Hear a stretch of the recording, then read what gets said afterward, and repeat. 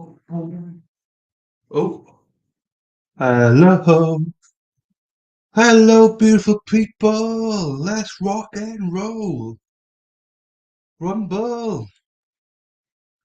Uh, I hope you're all well on YouTube and on Rumble. Oh shit, I forgot Twitch. Ah, fuck 'em. Why am I on delay? Oh, I think I'm fine. I think I'm fine. So yeah, welcome YouTube, welcome Rumble. I forgot all about Twitch, and I don't bother with Twitter or Facebook anymore. I can't be asked with them. Um, So everything's set up. Which this is a new case. This is going to be. I think it's going to be a short one though. Hopefully. So say hello in the chat, whoever's here. Don't be shy. Um, yeah, it'd be nice to see who is here. I seem to be frozen a little bit. Don't know why. Like my new background. Whenever we're in trial, new background. It's a cartoon it is, but it's actually quite cool. Right, that's fine there. If Rumble, if you can like and follow me in the alternate corner, that'd be fantastic. Everyone else on YouTube, if you could just like the video and subscribe, obviously, that'd be fantastic as well. So we've got a few more minutes. We've got another 5 minutes to go before we start. Yeah, I don't know who is on YouTube or Rumble, actually. No one's talking. No one's chatting. That's good, though. That's all good. Some of you might be working. I get it. It's fine. Some of you might mute me. That's fine as well. Ba, ba, ba, ba, ba. So yeah, OnlyFans stalk. I don't know much about this except for this guy obviously stalked an OnlyFans model. That's all I know. He looks like a bit of a stalker, though, doesn't he? Not to, like to prejudge someone, but yeah, I mean, come on. So I don't know what today's about. Is it going to be actual trial starts or is it jury selection or what? I literally just saw it about half an hour ago or 45 minutes ago. I was like, wow, damn, why not? I want a short trial to cover. I don't want a big one. I know there's another one on about a murderer of a priest or something, but I have zero interest in that one. It might go on for a while, and I can't be asked doing that one. I seen everyone seems to be covering it, so I was like, "Do you know what? OnlyFans, why not? Why not?" What else we got here? If I had to guess, I would say Kaz is probably on YouTube. Luna might be. I'm not sure. Say hello in chat, everyone. Go hello in chat. Buenas cima. Ar YouTube neu ar Rumble, on i chi. Everyone gone quiet. We got just over 2 minutes before this thing starts, and then we'll see how it goes. I'll go as well, though. How about you go podcast? Where is he? Carwyn, Kaz neu Luna bydd ma? Pwy sy'n ma? Carwyn Edwards. So, pnawn da for everyone else that might watch this again. Pnawn da means good afternoon in Welsh. So if you see someone say pnawn da, that's good afternoon. I've not done a Welsh word of the day, so that's your Welsh word of the day, whoever's watching. Pnawn da. Prynhawn da. Prynhawn da is good afternoon. So yeah, Carwyn's busy in work, you know. He's flat out in work. He's got no time for anything, you know. He's just popped in, obviously, you know. So it's the same as I'd be doing if I was in work now. Earphones in. Yeah, I'm a bit busy. I've just got some stuff to do here, invoices to do here. So Josh and Volmakas, who Rumble hardly ever speak anyway. So I don't know who else is here. People coming in and out. That's fine. Come in and out as you want. Mute me as you need. It's all good. We'll see now if this is an actual. Because I think it's going to be a short trial. I don't think it's going to be a long one, to be quite honest with you. So yeah, I bet, boy. I bet. uh, that's the way to be, though. Fuck it, isn't it? Fuck it. Um, yeah. So go another minute to go. Yeah, I don't know if this is if there's jury selection, if it goes straight to the trial, if he's pled guilty, not. I don't know anything. I just saw this 45 minutes ago, and I just thought, you know what? You got the word OnlyFans, and there's a cracker. Yeah, I think it's an interesting case. I don't. It's not murder or anything. I don't think it's anything like that. I think it's just stalking, which is a little bit different for us, if you know what I mean. So we'll see. Normally ends up in murder or death, but this one doesn't. So it's all good.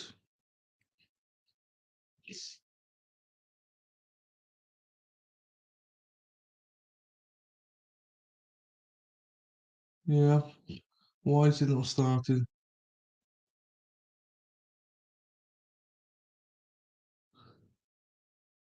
It's not starting yet. Anyway,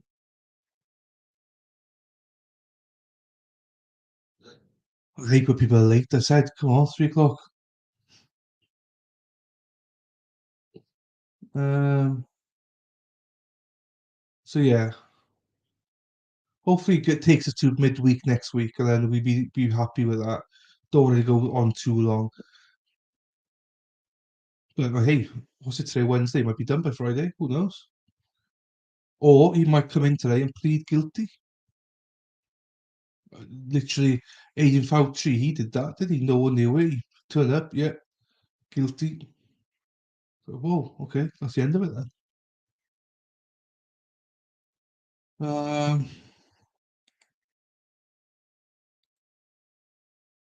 let's see here then.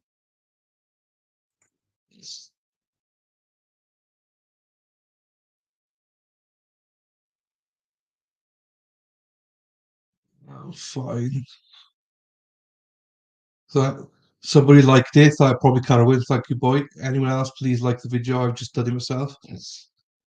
Yeah, so I was in the middle of Rona for the last week and a half. I'm still bloody recovering. So I've not been around a lot. Been awful. I'm only just starting to eat again. Eat properly then, you know. So in me for 6, I can tell you that much now. So yeah, I didn't bother streaming. I've not recorded many videos or anything. I mean, I did a video last night, finished it. Idaho's episode 3, that's completed last night. We had a few hiccups, but it's at least it's done now. But I finished recording 2:30 in the morning and I was knackered. So, you know, I did my best. But Morgan, she was fantastic. She carried the ship last night. Um, and then, yeah, we got another one to record in the week as well. So, yeah, if you haven't watched it, go to my channel, Idaho 4. I got the first episode just me talking shit. The second one gives you a bit of background on about the profiles of the accused and also, well, defendant and also the victims themselves. And this one is a bit more about the house and you know a few bits and bobs. Do you know what I mean? And then we got a guest next week. So yeah, we're ticking along. But I've missed doing the live stream. I've not missed doing the bloody poison one because that went on for too long. But I've missed, doing a stream. Even though don't get that many people watching, it's still nice to interact with some people. If this trial ever bloody starts. Sorry, I've got congestion as well. Ugh. And I had congestion in my ear for like 3 months. This bad boy, whatever it's called. Echo Nays. Did you see that?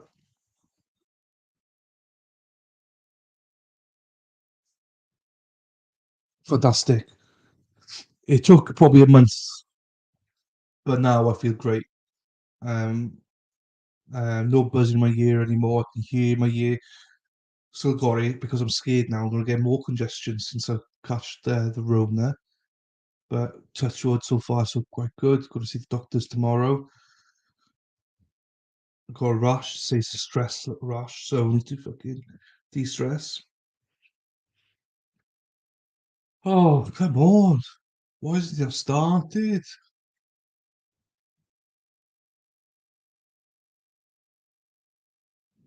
Oh, I see, because this is, hey, you got more info than me than the host. I plead not guilty prelim. Oh, February 2022. Okay. So is this a retrial then or something? Or is it he pleaded not guilty and now the trial's happening? Because that's, oh, well, I mean, that's 15 months ago. Do you know what I mean? That's quite a bit ago now. So that's why I'm wondering if it's a retrial or something. But I don't think it is. Oh, it might be the cause. Yeah, here we are. You might be 100% right. I've decided not to look too deep into it. I copy and pasted what Law Crime had on. Oh, that one there. Um, couple of new hoodies here. Probably can't see them. Oh, like my t-shirt. The alternate corner. I've got some hoodies.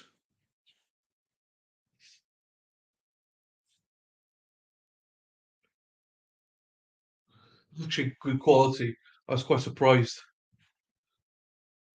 Actually, quite surprised. Got one more coming today. Got three. Got some samples in. Blue. So the blue one, it fits fine. The grey one, it's too small. It's double XL, but it's too small. And this one, double XL, perfect.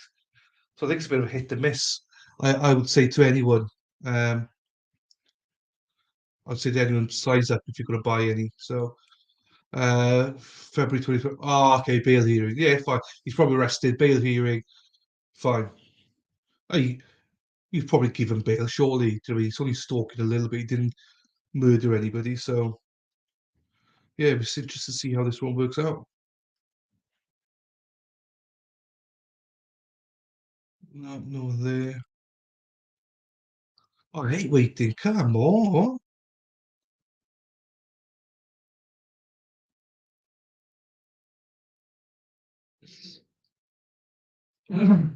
Okay.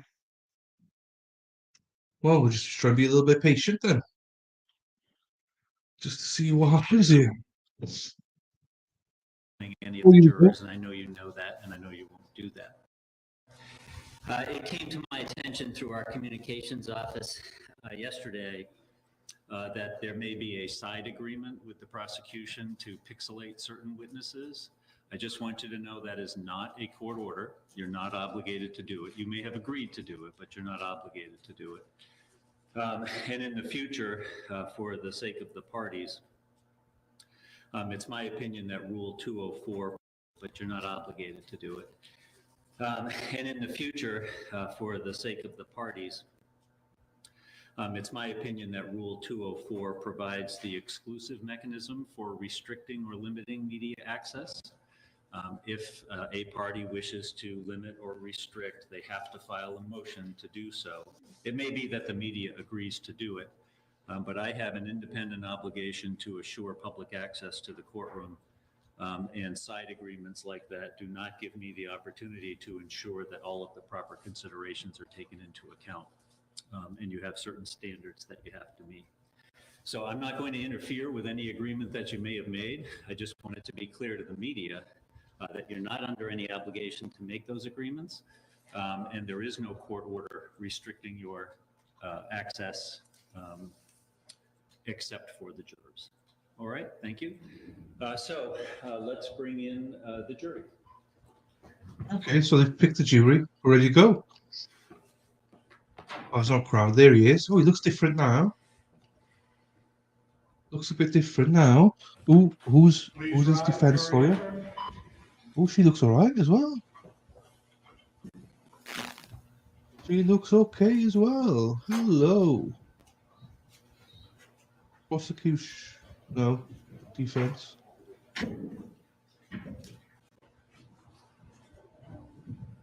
Let's see who this OnlyFans model is as well then, because we don't know who she is yet. But this lawyer, she's a bit attorney, she's a bit tasty from the side anyway. All right, right, good morning, ladies and gentlemen. So the first thing you'll already observed is that there is a packet on your seat. That's a notebook for you to take notes if you choose. I'm going to give you an instruction on note-taking in a moment. For now, you can set those packages down because you will not be taking notes for a little bit. The first order of business here this morning is swearing your oath as jurors, and then the clerk, after she takes your oath, will be reading the charges to you. Following that, I'll be giving you very brief preliminary instructions, which will include instructions on note-taking. So at this time, I am going to ask the jury to stand, raise your right hand, and swear your oath according to the clerk. Thank you, Judge. Members of the jury, do you solemnly swear or affirm that you will carefully consider the evidence in the law provided to you in this case? She's and all right that as you will well. deliver a fair and true verdict as to the charges against the defendant? If so, please say, I do. Thank you. You may be seated. I'll now read the charges to you.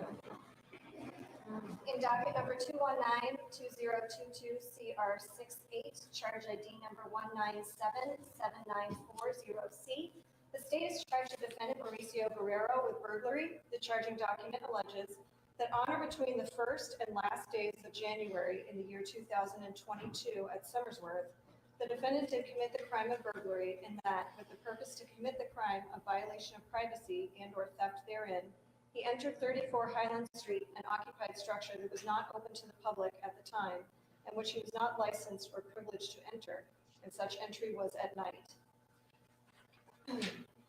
In docket number 219-2022-CR64, charge ID number 1948114C, the state has charged the defendant Mauricio Guerrero with burglary. The charging document alleges that on or between the 7th and 9th days of February in the year 2022 at Somersworth, the defendant did commit the crime of burglary, in that, with the purpose to commit the crime of violation of privacy and or theft therein, he entered or remained unlawfully in 34 Highland Street, an occupied structure that was not open to the public at the time and which he was not licensed or privileged to enter.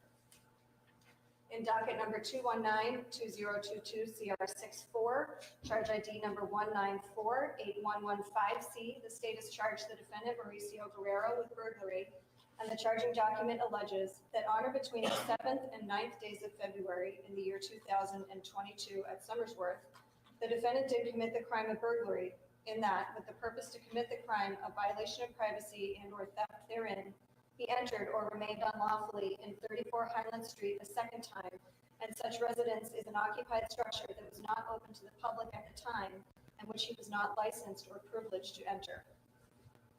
In docket number 219-2022-CR64, charge ID number 197-7910C, the state has charged the defendant Mauricio Guerrero with burglary, and the charging document alleges that on or between the 7th and 9th days of February in the year 2022 at Somersworth, the defendant did commit the crime of burglary, in that, with the purpose to commit the crime of violation of privacy and or theft therein, he entered or remained unlawfully in 34 High Street a third time, and such residence is an occupied structure that was not open to the public at the time and which he was not licensed or privileged to enter. In docket number 219-2022-CR68, charge ID number 1948138C, the state has charged the defendant Mauricio Guerrero with burglary, and the charging document alleges that on or between the 7th and 9th days of February in the year 2022 at Somersworth, the defendant did commit the crime of burglary, in that, with the purpose to commit the crime of violation of privacy and or theft therein, he entered or remained unlawfully in 34 Highland Street a fourth time, and such residence is an occupied structure that was not open to the public at the time, and which he was not licensed or privileged to enter, and such entry was at night. In docket number 219-2022-CR64, CR64, charge ID number 199-2047C, the state has charged the defendant Mauricio Guerrero with violation of privacy. The charging document alleges that between February 8th, 2022 and February 9th, 2022, that the defendant did, for the purpose of arousing or gratifying his sexual desire, knowingly viewed RN without her consent or knowledge in her bedroom, a place where she would have a reasonable expectation of privacy.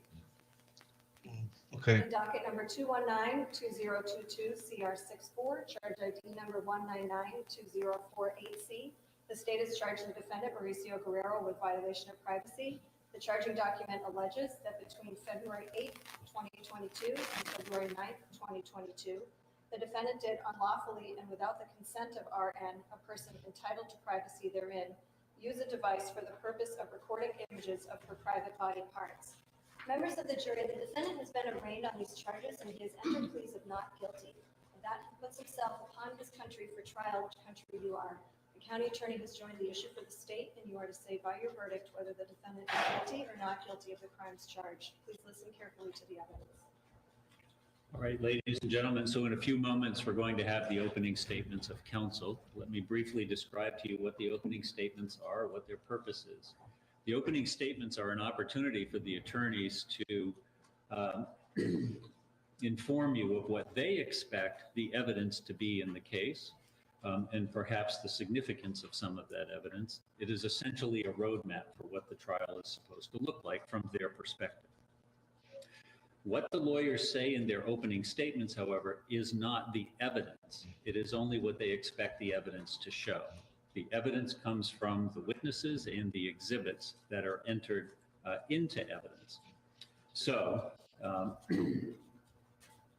in addition, you are permitted, as I mentioned, to take notes in this case.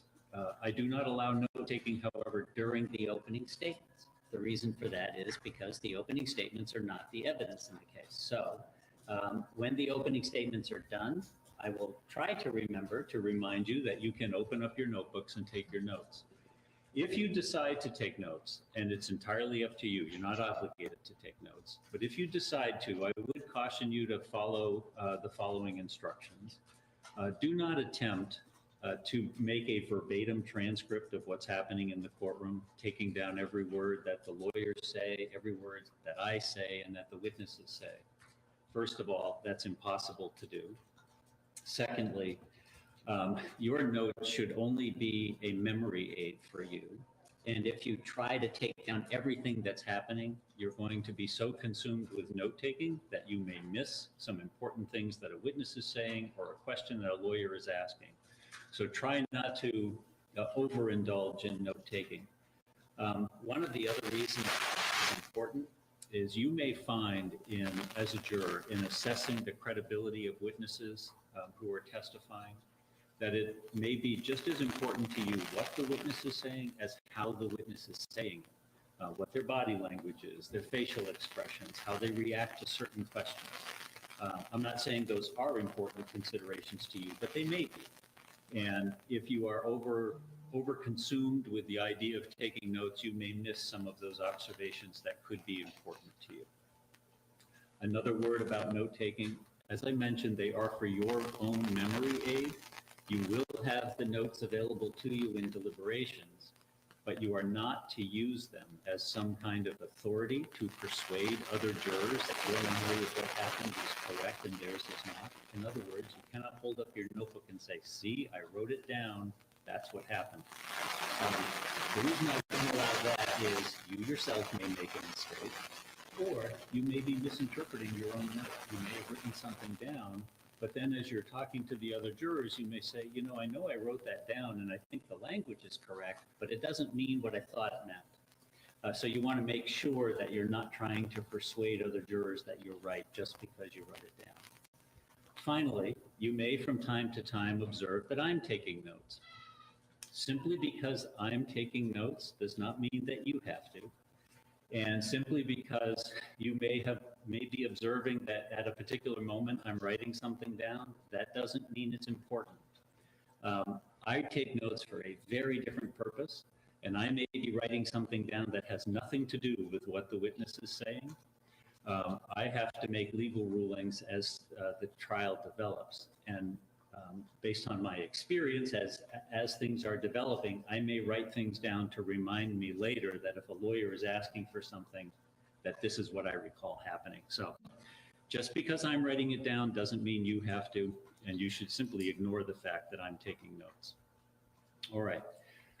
Typically for our process, I will sit for about an hour to an hour and 15 minutes. I try not to go much longer than that because I think it's difficult to continue to pay attention after that length of time. So we'll take a break about every hour to hour and 15 minutes. Those breaks are usually somewhere between 10 and 15 minutes long, which means we'll have a break in the morning, a break in the afternoon. The lunch hour is usually about 45 minutes to an hour. Depending on how the day is progressing, it might be a little shorter or it might be a little longer, but that's roughly how it'll go. If you need anything throughout the course of the trial, if you need to take a break for any reason, if you need a drink or anything like that, or if you need to stand up and stretch, just raise your hand and we'll make sure that you're taken care of. The most important thing here is that you are comfortable so that you're able to pay attention to the proceedings, hear and see all of the evidence, that you are the finders of fact in this case. You are the ones that will determine what happened. So it is most important that you are able to pay attention at all times.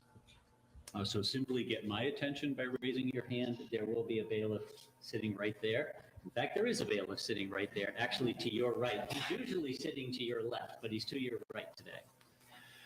Just make sure you get his attention as well. Finally, as I mentioned at jury selection, there will be media coverage of this case. You've already noticed that there's a camera off to your left. One of the things I assured you of at jury selection is that your images will not be broadcast in any way. It's a very professional media outlet who covers the case. They know the rules. They are very experienced in this, so you don't have to worry about your images being captured in any way. I would just remind you to ignore the fact that there is media coverage of this case. The fact that there are cameras in no way should influence your deliberation, your behavior, or anything like that. Simply ignore the fact that they're here. And then if you do happen to see any media coverage or hear any media coverage outside of the court, I'd ask you to ignore it, turn your attention away, not listen to it, not expose yourself to it to the best that you can. But if you are inadvertently exposed to some media coverage, please report that to the clerk the next morning so that I can discuss it with you. All right, thank you. So with that, opening statements, the state does go first, so you'll hear from Attorney Garrod and then Attorney Starbranch. Attorney Garrod. It's quite good. And now every hour break. Happy days. In the few months of the defendant in the case, he went from being attracted to infatuated to obsessed. The boy lost all ability to think reasonably, to control his impulse. And he made a series of very poor, very alarming, and ultimately very criminal decisions. On 5 occasions, between January 20th, 2022 and February 9th, 2022, he broke into Rachel's mother's home at Somersworth, where she was living, driving all of 350 miles, 5.5 hours from his home in Bensalem, Pennsylvania. The first time he broke in on January 9th, he used access entry by using the back window, breaking into the storage barn and going through his leftover belongings. A few weeks later, on February 7th, over the course of 48 hours into February 9th, he made 4 separate entries into her home, this time coming prepared, with a pry bar in order to open her windows to gain entry, and a to-do list, a literal to-do list that included things like getting a key copy, planting microphones in order to hear her, and putting a tracker on her car. Now, while he's in her house during that 2-day time frame, he makes himself at home in the attic, bringing food and even a cup to urinate in. He does things that are on his list, such as making a key copy so that he can have better access. And he also does things like steal her underwear and photographs of her. Some of these entries, the defendant made sure,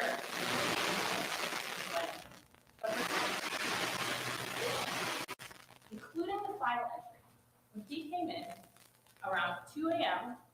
in the middle of the night, when he knew that Rachel, her mother Victoria, and her 2-year-old son Weston would be sleeping, the defendant broke into Rachel's home for no other reason than he had an obsession with her body, and that culminates that night in that final entry. He goes into her bedroom, lifts up the covers in her bathroom, and takes a video of her vagina for his own personal pleasure.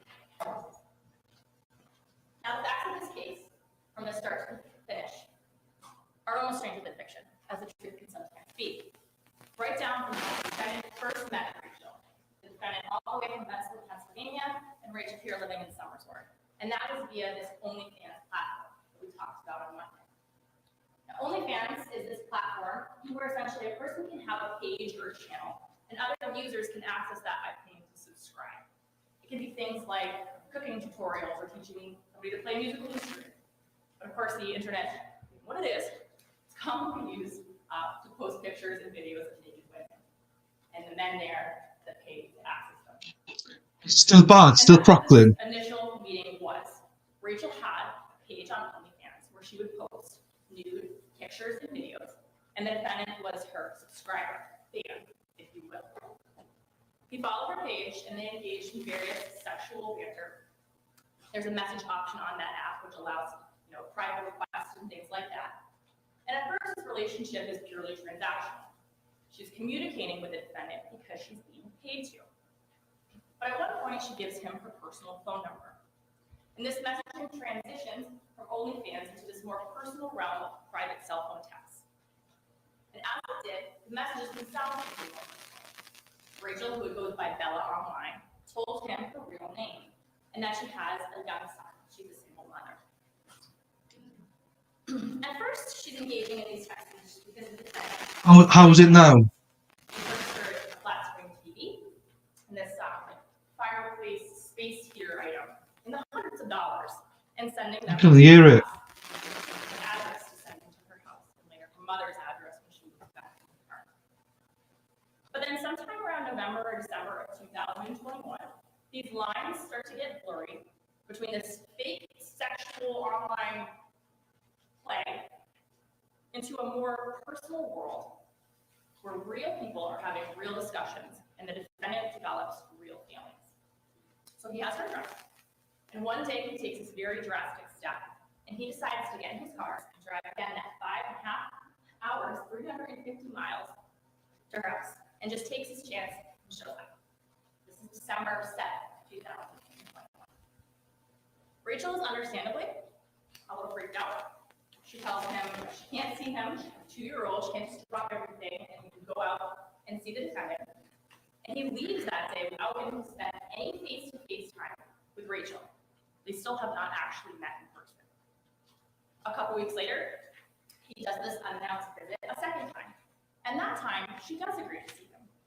And they have consensual sex in her apartment before she sends him on his way. After that, from December to mid-January, he comes up 2 more times, unannounced again, 350 miles.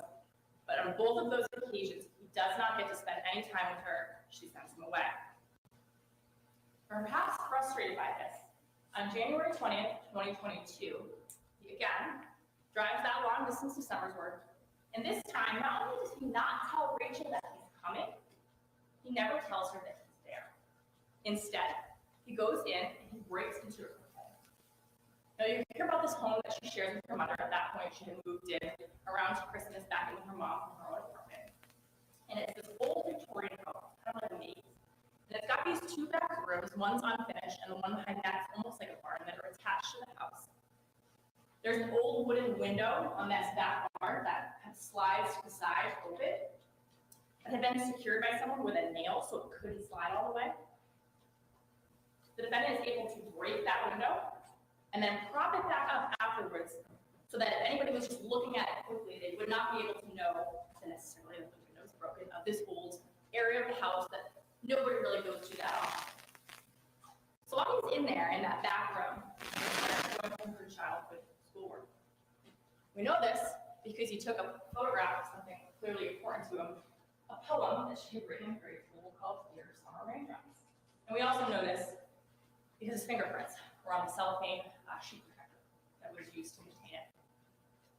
So when he leaves, and by the way, that pictures, those timestamps from that are about 3 a.m. So he leaves. Rachel and her mother have no idea he's even in town. Not supposed to say no idea that he had been in their house at 3 a.m. And perhaps Emboldened by the fact that he got away with it on January 20th without anybody knowing, he returns a few weeks later.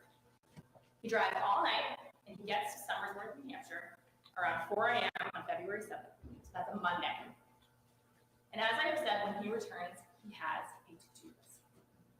This to-do list lays out his plans for when he was there and demonstrates that he is on a mission.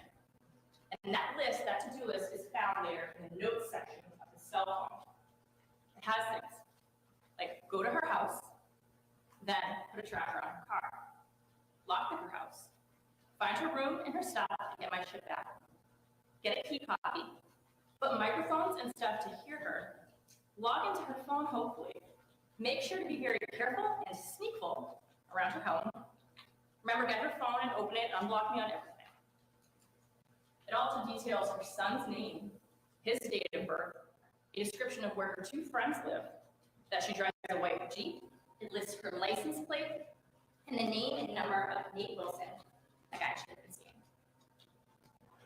So over the next 2 days, from that Hi, Mel. to early Wednesday morning when he's arrested, he endeavors to complete this list. On Monday morning, he's able to get in using a pry bar that he brought up on a few different windows that he attempts to use it on, where he's able to get one open and climb inside the home. He takes Rachel's keys right from the living room kitchen area while Victoria is getting ready for work. He leaves, and instead of just keeping that key to use to get inside of her house, he goes and makes a copy so as not to arouse any suspicion he returned the original. So he sneaks back in the house in order to return the original and puts the keys on Monday night, which Rachel, by the way, and Victoria have been turning the house out looking for all day, and puts them kind of underneath the kitchen island as if to say, oh, they've been here all along. It's Monday night. When Victoria comes down the next morning to get ready for work, she sees these keys that she's been looking for all this time and thinks to herself, oh, I thought I looked there a million It's not times. cracking for me. Here are my keys, thinking nothing of it. But while he's in the house returning the keys, he does take some of her belongings, as I said, for him to measure her underwear, some photographs of her that were around the house, before he leaves again. This is Tuesday morning now we're talking about, to go on a McDonald's run. Goes and gets some breakfast at McDonald's, some hot cakes and hash browns, and brings them back to the house, at which point Rachel and her mother are gone. And as he enters the house around 10:15, he sort of takes his time, goes around the house, filming the interior, taking pictures of her bedroom all while eating his breakfast. And at some point, he goes into the attic and brings his food up there. We know at some point that day he decides to leave again because he needs to go to Target to purchase a tile tracker. I'm sure you're familiar with those. It's an Apple product, but they can go on items and keys and stuff, and you use an app in order to track where it's going. He purchased that at Target, and he returns to the house. And this is around 9:44 p.m. that he's making that purchase. When he comes back to the house, it's late at night. And while he's debating his next move of whether or not he's going to sneak in and how, Rachel texts him. And she's saying, thinking, he's in Pennsylvania, that she's drunk, that she's lonely. She's drunk, she's intoxicated, and something she does when she's feeling that way is text the defendant things like, I wish you were here. But at this point, he had been here. Roughly 43 hours he had been here. But of course, she doesn't know. I agree, Sal. I agree, Sal. To 11:30 p.m. on Tuesday, February 8th, going into the 9th, Wednesday. And we'll get into more of this conversation that the two are engaging in that evening in a bit. But Rachel does eventually go when he says, oh, guess what? I'm in town. Kind of saying, doing this another unannounced visit. She does agree to go out and meet with him in his truck. They kiss in the car. He pushes her head down to engage in oral sex, which she does for a brief second and then comes up and says, I don't want to do that. They have a discussion and she leaves, spend all of half an hour together. And she goes back into the house. And keep in mind, this is only the second time that they've ever had a face-to-face interaction. The first being back in December when she agreed to sleep with him. And this came down a total of about 2 hours total that they've spent face-to-face. But she goes back inside and it's now about 1 a.m. The defendant waits a little while. He texts her at 1:51 a.m. and asks if she's awake. There's no answer, and he knows that she's been drinking. He waits 20 minutes and attempts to see if she's awake by calling her from a blocked number. There's no answer, so he re-enters the home. He takes his shoes off and leaves them at the door so as not to make noise. And for almost 2 hours, he's hanging out in her house while she, her mother, and her 2-year-old are sleeping upstairs. Now, only Bennett knows how he spent those 2 hours in her home around 2 to 4 a.m. But we're able to piece together something from evidence that's found at the scene. For example, for at least part of the time he was there, he was hiding in the attic because they found the tile eggs that he had purchased up there after he was arrested. He had wrapped it in blue masking tape as if to conceal what it was, but there it was, the blue tile, the tile that he had purchased. And they also found the McDonald's breakfast food, which he had apparently stored up there for later, as well as some graham crackers that he stole from the cupboard. We know he was up there for at least long enough time as an attorney, because the McDonald's cup, which had a previous beverage in it, seemingly, was now filled with urine. We can also piece together some of the things he was doing in the home because of the activity on his cell phone. During those hours where he is in Rachel's home, he's doing things like using Facebook, Instagram, Snapchat. He's listening to music. Actually, his earbuds were found at the scene. He's accessing the flashlight tool on his phone. He's in his notes app, quite literally checking his to-do list. We know that at some point, he came down and was walking around Rachel's bedroom. And we know this because at different times throughout the night, he's doing things like taking pictures of different items that are in her room. For example, at 2:30 in the morning, he takes a picture of her license plate, which was left on one of the rugs. Sorry, not license plate, license. About an hour after that, he took a picture of her cell phone lock screen. But of all the strange things he does that night, perhaps most concerning is the video he took. I think it's them. It's clear for me. Her bathrobe and takes a video zooming in on her. You sort of piss Sal off for a second and stopping her there. I think every time she moves, it crackles because that's the only mic. So maybe that's what it is. I don't know, but it's very clear in my headphones. So sorry, Sal. We'll go. We'll find out her name now. Hi, Shannon. Hi, everyone. Thanks for being here. After that, he hangs around for about another hour until 4:15 when Rachel wakes up. Find out Now now. you'll hear about that experience from Rachel herself. And she'll tell you that when she wakes up, she initially sees a figure, or thinks she sees a figure in the doorway, but she's half asleep. And while in the back of her head, she's thinking that this could be the defendant, who she knew was obviously around.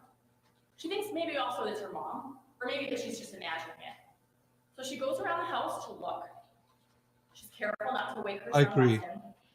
And she goes into her mom's room, tries to wake her up, and says, "Mom, I think there might be someone in the house." And as they're doing this, they start to hear noises above their head, the defendant, their attic. And then they start to kind of freak out. They call the police. When the police get there and come into the house and walk upstairs, they too can hear these footsteps on the attic and roof. They go outside, use their flashlights, shining them on the roof, and sure enough, there is a defendant, and he scuttles over to the other side. They run back up through the house, and the police officer ultimately enters the attic, sees the window the defendant had open, it cut a hole in the screen, and ultimately gets the defendant to come back in through the window, and they arrest him in his bare socks. Now, after the defendant had been arrested, all the police basically know is what Rachel and her mom know, and that's the defendant was there in the early morning when he was arrested. At this point, they haven't gone through his phone. They haven't seen the video he took.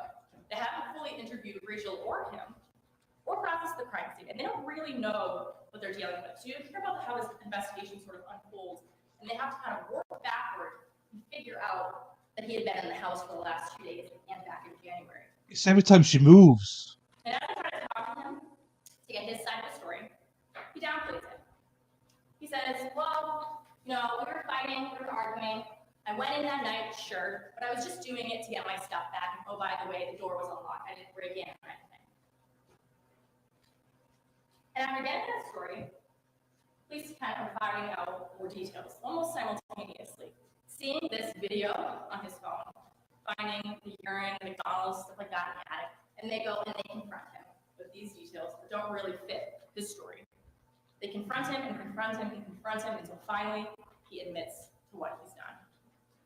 Now, one thing he does not admit to, means the police had not gone back in his phone all the way to January, is that January 20th break-in.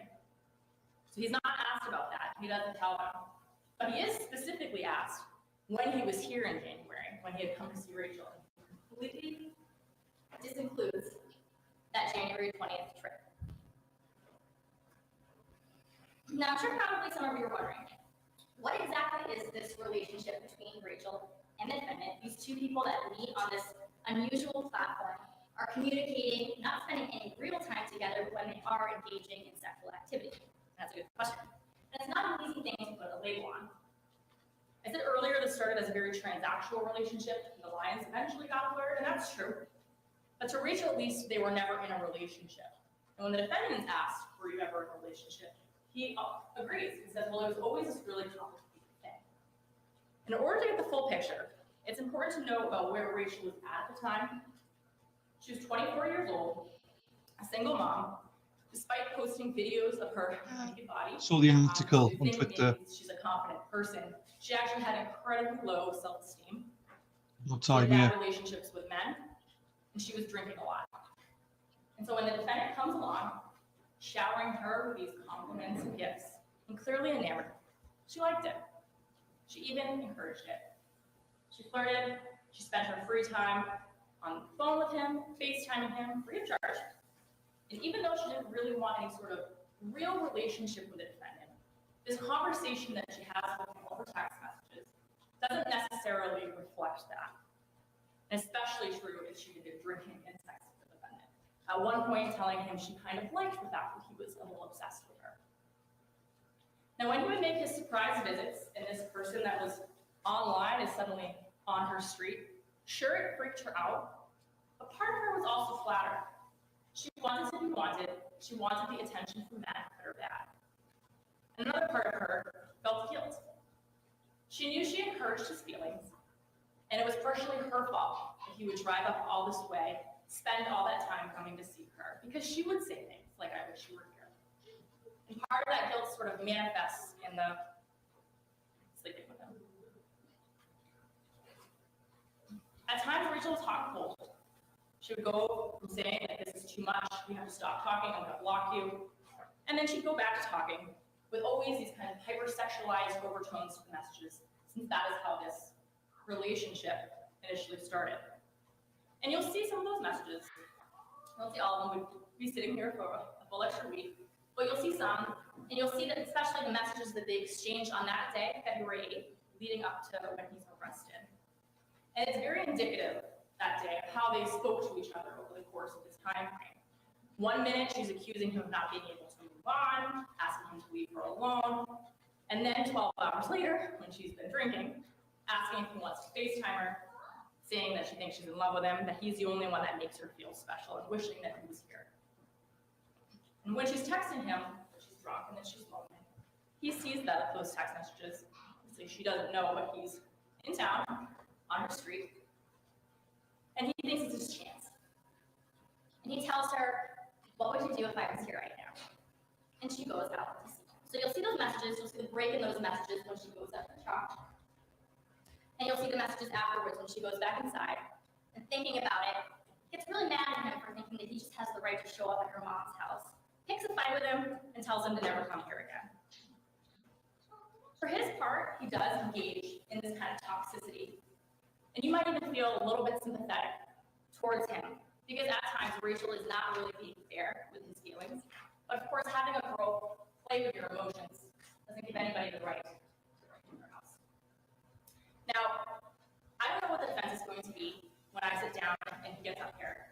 He mentioned on Monday something about role playing. And the defense may be that since there were times where she said that she loved him or liked that he was kind of obsessed with her, this somehow was permission for him to hide in her attic and film her while she's sleeping, or maybe that this was some kind of sexual fantasy that they both had and were acting out. And while you consider that, or if you consider that, there's a couple things that you'll hear in evidence that I'd like you to pay attention to. And that's when the detective sergeant testifies about this interview that he had with the defendant the day after he's arrested. And he specifically asked, did she ever invite you into her house? He says, no. He specifically asked, did she ever tell you to break in? And he says, no. You'll also see 2 notes that the defendant wrote to Rachel. At one point, he had left one on her porch. It's actually not found until a few days after the fact, but a note that says, please forgive me for whatever I do.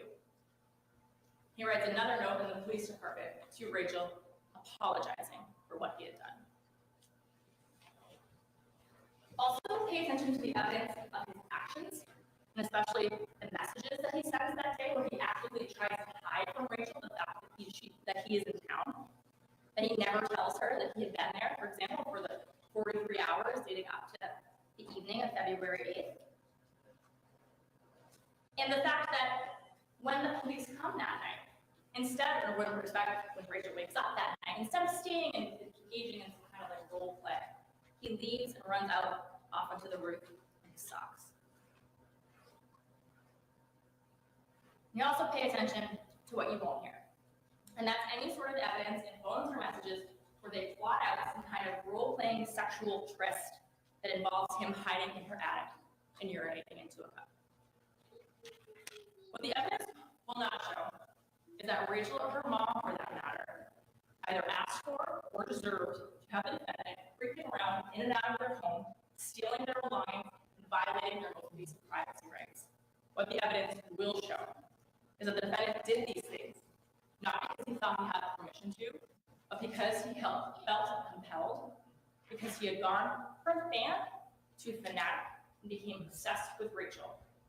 And at the end of this trial, after you hear all of the evidence, I will come back and ask you to find the defendant guilty. Thank you so much. He's definitely fucking creep. Let me just tell you that. Sorry, Sal, never found the name. I don't know. We'll catch it, though. We will catch it.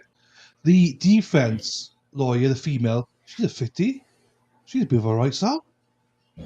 She's worth staying around for. I haven't seen a full picture yet, but I wish she was doing this bloody thing. The opening. Ladies and gentlemen, it's funny. Yesterday we did the jury selection. We talked about, the whole idea and trying to do it a little bit better. It's funny. I didn't realize that Attorney Grau was going to be so upset by the role play issue, and you'll see why in a bit. The evidence is going to be. And this is the thing about this case that you're going to find somewhat interesting and maybe a little unusual. There's not a lot in dispute here. This is the case where, we may hear lots of forensics and things like that. The fact of the matter is, Mauricio was interviewed 3 times for hours, and they were taped, and they were transcribed. There's not going to be a lot of dispute about, mechanically what happened. The dispute is going to be about why and what it means. That's what the issue is going to be. And I don't know if you want to call it role play or what have you, but ultimately, you're the ones who can decide whether or not this is a burglary. And that's what the issue really is here. So there may be some, misconduct going on here, maybe some is criminal. The issue here is this a burglary? Is this a burglary? Let me just sort of introduce Mauricio again. He goes by Mo sometimes. I call Mauricio. I believe that Rachel Nunez calls him Mo. So I'll call him Mo from time to time because you'll see that in multiple interviews that you hear about. Mauricio, when this happened, was 19 years of age. He's really big. Rachel Nunez, of course, is 24. He does live in Pennsylvania. He lives here with his mother, so that. But she's here by herself because the rest of the family is down in Pennsylvania working with the family restaurant. They have a Mexican restaurant in north of Philadelphia, and it's a group effort. The whole family works there, as does Mauricio. In fact, Mauricio apparently worked to death and really doesn't have a lot of time to do a lot of socializing outside his work. The complaining, witness, Rachel Nunez, they meet on OnlyFans, and as you heard from Attorney Garage, it's a site that's used to sell material, or some people call it content. The person makes content, there's a subscription service, and the person, subscribes and buys the content. This is typically the extent of any kind of connection, the purchaser and the content maker will have. Usually they don't have, there's no personal phone numbers exchanged, this is unusual.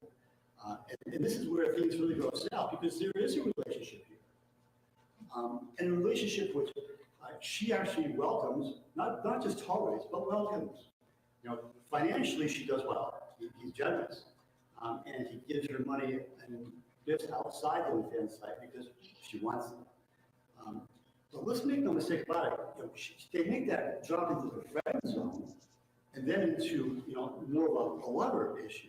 They become lovers, and there's no question about it. They have consensual sex twice. They are lovers by definition. Right? They cross that line, and one of the things that is concerning about this case is really what he is a client. And she knows it. She's known this right along. She's been playing him right along, and it's in her interest that he doesn't know, and he doesn't know that he's a client. He thinks that they actually have mutually enjoyed the relationship, and this is what this is the trouble with this case is that this isn't your usual burglary, which is economically motivated. People think to themselves burglary, well, that's when some guy in a mask breaks in and steals a silverware. That is not the case. Not even close. Like I said, there may be some issues, and maybe there was an issue of privacy. You'll have an opportunity to determine whether or not this is a burglary, or is it really a criminal trespass? Is he really trespassing and taking pictures he's not supposed to be taking? Burglary, folks, is the unprivileged or unlicensed entry into an occupied structure. Okay? That also can be a trespass. What makes it a burglary is the intent. What makes it a burglary is what was his intent when he crossed that threshold. He has to have the intent to commit a crime before he goes into that house. Okay? He has to go into the house with that understanding that I'm going to break in to steal something, or to do some such thing, to steal what have you. It's obvious from the indictment say something clear either, because that had worked with invasion of privacy, I'm not really sure. But this is going to be the issue: is what was his intent? And honestly, a lot of these stuff that you've heard from the opening, the mystery seeking out the fingerprint people, or people doing forensics on the cell phones and things like that, and it's going to take hours to get through it. The fact is, not necessary, because largely everyone's in agreement about what happened. And the reason why everyone knows what happened because she told them. 3 separate issues, 3 separate detectives, and it wasn't pleasant for Mauricio. Remember, he's 19. This is a shock to his system. Not only is finding out the sad truth, which he's a client, now he's finding out he's also finding himself and facing a police officer for hours and hours and hours. And it's all going to come down to what's the intent was.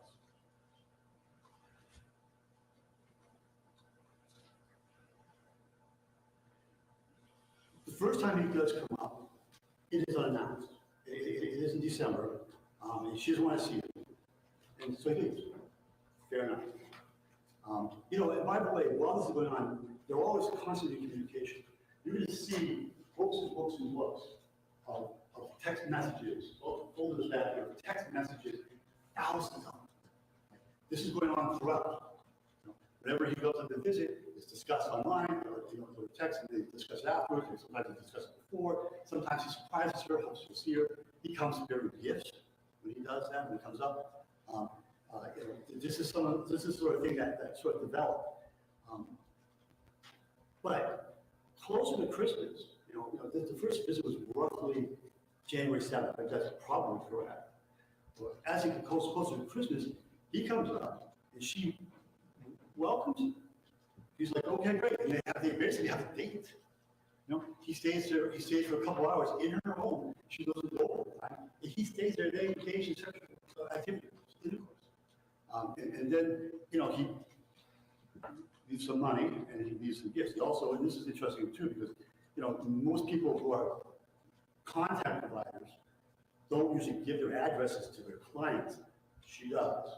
And she does that so he can have stuff delivered to her house, which she's all for. You know, this is, like I said, he's the one that doesn't understand he's a client. She doesn't really ever have any doubt about that.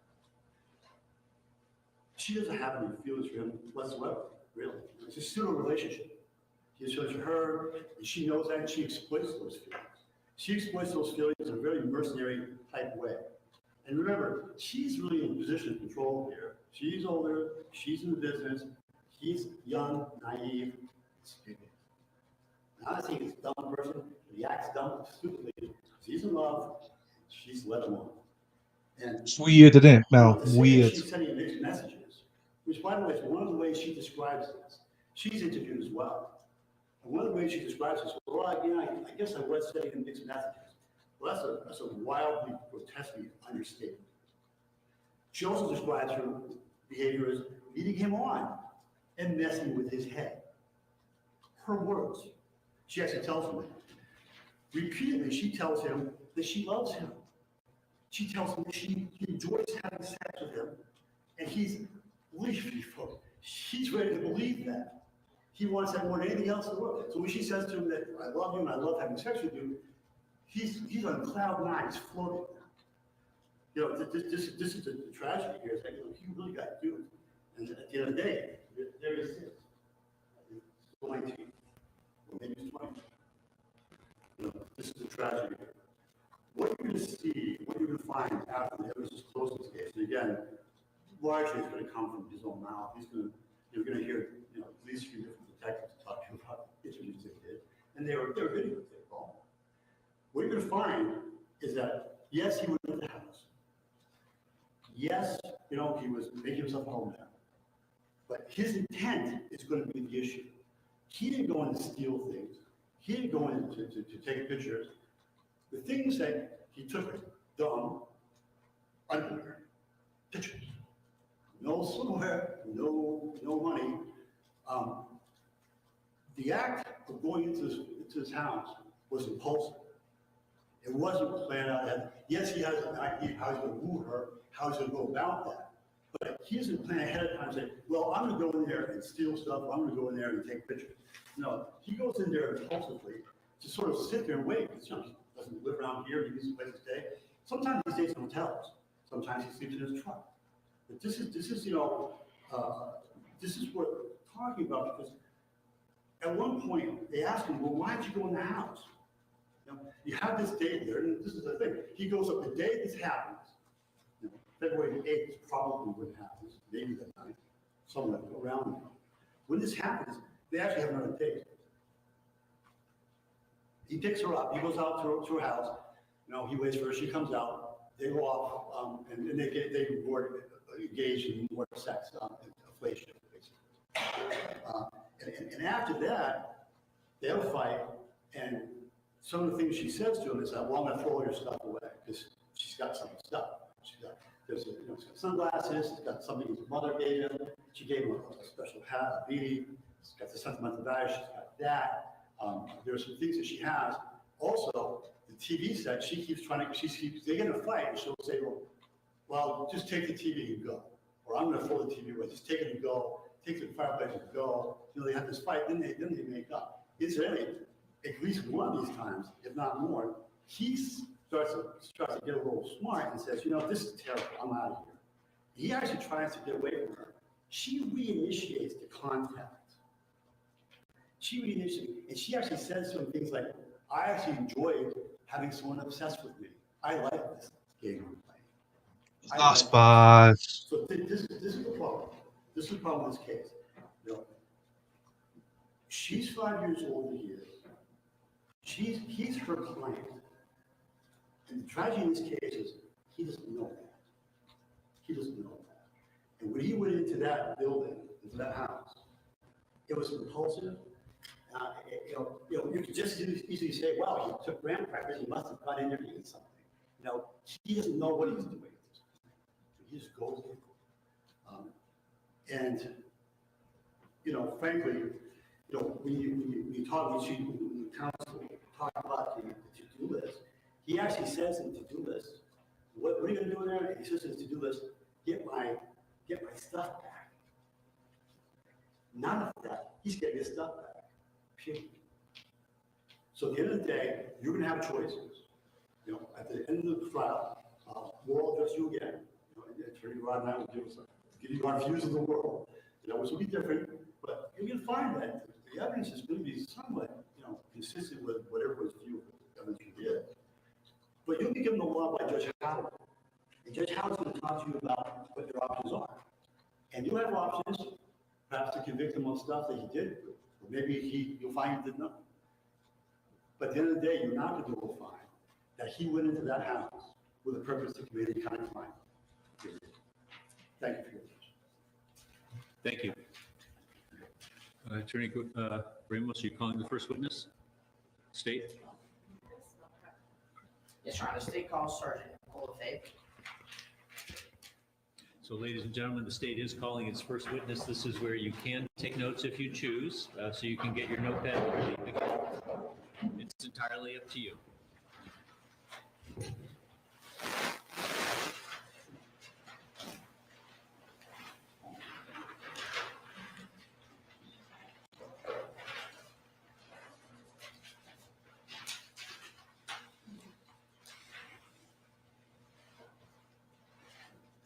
I was speaking, I was muted. I hope they saw all the audio. How is the audio for everyone? I could hear some crackling now as well.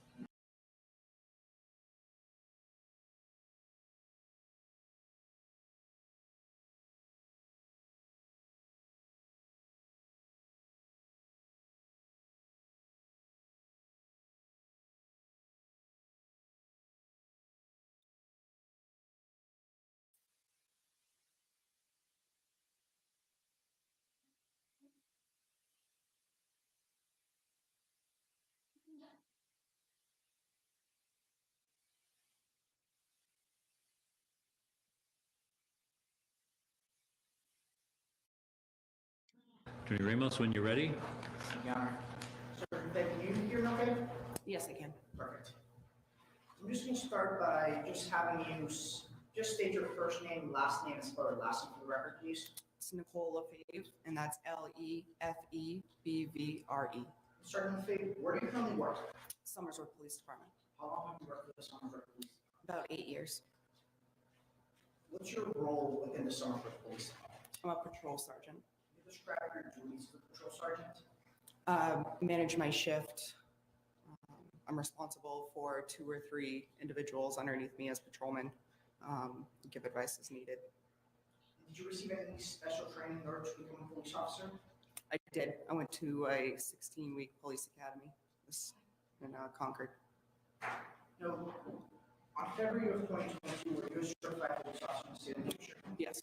I just want to ask you about that time frame, and specifically direct your attention to the early mornings of, or early hours of February 9th, 2022. Were you working that day? Yes. And at some point during your shift, did you respond to 34 Highland Street in Somersworth? I did. Why did you go to that address?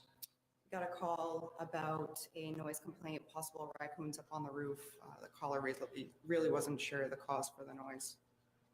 Now, can you describe, did you respond by yourself or? I responded, with one of my other officers, Officer Self. No. Once you arrive at 34 Highland Street, what do you do? How do you control that scene? So we made contact with the calling party, Victoria Burke, who told us that she was hearing some noises up on the roof. So she immediately brought us inside, kind of showed us the layout of the house, and showed us where the noises were coming from at that time. So you arrived at the house, you said you responded with another officer. Do you both go inside the house? Yes. Now, once you're inside the house, where do you go? She brought us to where she could hear the noises.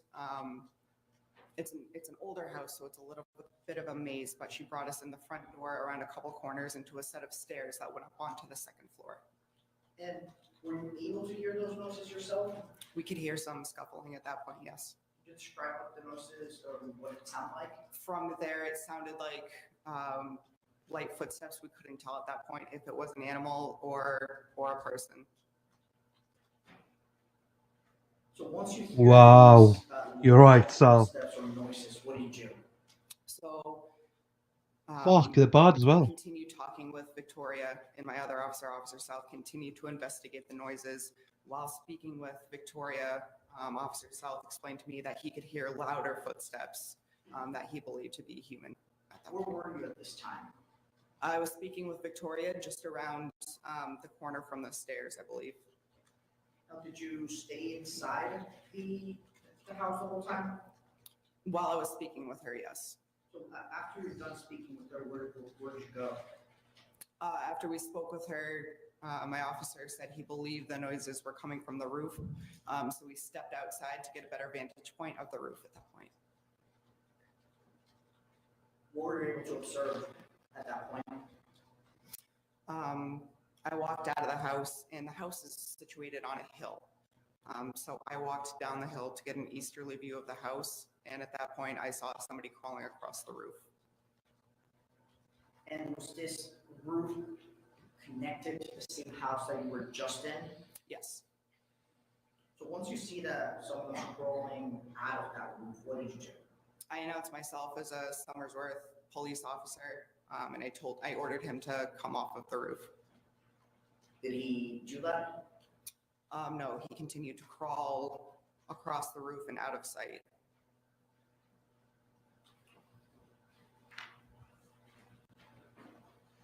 So now, once he continues to crawl, what actions do you take after that? My other officer, Officer South, was on the other side of the house. So from there, I radioed to him and asked if he had sight of him, because at this point we had both sides of the house covered. He notified me that he could see him on his side of the roof at that point. So I made my way over to his side. Now, so you're both standing on the same side of the house at that point? Yes. And what did you do after that? So I asked Officer South where he saw him, and he stated that he saw him on a flat part of the roof, which was under an attic window. So I proceeded to go into the house. I ordered Officer South to stay where he could see the individual on the roof and keep eyes on him while I went inside of the house. Now you're inside the house. Where in the house did you go to? I immediately went upstairs to the attic. There's a window in the attic that goes out to that flat part of the roof. Can you describe what you're observing while you're at the attic? What does it look like? So as soon as you open the door, it's an older house, so it's a very steep set of wooden stairs with a Thanks, Mad World. Thank you. ceiling right there. So going up into the attic, there wasn't a lot of Fucking headspace. hell, I crouched Sal. a little bit. Going to the window, I did see it was closed, but I immediately noticed a hole in the screen that was big enough for a person to fit through. And after you noticed this window that had that this broken screen, were you able to see the person that you had observed outside? As I opened the window, he was crouched in the corner of the roof just outside of the window. Well, new Once you merch. noticed that he was there, what did you do? I ordered him to show me his hands and to come through the window with his hands first. Did he do that? Yes. Now, once you're both inside across the threshold of the window, what did you do? I ordered him onto his stomach, and I detained him at that point. So after you detained him, were you able to identify him? Yes. How were you able to do that? I believe it's, I don't believe I put that in my report. I believe I asked him his name, and he told me his name. Now, Officer you write a report in this case? I did. And is that? Sal is having a field day with the eyes. Report, refresh your So- recollection? Possibly. Every pud you can think of. Yeah, my background is a cartoon, by the way. Not what I asked for, but it's turned out Yes. quite nice. So, Officer Lafayette, I'm showing you a copy of your report. I'm going to ask you to read this Mug. paragraph right here, and when you're done. Your mug is on the way Did that with refresh your my recollection? mug Yes. and Carowin's mug. I don't know where it is. But I swapped suppliers and I got mugs coming now. Fucking hell. So, Officer What a Lafayette, I'm gonna nightmare. re-ask you the question. Were you able to identify the individual that you had observed? Yes, I was. How were you able to do that? By his Pennsylvania driver's license.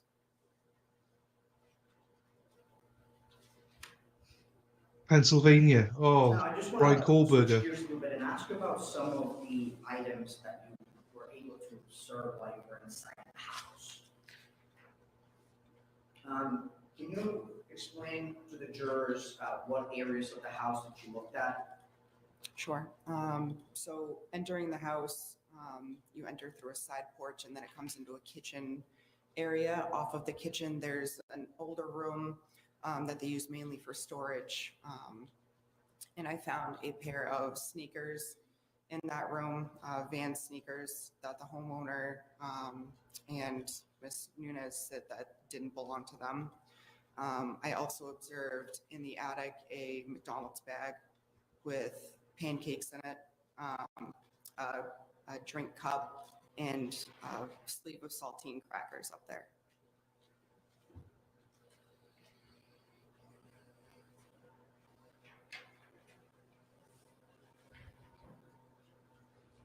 The boy was hungry.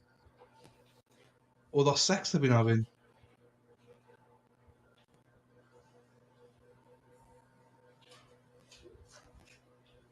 Cameraman approach. Yes. You know, when I first initially heard of this case, I was like, oh, what a creep and stuff like that. But like 100% she led him on from what we're hearing so far. You didn't see the evidence, obviously, but if she's saying to him, oh, you're beautiful, I love having sex with you, then he's obviously going to think with his fucking dick rather than his head, isn't he? It's the wrong head he's thinking with. Any guy that's like 5 years her junior is going to think, I'm in love, I'm in love. Not to justify what he did, he should have gone into the house and stuff, but I mean, she shouldn't have led him on either, in my opinion.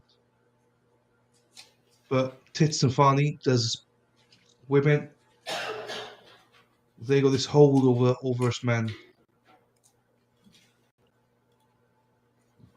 Need to start thinking with this rather than this. Easy enough to say though. So, Officer Dave, I'm now gonna show you 8 separate images. These have been already pre-marked for identifications as State's exhibits 1 through 8. I'm just gonna have you look at all of them first, and then I'll ask you a couple of follow-up questions.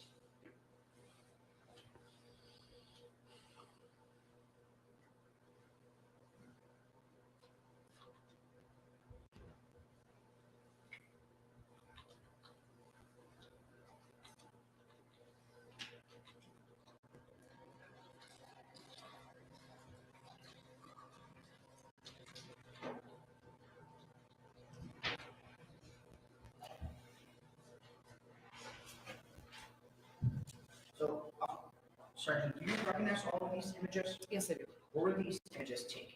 In the attic space. And when were they taken? The date, the 9th, February 9th morning. Do State's Exhibit 1 through 8 for ID, all the pictures that I just looked at, fairly and accurately show the condition of the house and the items that you looked at when you went to 34 Highland Street? They do. At this point, I move to strike the ID and enter these 1 through 8 as full No exhibits. objection. All right, so there's no objection to 1 through 8. The ID will be stricken. They'll be full exhibits.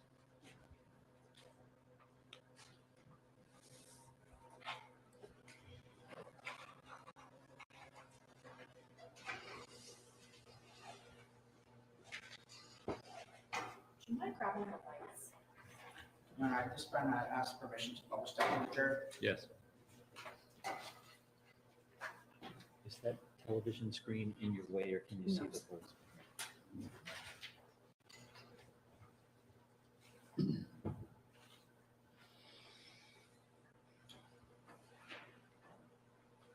So Sergeant Flair, we're looking at that big screen. That image has already been admitted as a full exhibit. It states it's full exhibit 7. Can you describe for the viewers what we're looking at in that image? That's a pair of black and white Vans sneakers that were found inside of that room off the kitchen. Were you able to identify who those shoes belong to? I took them as evidence, and I believe ultimately they were identified, yes. Now, did they belong to anyone that lived at 34 Highland Street? No.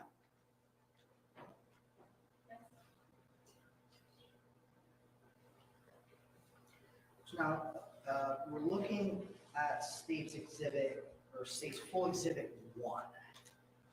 What's included within that image? It is a McDonald's cup, a sleeve of saltine crackers, and appears to be a hash brown from McDonald's. And where in the house were those items located? Those are in the steps going up to the attic.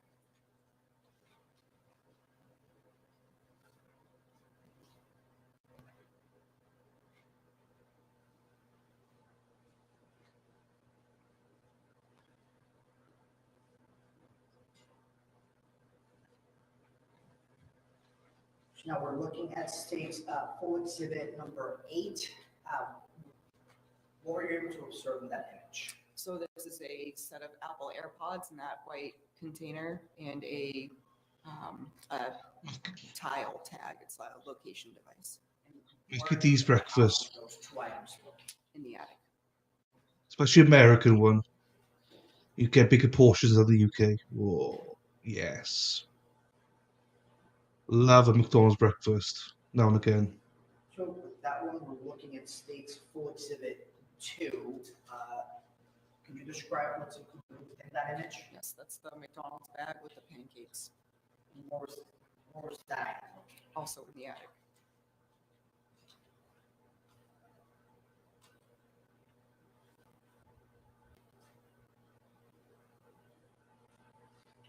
And that is State's exhibit 3.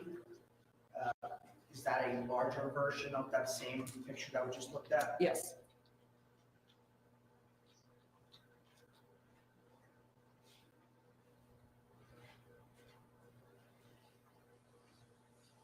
So, Sergeant, if we're looking at State's full exhibit 5, what is that a picture of that we're looking at currently? That's a picture of the window in the attic and the torn screen. So, when you approach the attic, where within that picture were you able to observe the individual? He was crouched in the corner just outside of that window up to the left.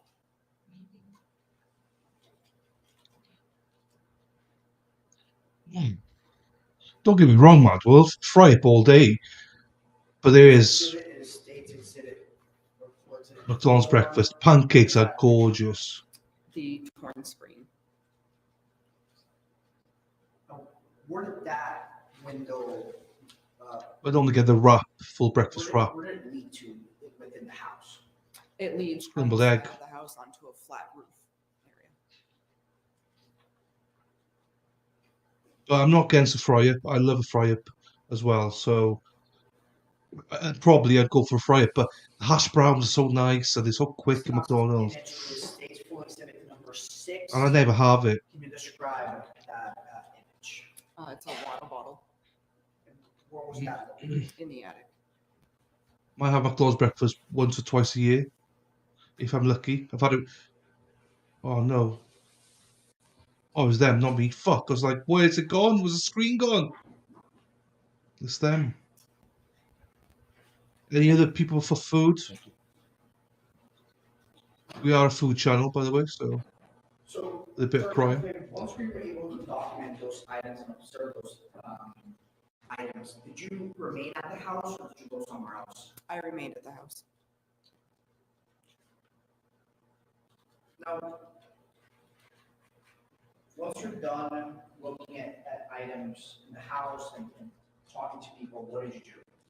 After I collected statements, I responded back to the police station to assist Officer Seth. Now, let's talk about what you did when you were back at the police station. Were you able to talk with the individual that you had just identified? Yes. And just that it's clear, can you state the name of the individual that you had identified at 34 Hampshire Street? Mauricio Guerrero. And Sergeant Fair, do you see Mauricio in court today? I do. Can you identify him by item of clothing he is wearing? Blue shirt and a blue tie. Thank you, Your Honor. I'd ask that the record reflect that Sergeant Fair does identify the defendant. Is there any objection? No objection. All right, the record will so reflect. I don't even know her name, Sal. So, Sergeant Fair, were you able to speak with the defendant back at the police station? I was. Can you describe how that conversation went? I began by asking him, I showed him the pair of sneakers that I had found in the spare room and asked him if those were his, and he stated they were not. Now, were you able to determine, based on your conversation with Mr. Guerrero, defendant, what he was doing at 34 Hatton Street? He told me that he was there to take possession of a fireplace that he had gifted to Miss Nunes.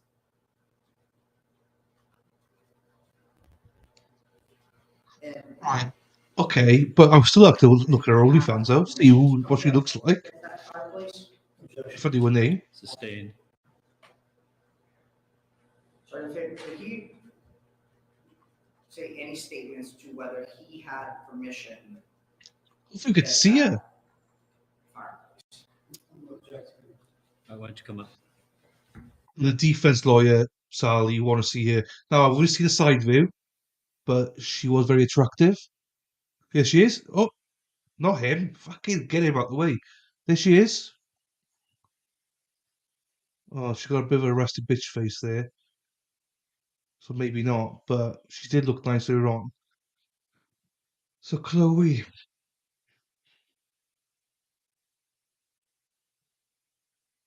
I don't know. Yeah, I was hoping we'd get to see her.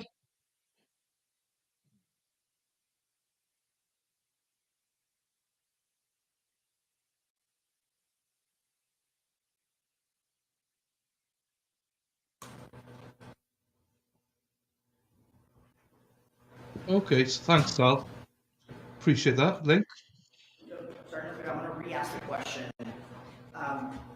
Did the defendant make any statements to you when you were talking to him? Very nice. Whether he had permission to come get that fireplace? No, he did not.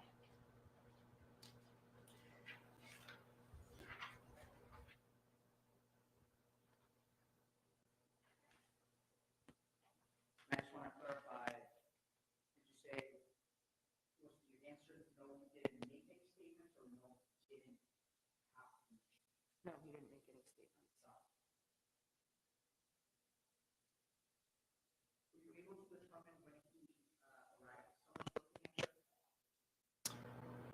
He stated that he arrived at the residence at about 11 o'clock at night to midnight. On what day? We responded there on 2/9, so it would have been 2/8. So then, That previous night. and was he able to explain how he got inside of the house? He told me that he entered the house through a blue door that was open. Sorry, can you repeat that? Sorry, he stated that he entered the house through a blue door that was open. That was. Now,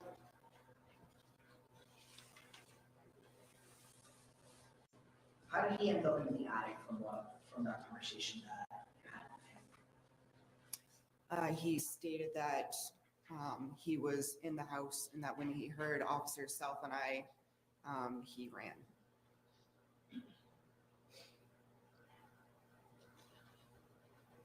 Were you able to look At his phone? I was. How did that occur? I asked him if he had been invited there by Miss Nunes. He stated that he had been invited, and I asked him if he had messages showing this. Were you able to see those messages?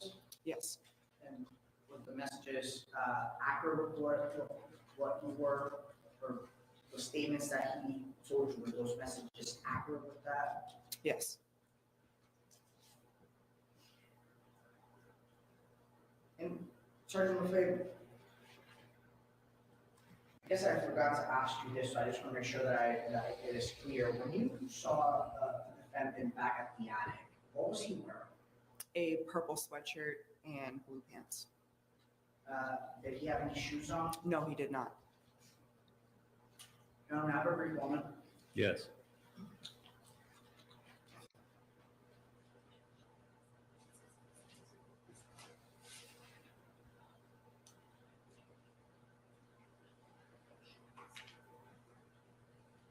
She looks very pretty in that link, Sal. But it's all strange.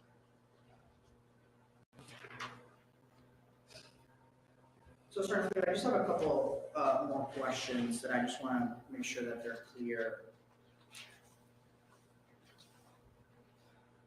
Did the defendant explain this relationship that he had with the person that lived at 34 Hampshire? He said it was an on again, off again thing, that they would go a couple months talking to each other. They would block each other and then talk to each other again. Now, when you're looking at his phone, can you describe what his demeanor is like while you're going through the phone? He was just kind of sitting in our booking area. He didn't have any sort of demeanor to him. To me, I didn't believe that he was taking this seriously. Objection. Sustained. So, ladies and gentlemen, the last comment will be stricken from the record. You're not to consider it in any way.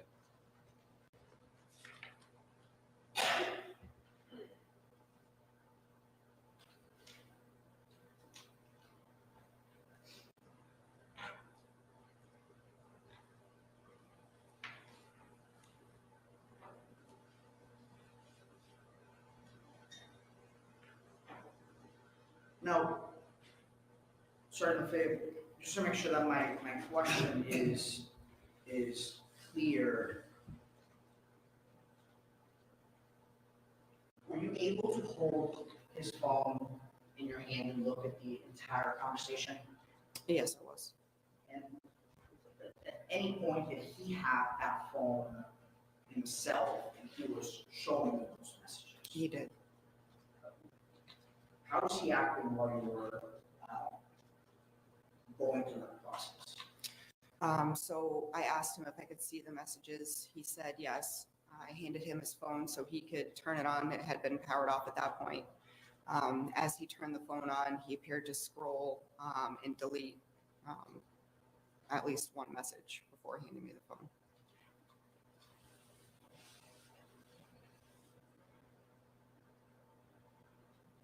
How did you conclude the involvement with at night?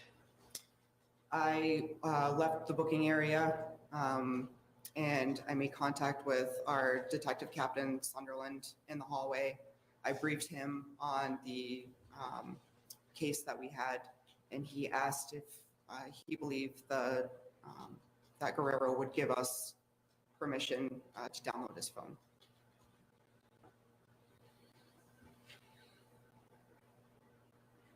And were you able to obtain that consent? Yes, he gave consent.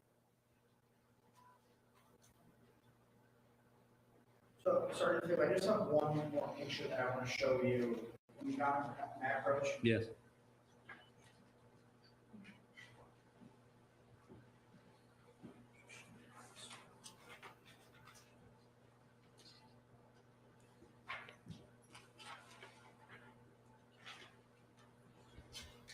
So, Sergeant Field, I'm showing you this image. This has been pre-marked for identification as States Exhibit 9. Do you recognize what I'm showing you? I do. When was this picture taken? The morning of February 9th. And what exactly are you looking at in that image? It's a Ford F-150. And were you able to identify who was driving or owned Yes, that Ford F-150? yes. Who was that? It was determined that Guerrero was driving that F-150. Where was that F-150 parked? It was parked just up the street and around the corner from Highland Street. Does that image fairly accurately depict what the Ford F-150 that was identified to be owned or driven by Mr. Guerrero looked like? Yes. Your Honor, I asked to cite the ID and enter this as a full exhibit, Objection. No objection to 9, it'll be a full exhibit. and may I publish that to the jury, Your Honor? Yes.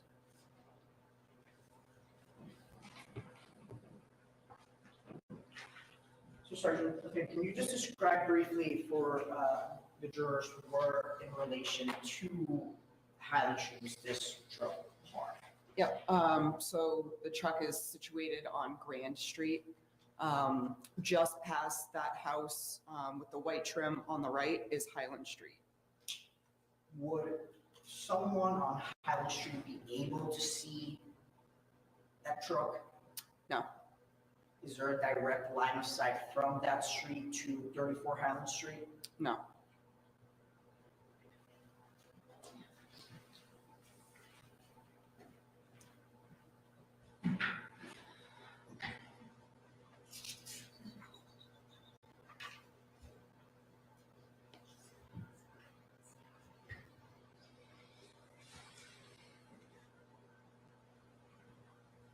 So, Sergeant Lefebvre, you were able to take some images of some food and some items. Can you just explain for the jurors, based on the conversation that you have with the defendant, whether those items, were you able to identify who those items belong to and where did you get them from? He stated at one point during our conversation that he did leave the house to get snacks before returning. So, were you able to confirm with him that he was the one who brought those snacks to the house? I don't recall. Yes. How about the McDonald's bag that you photographed? Yes, he did state that he went to McDonald's.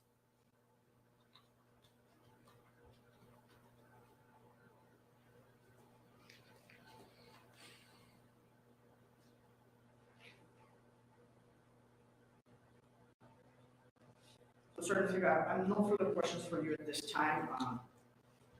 Attorney Scarborough, if you have the opportunity to ask you some questions.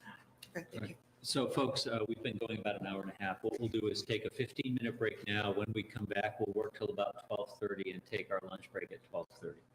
All right, 15 minutes. All right.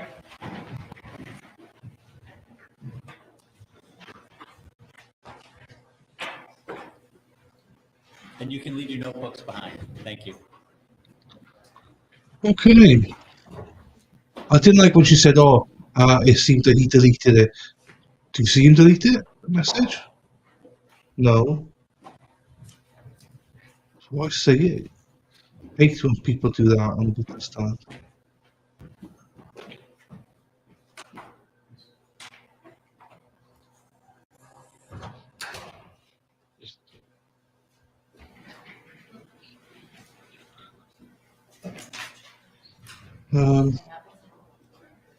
Okay.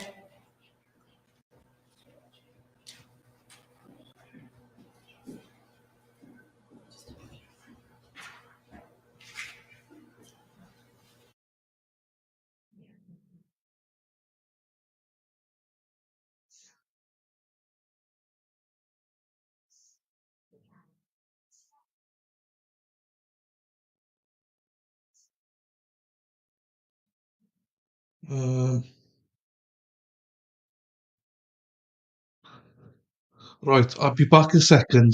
I've got my niece here. She's shouting for me. Bear with me. I will be back in 2 minutes.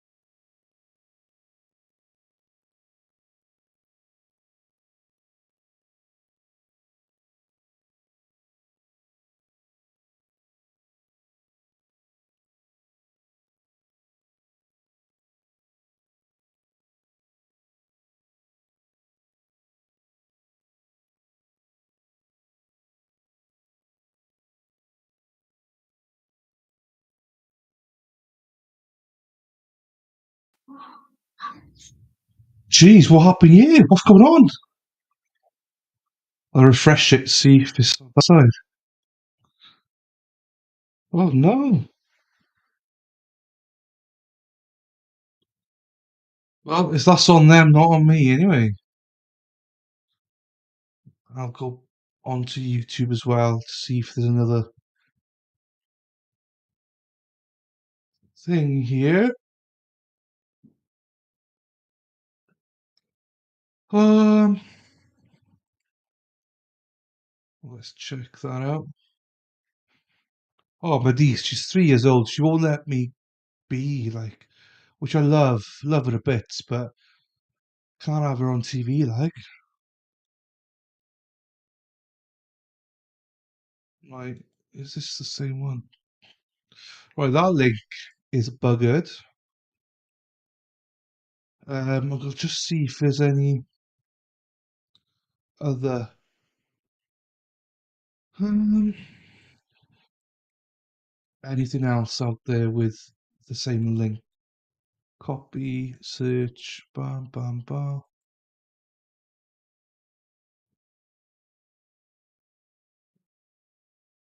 Nope, nope, nope.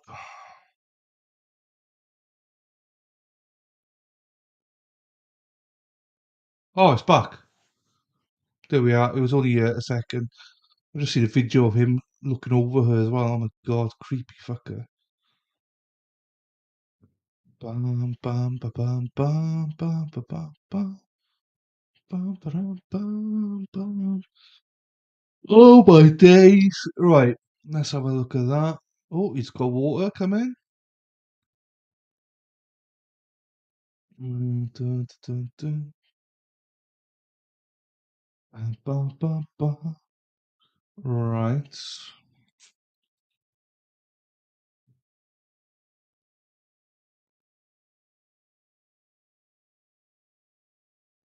Yes.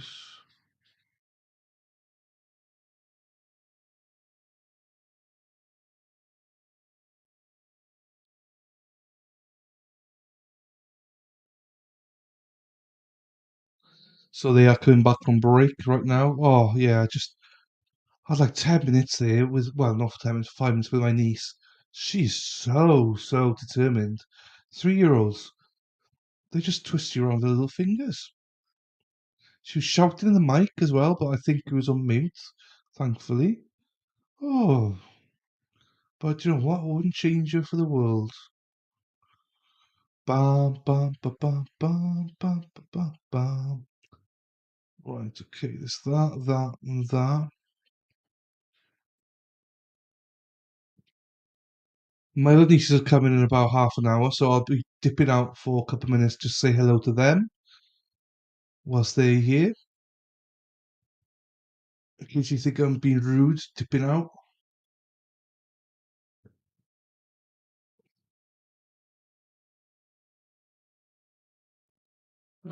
So come on, what's the hold up? So I don't know if we get to see the OnlyFans model or not.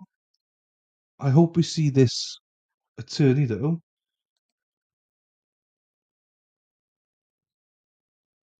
not the bald one. I mean, I'm sure the ladies are want to see more of him, but I want to see a bit more of the other attorney. So far, I've learned that he's a bit of a creep, but the OnlyFans model did lead him on. Not to justify everything he did, but fucking hell. If you got an older woman on OnlyFans who's having sex with you when she's 5 years old and telling you you're beautiful and you're great at sex, you know, you're on top of the world. You're invincible. You know, so that's tapped right in his head then. Oh, from my understanding, he just basically stalked her in the sense of looked at her when she was sleeping and stuff, took pictures. So he didn't steal anything. He lived in their attic for a little bit as well, which is all strange behavior. But again, he was thinking with the wrong, as I say all the time, he was thinking with the wrong head. Should have been thinking of that instead of that. And sure, she is nice. The attorney is nice. She got a bit of a resting bitch face on her, but we'll see what she's like when she's up there. If she's a bitch or not. Hopefully she'll be doing a cross now.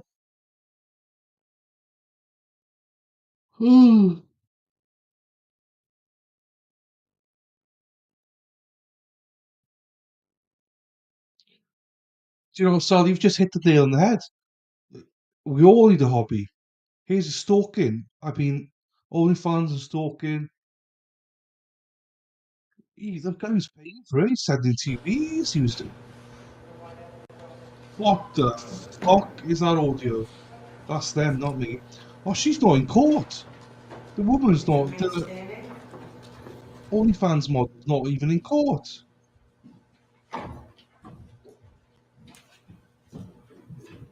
Well, that's fucking selfish.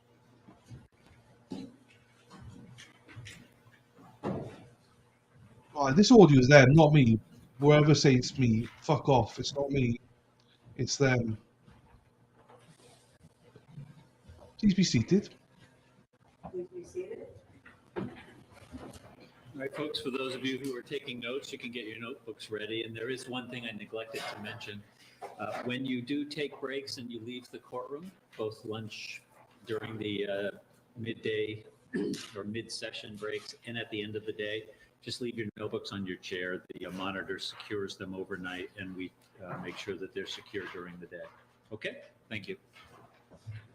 Attorney Starbranch, when you are ready. Thank you. Good morning, Sergeant. Good morning. I don't believe so. Yeah, I'm going to start with ask a couple questions. Sure. Thank you. She expects that you idiot. Stop trying to be a nice guy. Stop it. Doesn't suit you. She's gonna lie to you. Now, you spoke with Mauricio, is that correct? Yes. And you the first of was it 3 interviews all I'm honestly not sure how many interviews he had after me. more than one? Okay, yes. It was you, Officer Guerrero, interviewed as well, correct? I'm not sure. I wasn't aware of that. Well, Sergeant Sutherland, did he interview as well? Yes, So you said Guerrero. correct. He agreed to talk to you, Yes, and he agreed to give you the phone and provide you with it. yes, And you asked him some questions about what the heck you're doing. correct, And one of the things he told you was, like, he's there to get fireplace. correct. And he said you got there around 11 o'clock that evening, correct? Correct. At the house. Sorry? Correct. Okay. And he indicated to you that he was invited by Rachel, and she came out and spoke. Yes, One of the things he told you was that their meeting or their engagement didn't end very well. Is that fair to say? He told you that he was sure they were in a relationship, right? correct. You can consider from that they broke up or someone's ending the relationship, right? Right. Okay. And he told you that he was afraid that he was going to give away the gifts. I'm sorry, that she was going to get rid of the gifts that he gave her. She was going to throw them away, right? He stated that he asked permission and she said she was going to throw them. She was going to throw them away. Yes. Yes. Okay.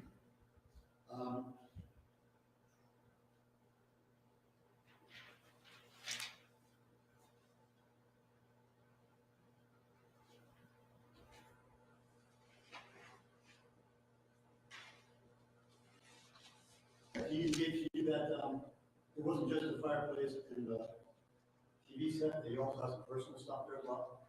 No, he did not. He told you that he wanted to stop that, right? The fireplace. Actually, did he at one point just say he wanted to stop that, like he's considered? I don't recall that. I recall this being about the fireplace. He indicated to you it was because he was of the opinion that the relationship may well be over, so he was going to go collect some stuff. Right? I believe he stated that it was a waste of his time. Do you recall, if I were to shoot a transcript of your meeting with Mauricio, that refresh your memories of what exactly he said about the stuff? Yes. Okay, 6. And what's with you on? Yes. Typical witness. Remembers what they want to remember. Read this to yourself. You read the whole page, if you focus on line 12, and then when you're done, you can tell me if that refreshes your memory.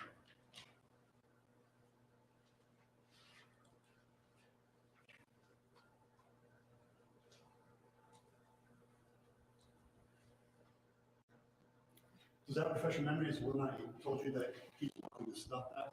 Yes. Oh, Where was the TV? I'm not sure. I didn't see it in the residence. Was it his truck? No.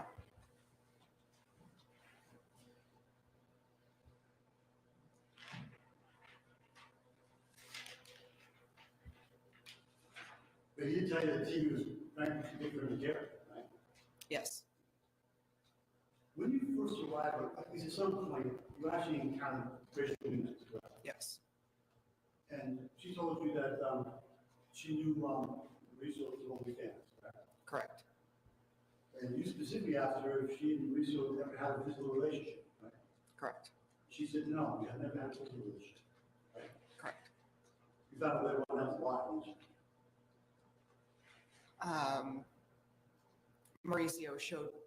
Mauricio told me that they had had a relationship.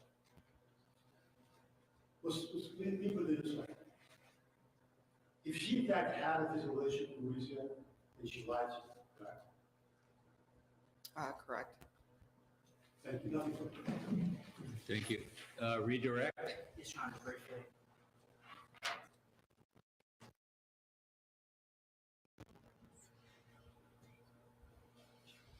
that was really quick.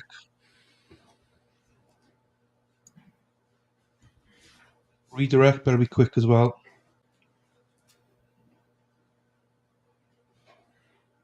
I don't think this is going to be a very long trial.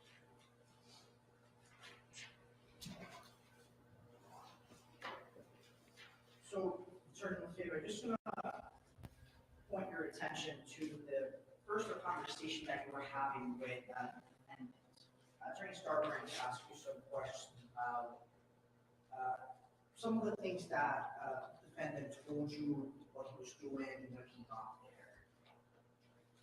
At any time when you were having this conversation with him, did he mention that he had been there 2 days prior? No, he did not. Did he mention that he'd been in the house on multiple occasions? No, he Jack's didn't. house has a cross. Overruled. Go ahead. Sorry, can you repeat that? No, he did not. Now, I do want to ask you some questions about the conversation that you have with Ms. Nunes, Rachel, that Attorney Starkins asked you about. I believe the question was about a physical relationship. Do you recall how you asked that question? I do not recall exactly how I asked that question. Based on your training and experience, what type of information were you trying to get during that? Objection, relevance. All right, why don't you come up? Oh, we've seen these witnesses all the time. Just reminds me of the Murdoch trial. Just literally remembers everything the state wants, but remembers nothing when it comes to the defense. They should be punished somehow. I don't know. I don't know what her punishment could be. Someone with glasses. I don't know. I imagine she was quite an evil sergeant. She's like, no, not that that's a bad thing, but when you're looking at the good guy, bad guy, good cop, bad cop, sorry. She's probably the bad cop every time. Those eyes are piercing. It's like, fuck, I'll tell you anything you want. But yeah, hopefully this trial. I can't see why this trial will drag on. I think it's going to be done early next week. The rate that these guys are questioning, it might be done by the end of this week. Kind of trials we like. Nice, quick, simple. Answer, oh yeah, exactly. That's why they like no, but we arrested him, so he's guilty. So we got to make sure that we put him in jail. It's like they don't give a shit about justice in a lot of cases. Be truthful, say the truth. If you fucked up, it doesn't matter. Everyone will have respect for you then. But now, if I'm ever on jury and people act like this, I'll be like, I'll probably dismiss everything I got to say. So, sorry, at that point when you're investigating that this incident that you just responded to, when you ask the question about the relationship, what information are you trying to gather? I'm trying to figure out if there's a domestic partnership in this incident.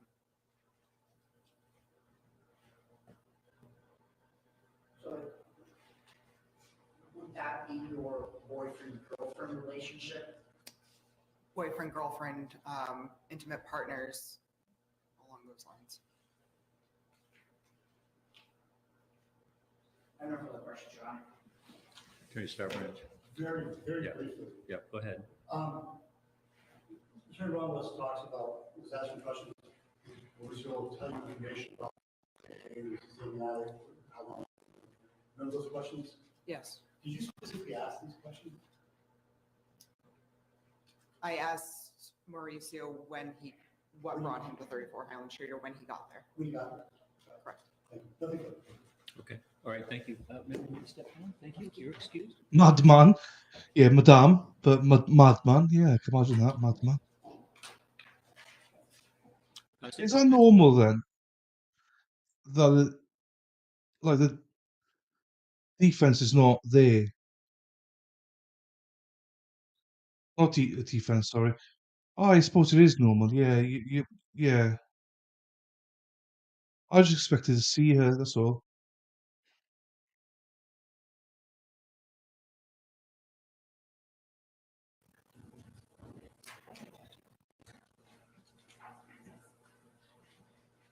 Interested to see what If the you could come up here to the witness stand, you'll see that there's an opening at the, behind the witness stand. If you could step in, ask you to remain standing and kindly raise your right hand. Do you swear or affirm that the testimony you give to the jury will be the truth and the whole truth under the penalties of perjury? Yes. All right, please be seated.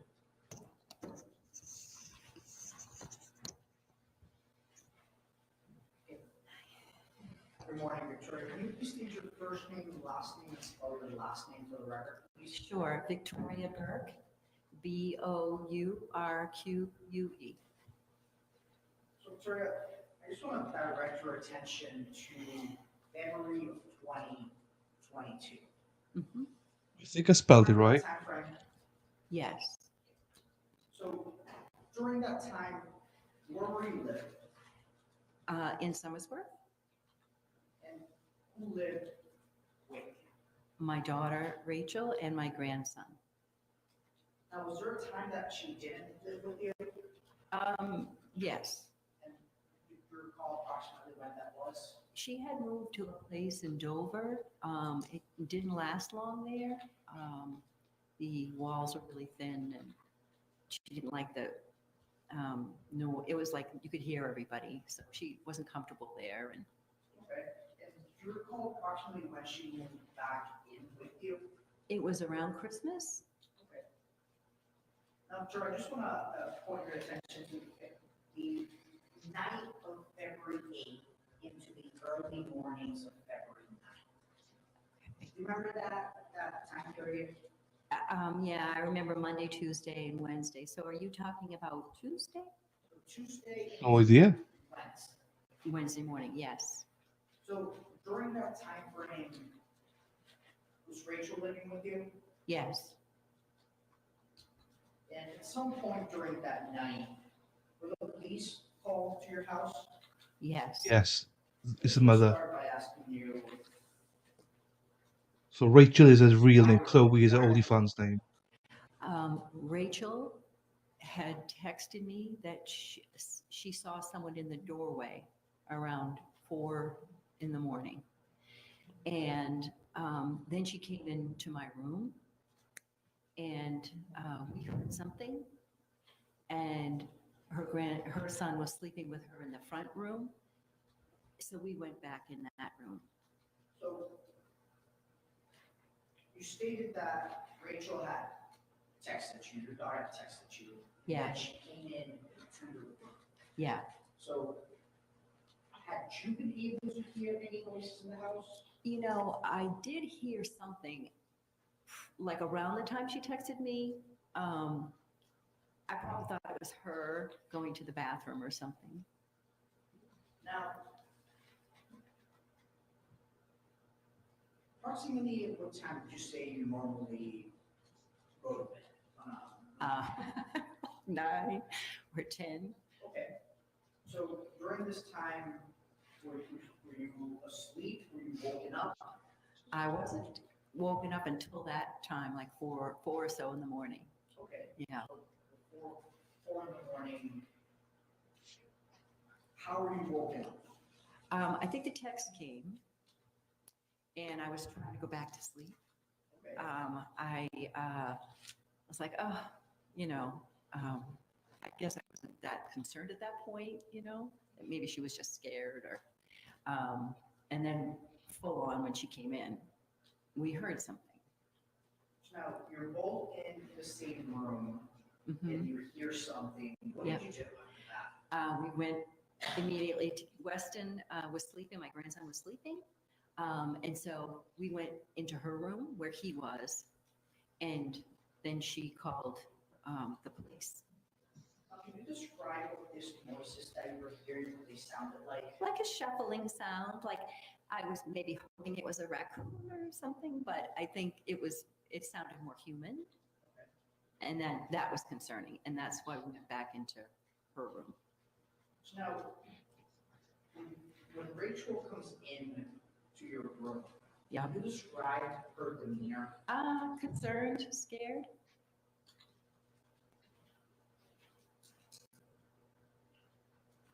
So, Terry, I now want to switch gears a little bit, and I want to talk about your house. I want to talk about the layout of your house, just so that the jurors have an understanding of what your house looks like from the inside, and they can visualize what the areas that we're talking about.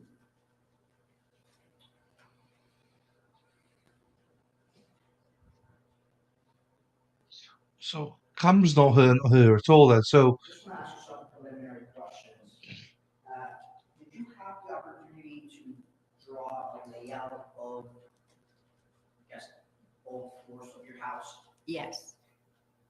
May I approach? Yes. so she must have asked for it not to be filmed. I hate that.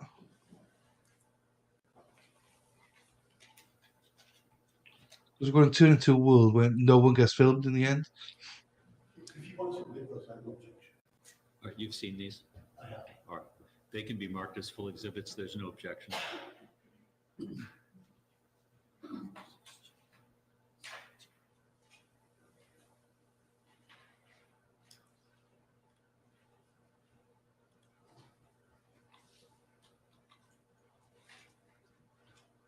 Show you one at a time first, then we're going to talk about them. So I'm currently showing you what has already been admitted as a full exhibit. This is State's Exhibit 16. So you recognize what I'm showing you? Yes. What is this a drawing of? My home. And is this, can you describe it? First floor, second floor? This is the first floor. This is facing the street. This is the front of the house. My neighbor's driveway here, my driveway here, and my neighbor's house.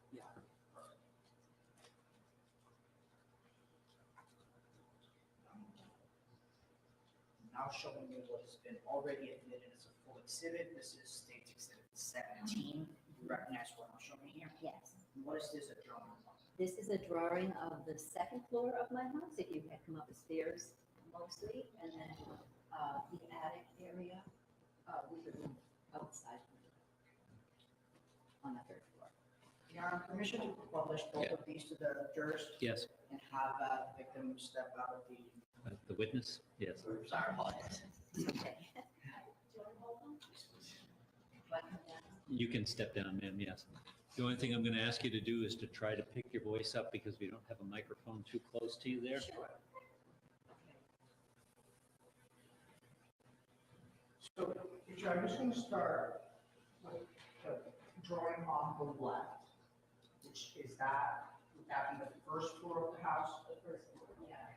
So can you just point out for the jurors, where is the main entrance where you normally go into? Normally in the driveway is sort of a third porch, you come in on the porch and there's a back entryway. Okay, now, where is, as soon as you go through that door, where in your house are you? When you come in, you're in my kitchen. Now, see that the kitchen has some sort of item in the middle. What is that item in the middle? That's my kitchen island, where we put knickknacks and keys and things like that when we come in. Okay, now, just so that it is clear, which side goes towards Highland Street? Well, this is Highway Street here. Okay, so it says front room, what room is that? I didn't want to call it, it's where we watch TV. It's just the front room of the house. So the kitchen, you walk through, you have a living dining area. You walk through, there's a front room sort of where we watch TV. And then this is the front main steps of the house. We don't normally use that entry. It's old between two doors, it's kind of funky, but we don't use it usually. And then this is the stairwell going up. So see that at the back of the house, it lists barn. Yes. You describe what this barn looks like. Yeah. Yeah, so, the house is quite long and got a lot of rooms in it. The kitchen is sort of the older kitchen, is sort of torn down. We had it someday, you walk in, this is an old kitchen sink and an old kitchen toilet with another door. And then this is the fun area, it's rough, lumber, it's storage, and where we just keep all my other stuff. Can you access that main house through the barn? There are two windows here, and there's a door. So if you came around the back of my house and around the porch, there's another entry. And this door lets you in here, if you see to come this way, or you can go into the barn. Now, let's talk a little bit about the second.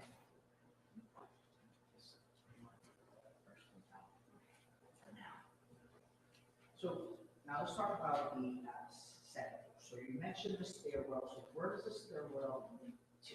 Okay, so if you came up the front stairs, you would land up here, and there's a bathroom right in front of you. There's a hallway. My grandson's bedroom is sort of right off the landing. And then there's a little hallway, and that comes to the front when we're gracious. So which one is your? My room is in the back, so it's, you have to go either this way to a back hall, and there's a back stairway landing, come into a dressing room, and then you're in my bedroom, which is on top of the old renovation room that needs to be done. And This is annoying that you can't see it. Now, see that to the right, it appears to be the attic of the house. yes, So how do you get to that? so,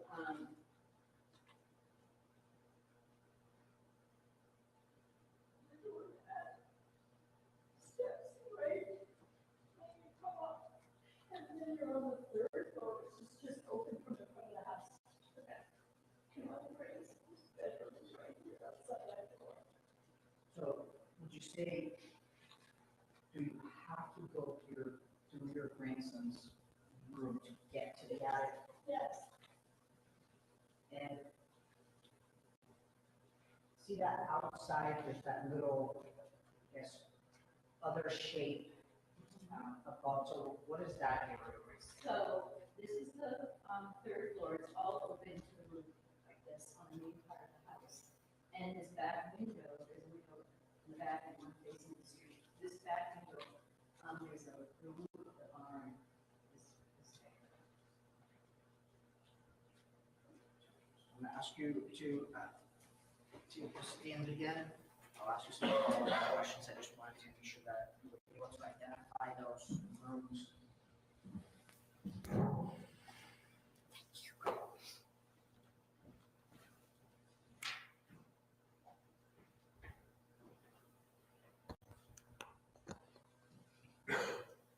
So, Richard, you mentioned that you remember Monday, Tuesday, Wednesday. Yeah, So I just want to ask you some questions about the days leading up to the night of Tuesday on Wednesday. mm-hmm. So did you notice anything strange the days leading up to that night? Yes, yeah. There was things that were off in the house. I had seen a window open. One morning when I had come down, it was open like this much in my living room. It was like a bay window. And the little window on the left was open and cold air was coming in. I'd seen some doors that I swear were shut and locked and they were open. Including like the front doors facing the street, and the back barn door. So I just was kind of like getting to the point, like, what's going on? You know, I didn't quite put it all together. I didn't know, but yeah, I had noticed some things that were off.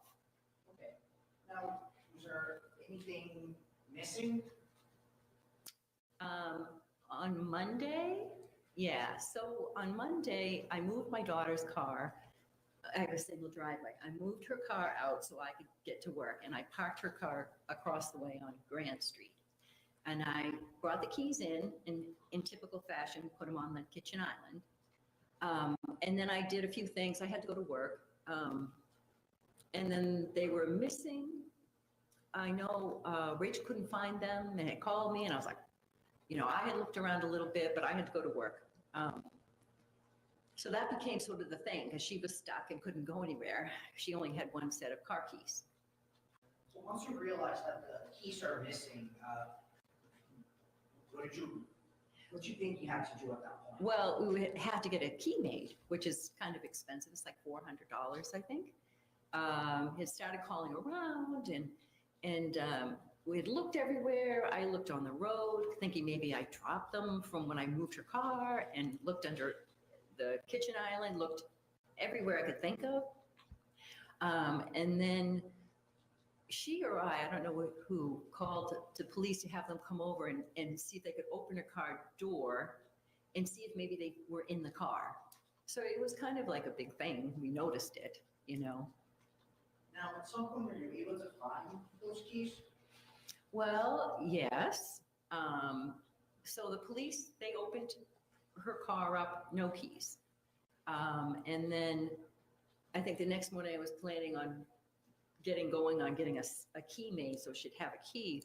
And I went into the kitchen, and on the floor, I had the key was on like a mask back in the COVID days, you know, like a fabric. I had tied it to that.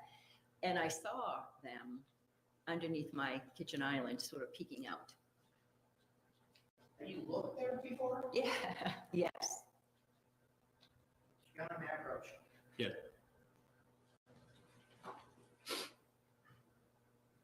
This is highly annoying because you can't see the witness, you can't see the layout of the house, you can't see anything. I hate this. But nothing we can do about it, so.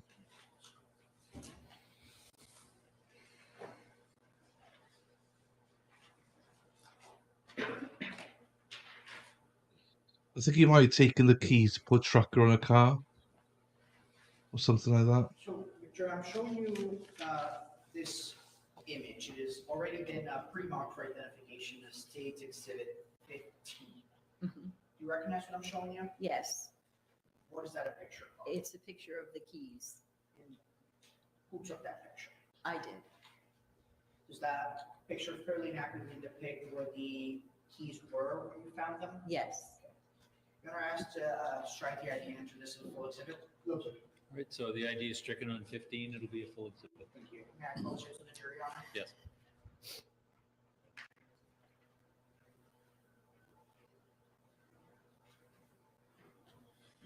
So, Victoria, can you explain to the jurors what we're looking at? It's a picture of the keys because I was like, oh my God, I can't believe I found the keys. That's like nuts, because we had already looked there so many times. So I see that there's two different colors in that image. Can you describe what each color, the material, there's two different types of wood. Can you describe what those items are? Are you talking about the fabric mask? So there's like a blue piece of wood. Oh, that's the bottom of the kitchen island. So the blue is the kitchen island, and then the light brown is what is that in relation? That's a shadow of underneath, like it's on four legs, so there's a little,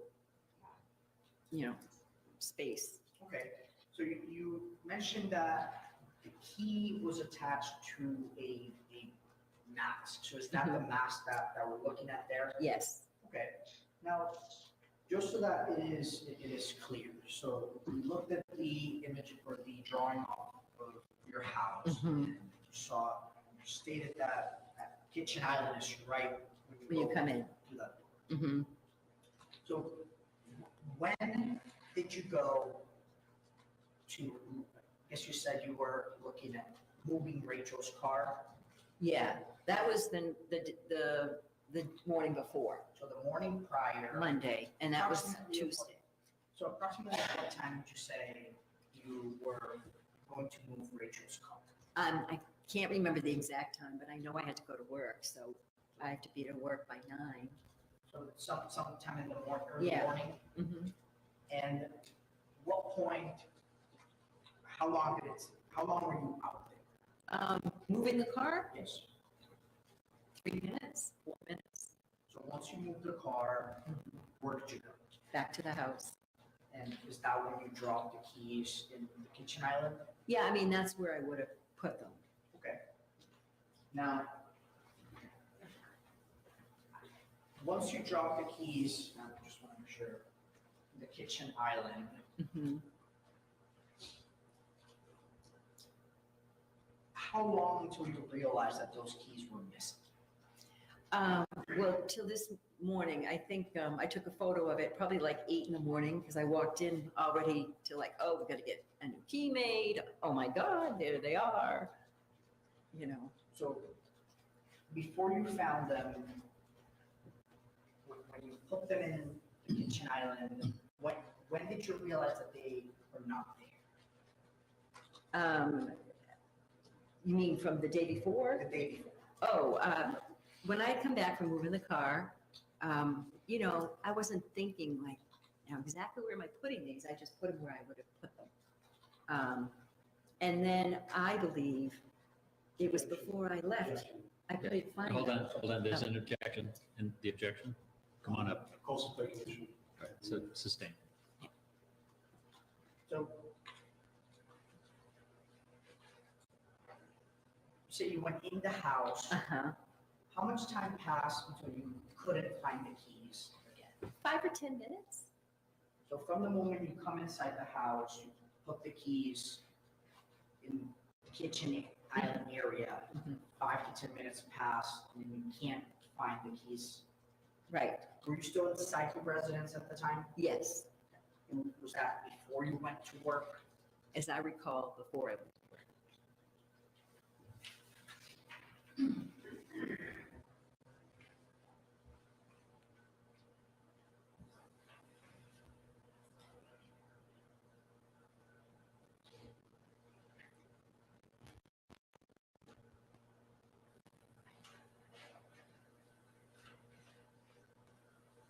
So, Richard, that picture that we're just looking at, who took that picture? I did.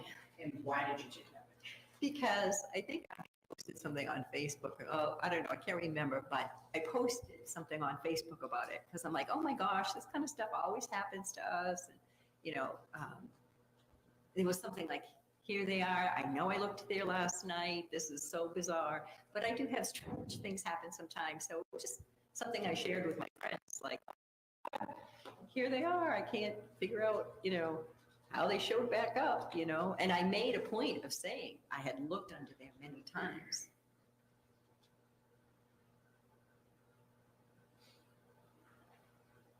So now, sure, I know we were just talking about the days before the night of Tuesday into Wednesday. Mhm. I want to move a couple of days ahead in time. Okay. And ask you some questions about the days after February 9th. Okay. Were you able to observe anything around the house that was also strange? Yeah, a lot of things, but after, you mean he was taken away? So after February. All right, so the objection is sustained. The jury will ignore that last comment. So after Okay. February 9th. After February 9th, yeah, I think it was the weekend. My daughter and I were looking for something out in the barn, and she saw it, I think, before I did, but the window, it's like on the first level.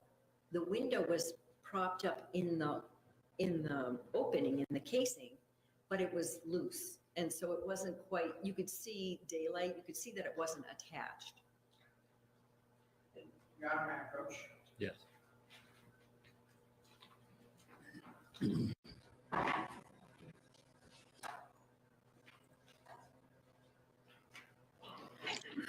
There's no approaches. It's annoying that this witness isn't on screen, so you can't see her.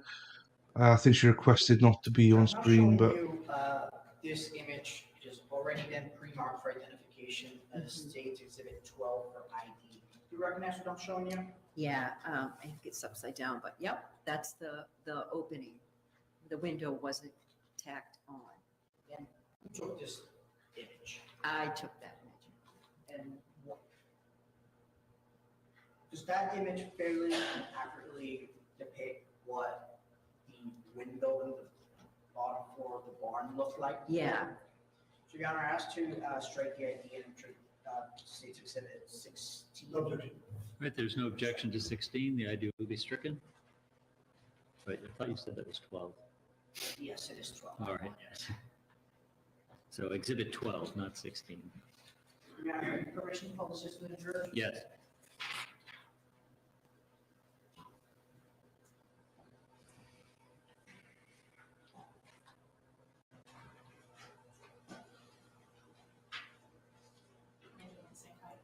So I'm also now going to show you this other image. This one is State's Exhibit 14 for ID. Yes. Do you recognize this image? Yeah, that's exactly as it was. And you can, I don't know if you want to show them, but you can see it's propped in. There's like this opening here. So it's like, what? We didn't see it before. We weren't looking, but we didn't see it before. Okay, and just that image of the window fairly accurately depict how the window looked like Yes. to you? Yes. So, Your Honor, I asked to strike the ID on State's Exhibit 14. Right, so there's no objection to 14. The ID is stricken, and you may publish. Thank you, Your Honor.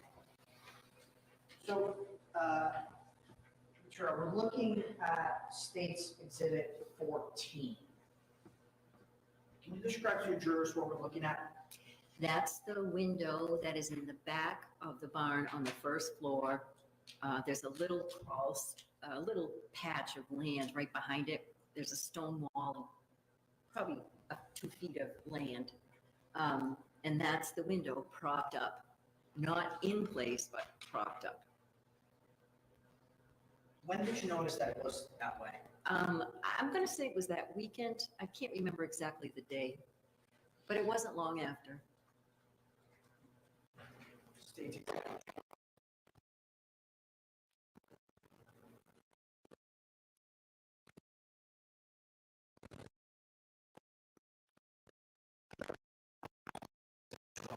Yeah.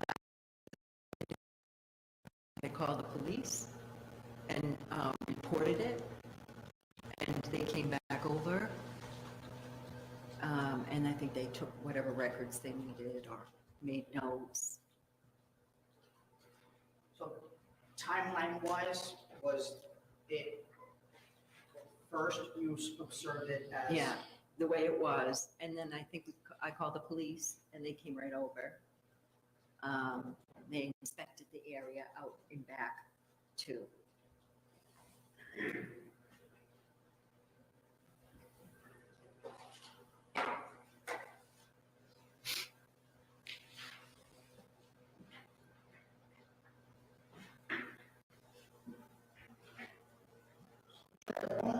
Ask you some questions about. Mhm.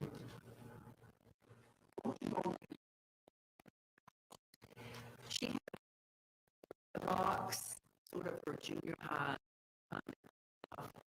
but she had a memorabilia box in the barn. What type of items would you keep? She had like school stuff. I think she had maybe birthday cards, just a bunch of things that were memories for her. Anything in writing? She wrote stuff. She wrote poetry and poems for school back in her junior high days. And where would you normally keep those as well? In the box.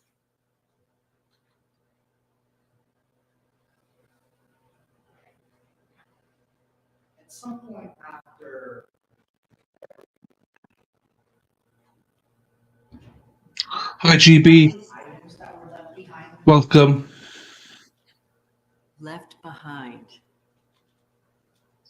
Welcome everyone else as well that's here. So were there any items that you found around the house that neither Rachel or you put them there?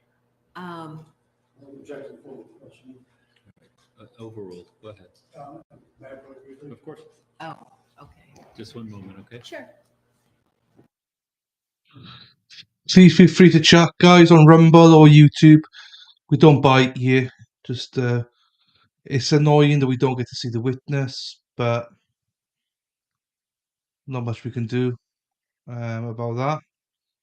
She's asked for privacy and they've allowed it. I don't think the judge has allowed it. I think prosecution have asked for it and media agreed.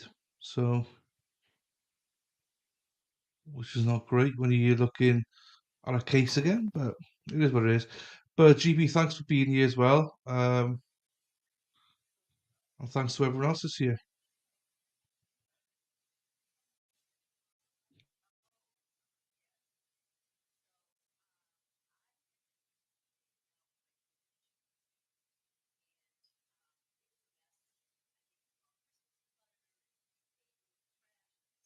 I had seen, looks like a shipping label, you know, and on the front it said, "I love you, Rachel." I thought it was something maybe she had, was gonna, put on a box, or it was a Christmas package thing. And so I picked it up and I turned it over and there was a note. Do you recall what the note looked like? Yes. Not an approach. Yes.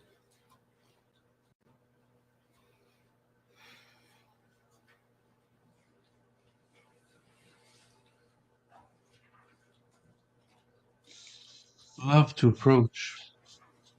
So, Chair, I'm going to show you two images. The first one is marked for identification as States Exhibit 10. Mhm. The second one is also marked for identification as States Exhibit 11. Yes. So, do you recognize both of these images? Yes. And would those images fairly accurately represent the note that you found? Yes. Do you remember when you found that note? It was after the break-in, and I don't remember the day, but I did call, I think I called John Sunderland, and I wanted to bring them the note. Were you able to bring the note to them? Yes. Now, is this a front and back picture? Yes. So, Your Honor, at this time, asked to strike the ID and this is a full exhibit. 10 and 11, right? So the ID is stricken on both, 10 and 11? Yes, Your Honor. All right, on both. And you can publish.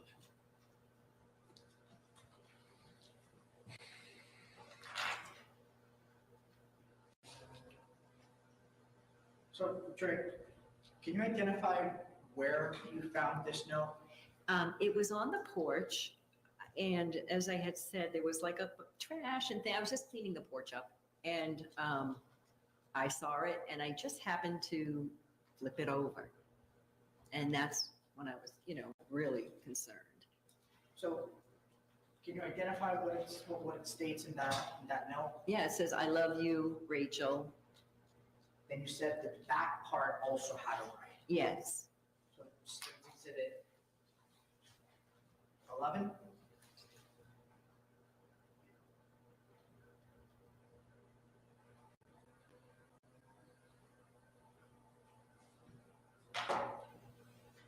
Are you able to read that from here? I might be better off reading it from here if I can. This really scared me, but it did say, "Please forgive me for whatever I do. I'm sorry, goodbye. Love you, don't you ever doubt it, like ever. I don't know why I am so stupid." So I'm reading that probably in the order, but that's what it says. And so once you found this note, what did you do? I called George Sunderland right away because I was scared. Were you able to hand them? I went to the police station with it, yeah. And I think I tried to put it in a bag so, didn't have any fingerprints or anything, but.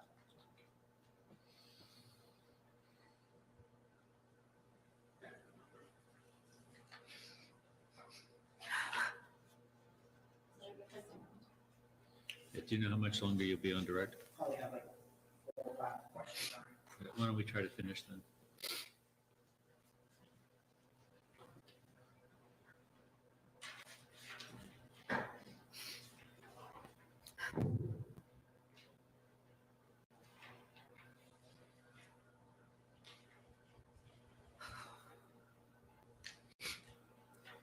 Comment?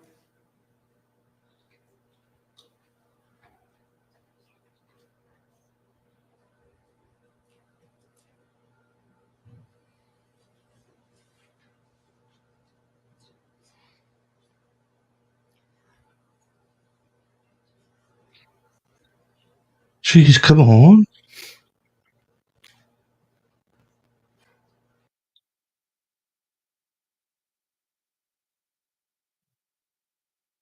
So, I just have a few couple of questions. Just want to turn back into February 8th into February 9th. Okay. Did you go into the attic that night? Wednesday morning. And can you describe what you were able to observe in the attic? Yes.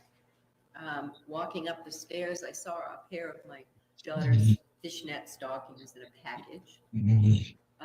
And then at the top of the stairs, there was a cup of, looked like urine in a plastic cup. And then at the top of the stairs, or up on the, once you're up on the 3rd floor, there was some McDonald's food. And there was something, I didn't know what it was, but it was a small square with blue masking tape or painter's tape on it. I didn't know what I was looking at. Are there any other food items that you saw? There was some, I think, graham crackers. I know that there was hash browns, something. I know there was a meal up there. Did you have graham crackers in your kitchen? Yeah, and it matched from my box of crackers that were in my kitchen cabinet.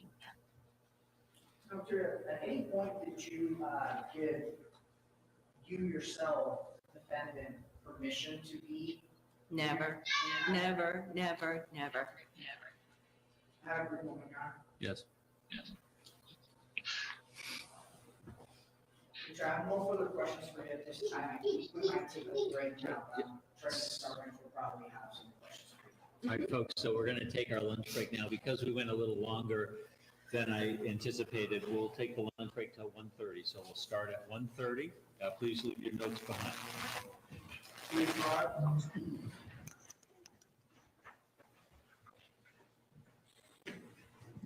Cool. Lunch break it is then. I'm starving, so I can't wait.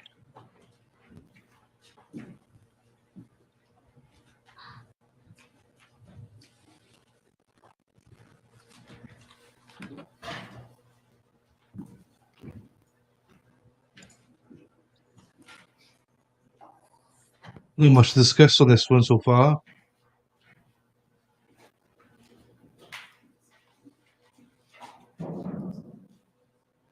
Okay, so back in about 55 minutes. Doing a great job.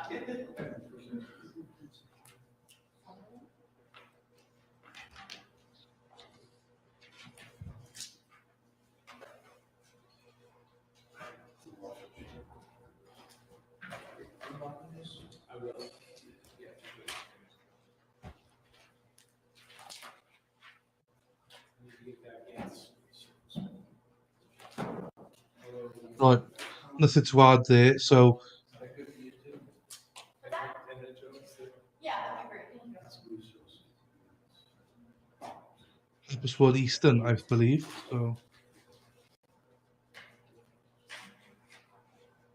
So see you guys in about 50 minutes. I'll be back before then, but yeah, splash some water on my eyes. But that annoyed me this week. Not the witness herself, but the fact we can't see her. So hopefully, please come back, guys. And we can chat away and see you in about 45, 50 minutes. See you in a bit.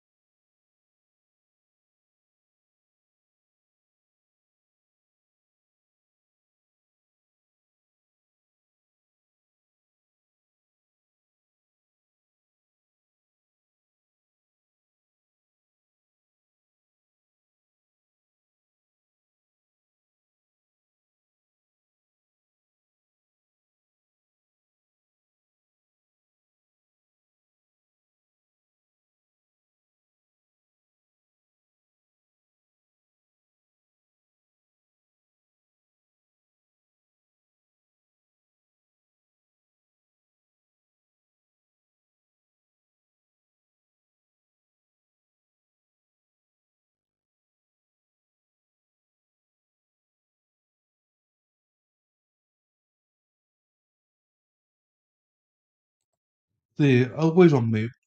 Thought I'd come back a little bit early. See what's happening. Oh, so we're starting back in 20 minutes. But, I love my stream so much. I was like, you know what? I'm going to come back early. Oh, Rumble, thank you very much to the 2 people that followed the channel. I really appreciate that.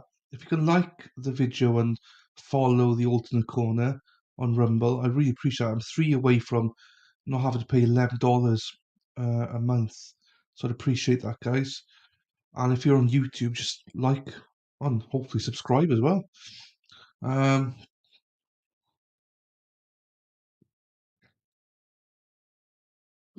come on, and then people disappear off YouTube. It's like, oh, they're like stalking me or something. That's what people do, right? They come on and they read the messages and thinking, oh, what are they talking about? And then they disappear then. It's like, why would you be sad enough to do that? I don't get that. That's just sad. Especially if it's something bad and they like to report you or they're looking for anything bad to laugh at you and mock you and stuff. I never get that. Why people do that. In some ways, you just want to tell people to grow up, but whatever. If that's what they like to do and make fun of other people, that's fine. Um, Rumble, you're growing. I don't know why you're still here, Rumble, because we got another 20 minutes before we start. They're going to come back at 1:30. They are. So if you've got other things to do, just, go off and do them. Don't, hang around here. I don't say anything interesting, but appreciate you being here. Appreciate you even more if you like and the video and follow um, the alternate corner. Really helps me out. Um, on YouTube, say if you can like the video and subscribe. 2 people subscribed earlier on, so thank you very much for that. So we're going to come back to the state witness Victoria. She is the mother, but we don't get to see her, which is very annoying, but understandable in some cases. Um, but yeah, I don't know.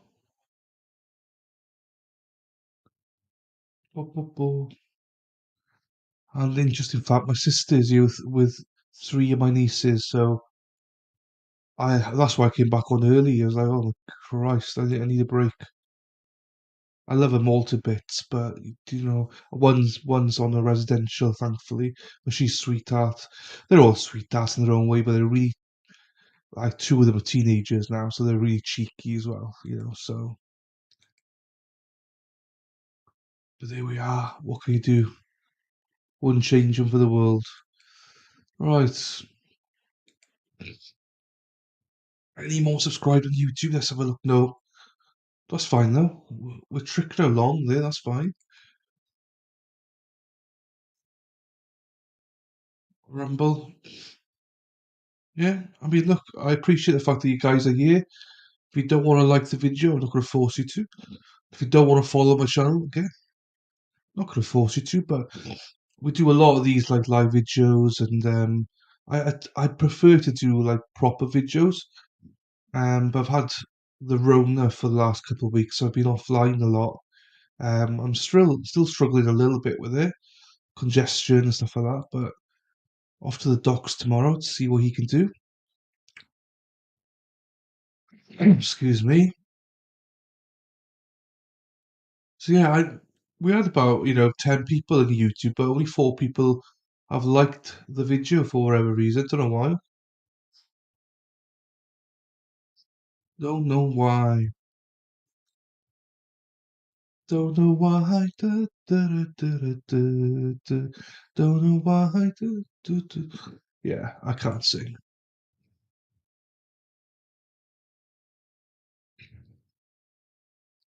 Bum, bum, bum, bum, bum, bum.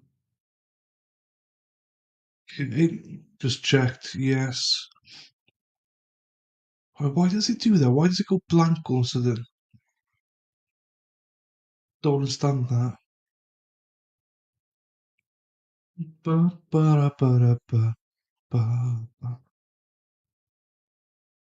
also, why is I check it on my PC? I'm all blurry. I don't understand it. It's all good. Hopefully, he's okay. We don't know how many days this is going to take, but I don't think it's going to take that long. Because if you think about it, there's surely not that many witnesses. We've got the mother right now. I wonder if the actually OnlyFans model does actually testify. If she does, we probably don't get to see her either, which is bullshit. But if they allow it, they allow it. Um,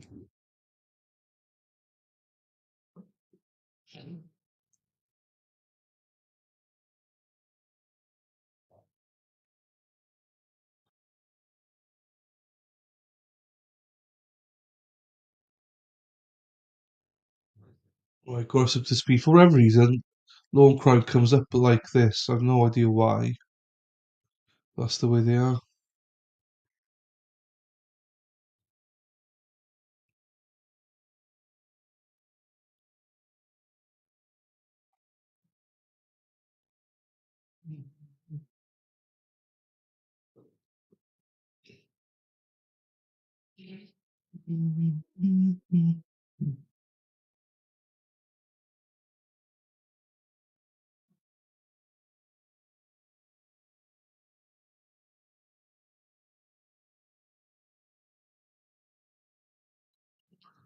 Okay, just checking that.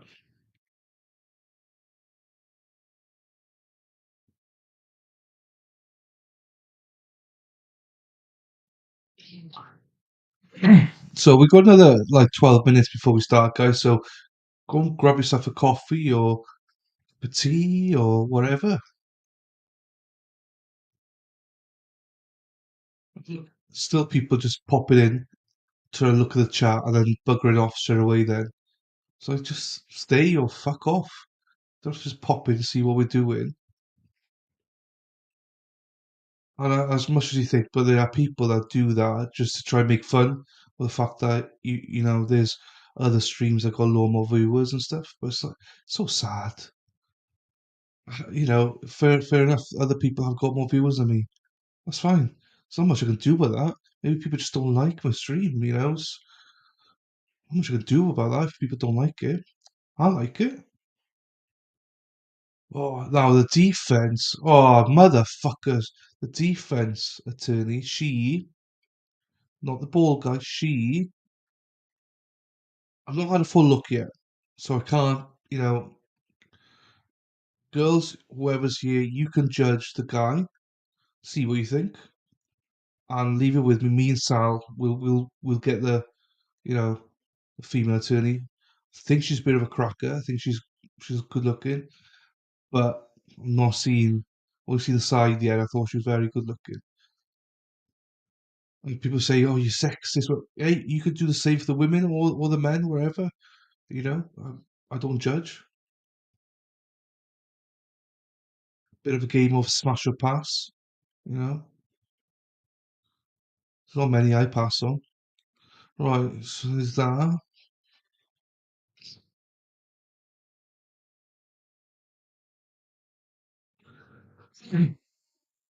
Another 10 minutes, guys. We got another 10 minutes before we start. I came back on early because my nieces and my sister and everyone's here. And as much as I love them, I love to see them, but I love to see them go as well. But they are my life, so I can't complain. Just the fact that two of them are now teenagers. So there's a bit more cheek that comes back towards me. Do, do, do, do, do, do. If you got 10 minutes and you're not sure what to do, go and click in my description box, whatever it's called. The alternate corner. Got some t-shirts. We got hoodies. We got mugs. I got a trucker's hat in there, right? But I would not recommend it. It doesn't even fit me. But unless you like trucker's hats, I wouldn't buy one. None of my nieces want it. That says a lot. But they love the t-shirts and the hoodies, so that says something as well. Unfortunately, it's only for America, Europe, Ireland, UK at the minute. I've not done for Canada or Australia and all that because, like, the delivery prices, they're unbelievable. They charge so much that I'm too embarrassed to put it on there. Like, if you buy like a mug for like $12, just for example, American dollars, just as an example, the delivery is something like 14 or 16 Canadian dollars. So I was like, no way am I gonna like charge that for delivery. That's what it is, but so I've not done it until I find a better store, but I haven't found one yet that is good value for money. So sorry about that. If you think I'm discriminating against Canadians, Australians, I'm not. I ain't. I'm not. Just I'm looking out for you. I wouldn't want you to buy any of my stuff and pay all that much money for delivery. Fucking hell. It's way too expensive for what the gear is worth. So yeah, that's the whole reason.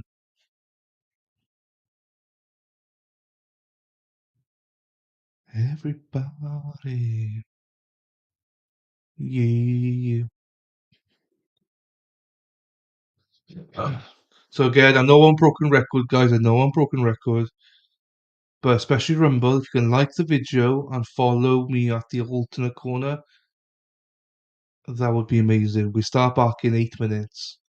I know for you guys, probably be there going, nah, can't be bothered. But now I'm doing this for a living or trying to. I know how much it means. So, and as I say, that's someone leaves. But it is like if I get another 3 follows, that means I don't have to pay subscription every month of $11.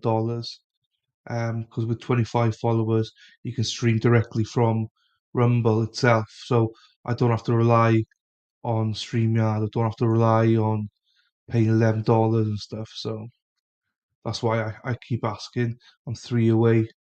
I'd probably have to get more than 3 just to be safe. Because I don't want to stop my subscription and then have 2 people drop out or something. And it's all for free. There's nothing, you don't get charged anything. So, if you're able to, I'd really appreciate a follow. I'm begging now, look at me.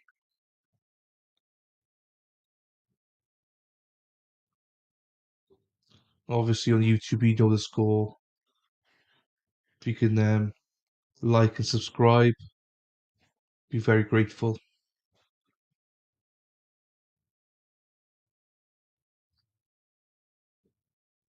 So yeah, live view. So we had a bit of technical issues earlier on, but that's mainly on their side because the mics and stuff they're using, they keep moving. Just a nightmare. So every time they bloody move, either we lose not focus, but what do you call it? We lose sound or gets crackling and stuff.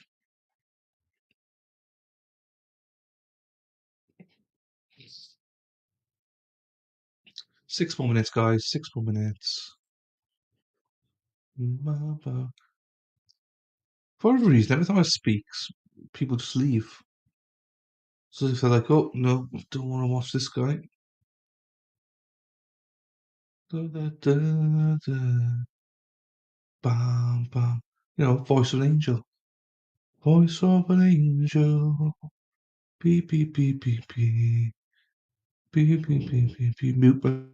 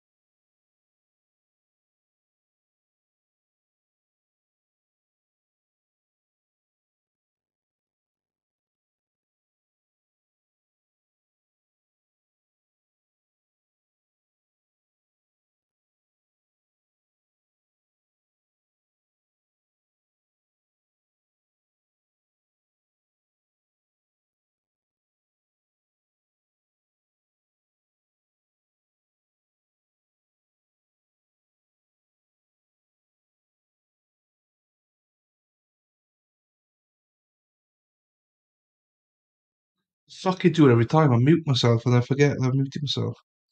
Ted Hardy. I think it's Ted Hardy and whoever else. I forget who the other person was. So I'm sorry that did follow me um, on Rumble. I really appreciate that. Thank you.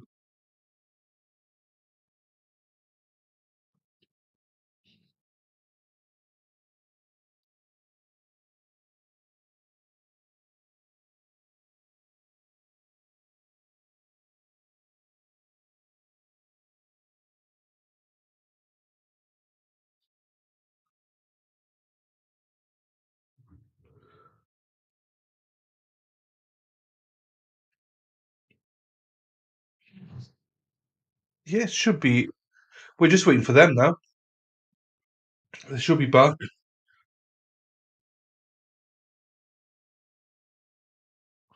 Maybe they're just waiting for jury.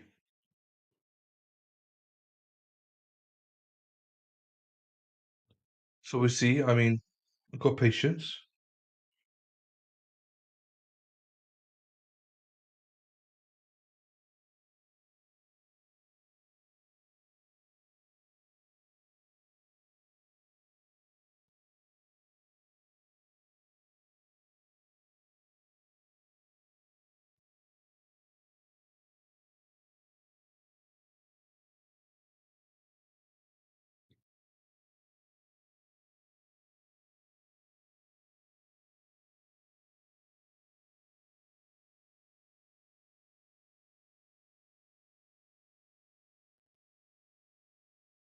Oh, come on. They normally do start around the right time.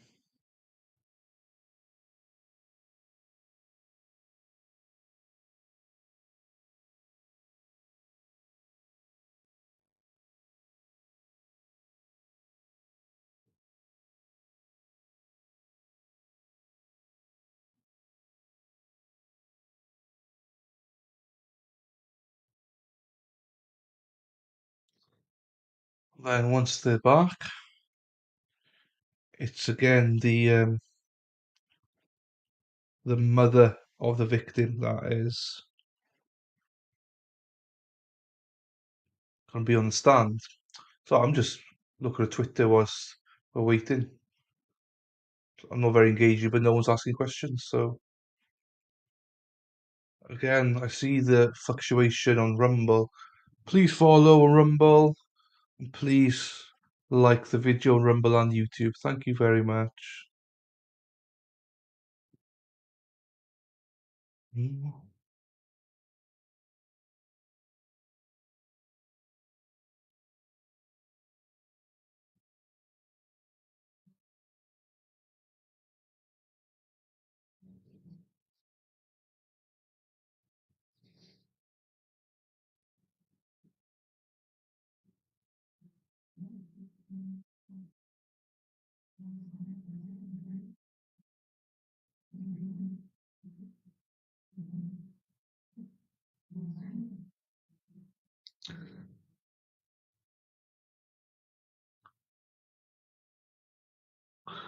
Yeah, it's annoying, but it's out of my control. Look, I'll refresh it, guys, just so you know.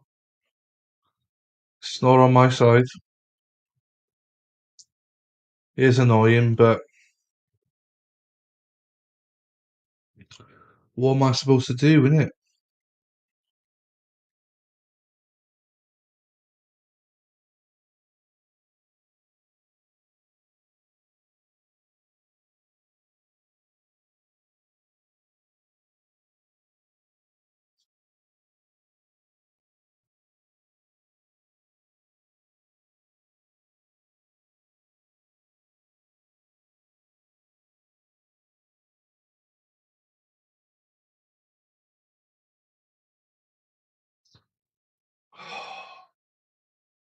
Look, I hate waiting. I know, I hate waiting just as anybody else. It should be back now. It's still friggin' late. He said 1:30. He better meant 1:30 Eastern. Otherwise, I'd be fucking pissed. If he means central. No, he doesn't mean central, he means eastern. Voice of bam bam bam bam bam bam. Voice.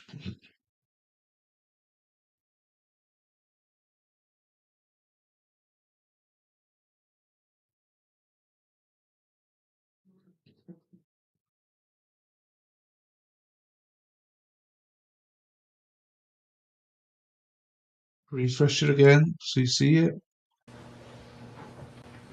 Please be seated.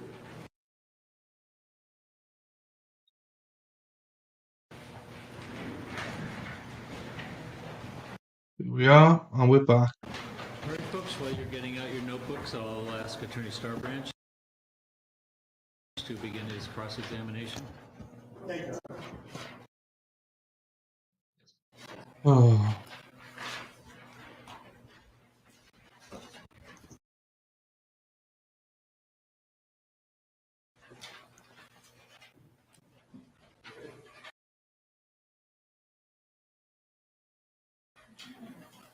Good afternoon. Hello.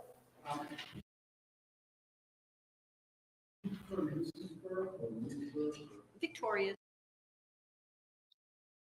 It's fine. First thing, thank you. Over here. Have you done that? No, Okay, we'll see some. nice to meet you. I'm gonna ask you a couple of questions, is that all right? Mhm. And I would, first tell you, this is gonna sound picky, but if you say yes or no, I said, it won't get out. Sure, So okay, I- yes. I want to direct your attention to the evening of February 8th, 2022. Mhm. That was yes? Yes, Sorry. I'm really not trying to do this. That evening, what time would you say you were to bed? normal for me is probably 9 or 10. Do you have a specific recollection of when you guys went to bed that evening? No, Had you gone to bed or Motherfucker. when somebody came with a truck to see your daughter? I don't know anything about that. Okay. Did you know that truck I'm gonna refresh shit.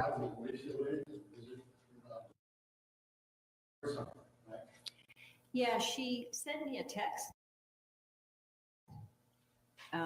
saying she thought she saw somebody in the doorway, and then she came in. And when she came in, she actually said to you,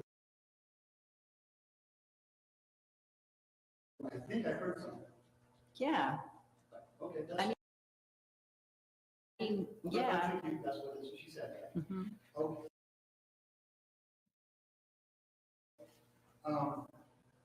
Did she tell you she knew? No, Did she tell you that she received a text, she was texting somebody who she knew was upstairs? no,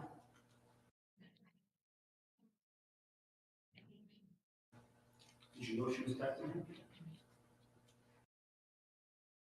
no. Uh,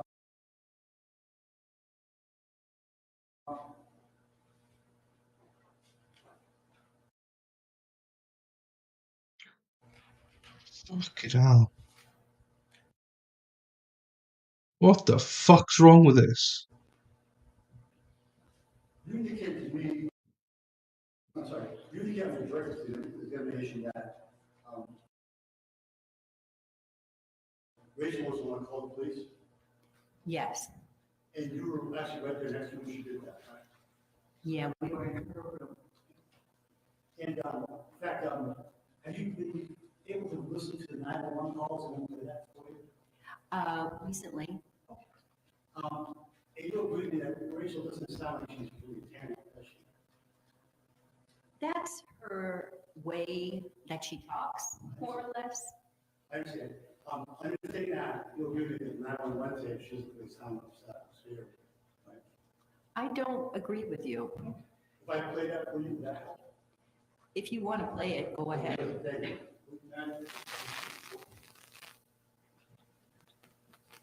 There being no objection, go right ahead. I thought we put it down there, so, just put it here.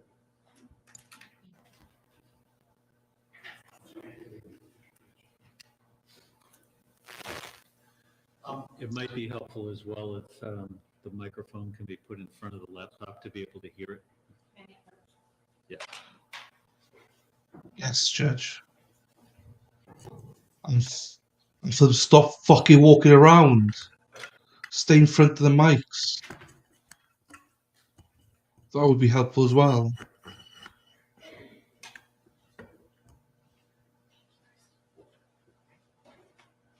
The judge there came across fucking perfect.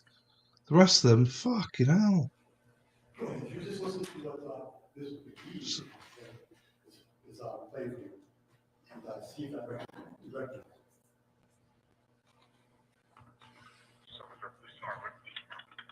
I think I can hear someone in my house, and I swear I saw someone, and I'm really scared to go check. 44 Highland Street. Rachel Nunez. You can't hear the fucking thing. Yeah. Yeah. It's a big white house on the top of the hill. Oh my days. I mean, I could be imagining this whole thing, but I swear I saw This is gonna annoy the shit out of me. like in the attic. Yeah. It could be.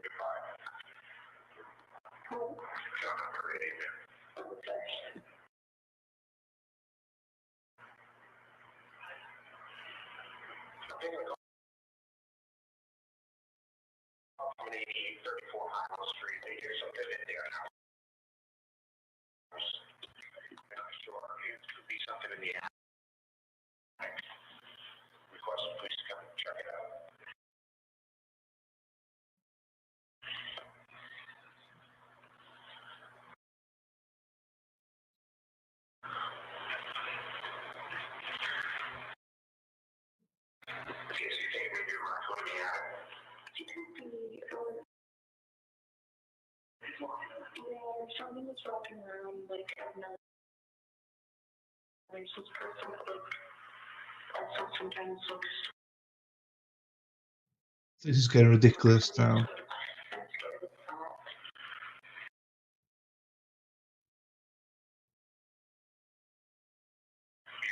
We'll start it over. That's ridiculous. The quality of the stream is ridiculous.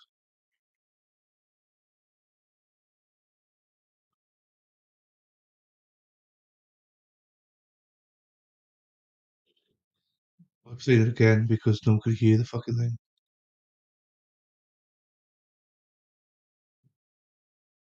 No, they're not.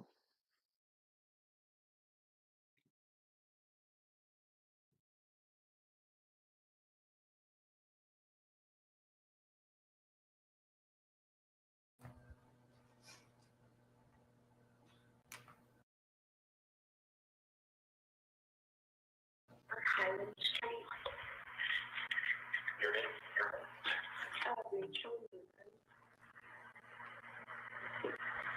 34 Yeah.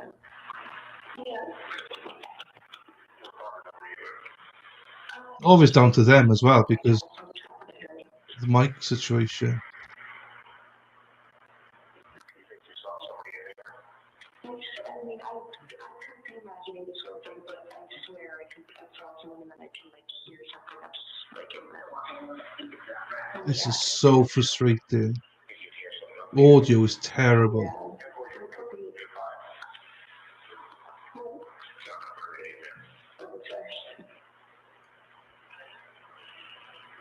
taking a call from an 8034 Highwell Street. They hear something in their house. They're not sure. It could be something in the attic. Request the police to come and check it out.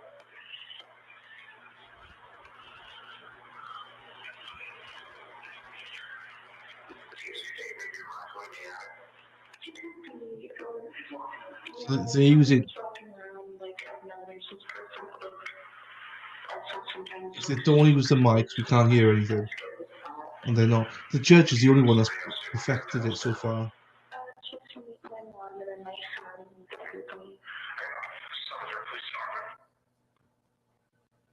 I could hear better this time.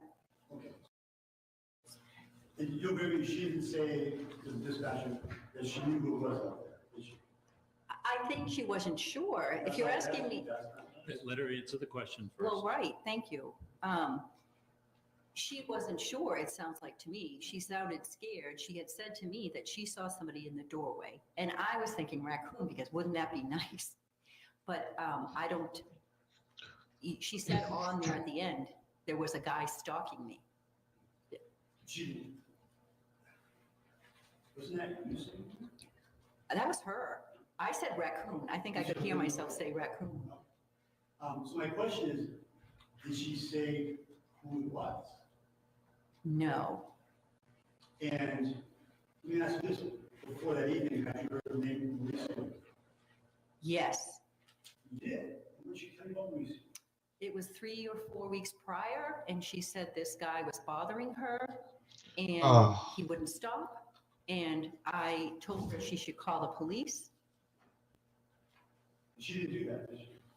I don't know. She didn't say anything more to me about it. I work full-time, and I come home, and I'm dealing with a little boy and her, and I may have asked her about it, but when that all happened, and she said stalker, it was like, oh, God, here we go. You'd ask her again, though, wouldn't you? So, you were aware that she had a relationship with Mauricio? No, Did she tell you she had sex with Mauricio? not prior to this, no. That's not what I'm asking. I'm asking you. At the time, did I know? No, I did not. And did she tell you at some point that she had sexual penetration with Mauricio the night of this event? No, Did you know that? no. You agree with me that Rachel was telling you everything, correct? No, You want to hear that? You want to hear that? You agree that Rachel doesn't tell you everything? does everybody tell everybody everything? No, I did not know that. The question I have, does Rachel tell you everything? No, Have you ever?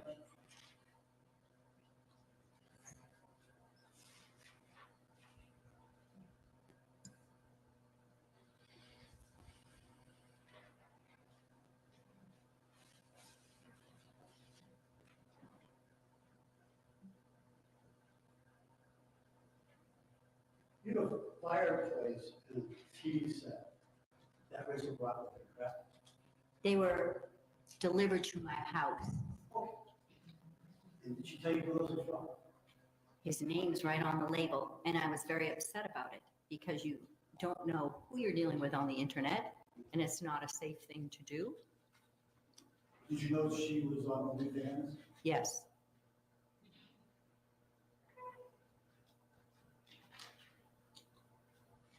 Thank you, nothing further. A redirect? Yes, Your Honor, just briefly.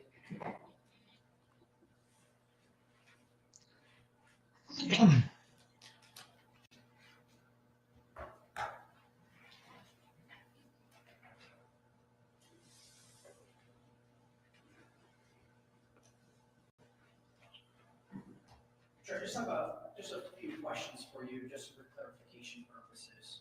So I know you were testifying about some of the information that you knew that night.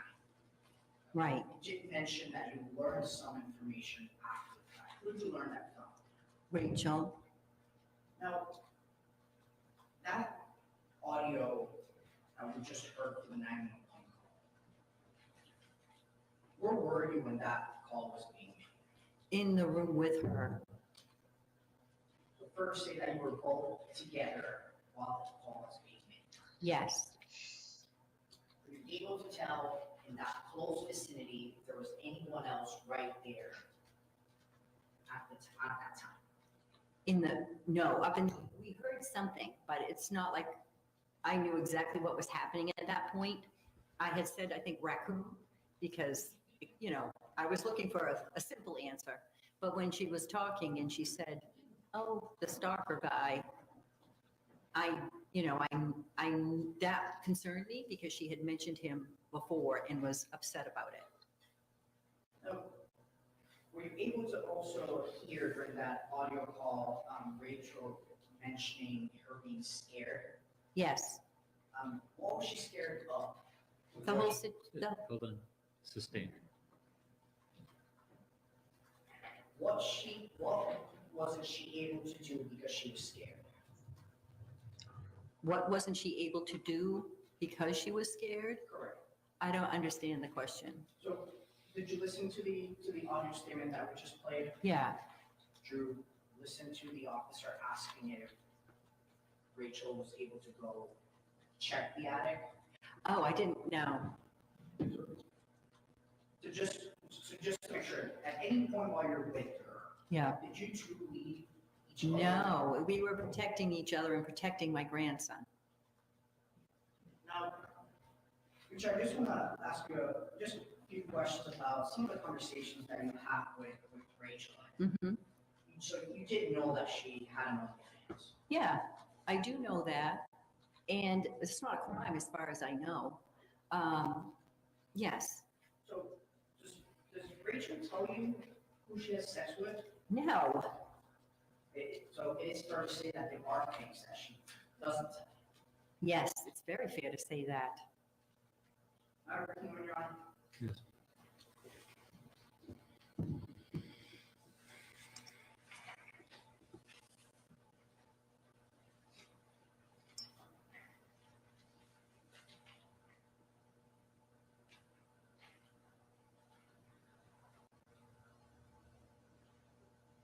So, Richard, even though you did know that she had an OnlyFans, Mm-hmm.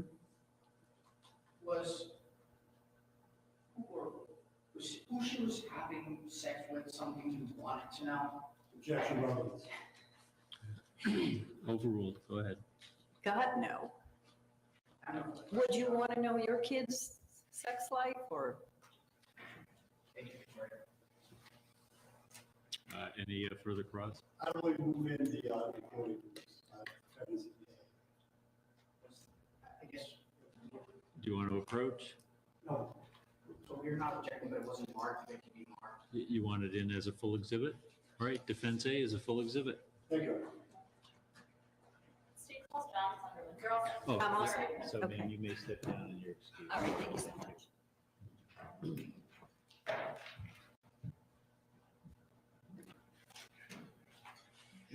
Yeah, I wasn't a fan of her either.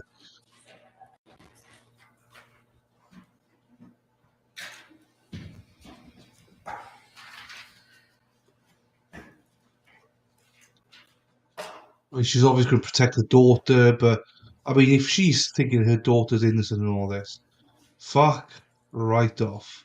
I mean, this guy obviously is a pleb, but she's played him like a fucking violin, getting him to send her stuff, probably money. Good afternoon. If you could come up to the witness stand, Thank you, Your Honor. and when you step into the back, if you could remain standing. Do you swear or affirm that the testimony you give to the jury will be the truth and the whole truth under the penalties of perjury? I do. Please be seated.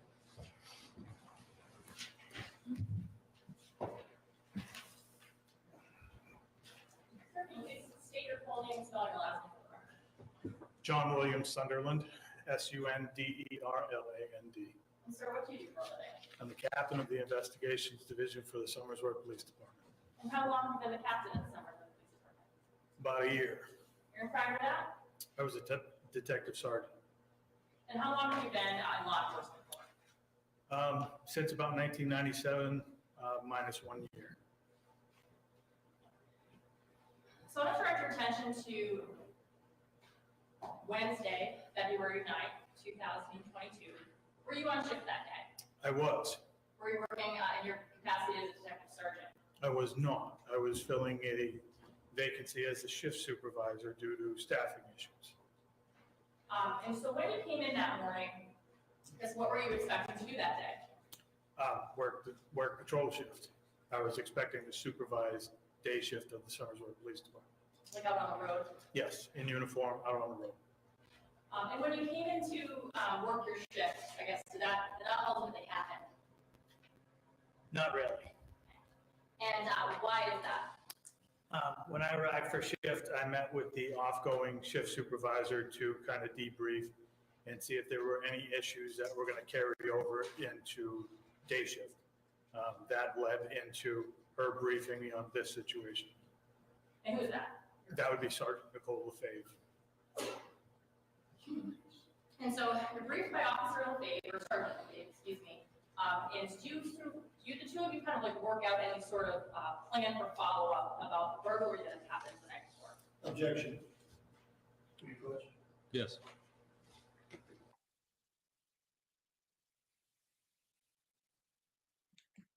They love an approach. I'll give him that. But I will also give him credit and say they're quite quick at this as well. They don't fuck about with questions either. So credit where credit's due as well. Excuse me. That's the Rona still in me. Sorry, Captain. Did you make any sort of plan in reference to follow up about the alleged burglary that happened the night before? Yes, based off what she told me, I suggested following up with Mauricio to see if he would consent to a download of his cell phone, given what she explained to me as the circumstances. And what do you mean by that? Well, she had referenced text messaging conversation. She had referenced OnlyFans content, and somehow they were intertwined.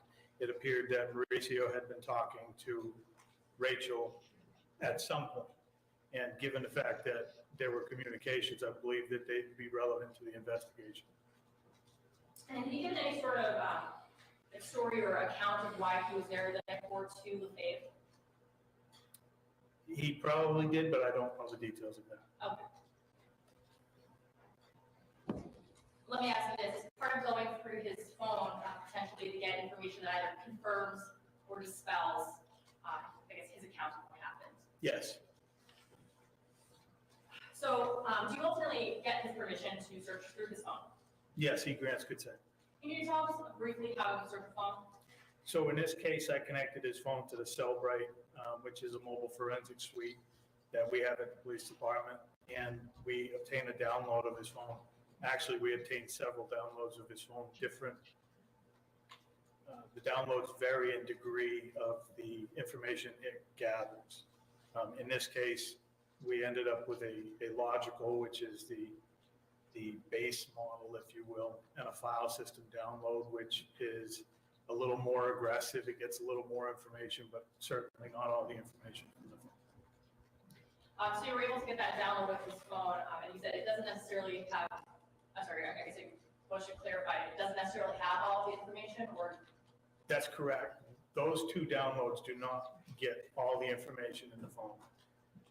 I was unable to get a physical extraction, which at the time, I was unable at the time to get a physical extraction based off either my computer or the type of phone it was.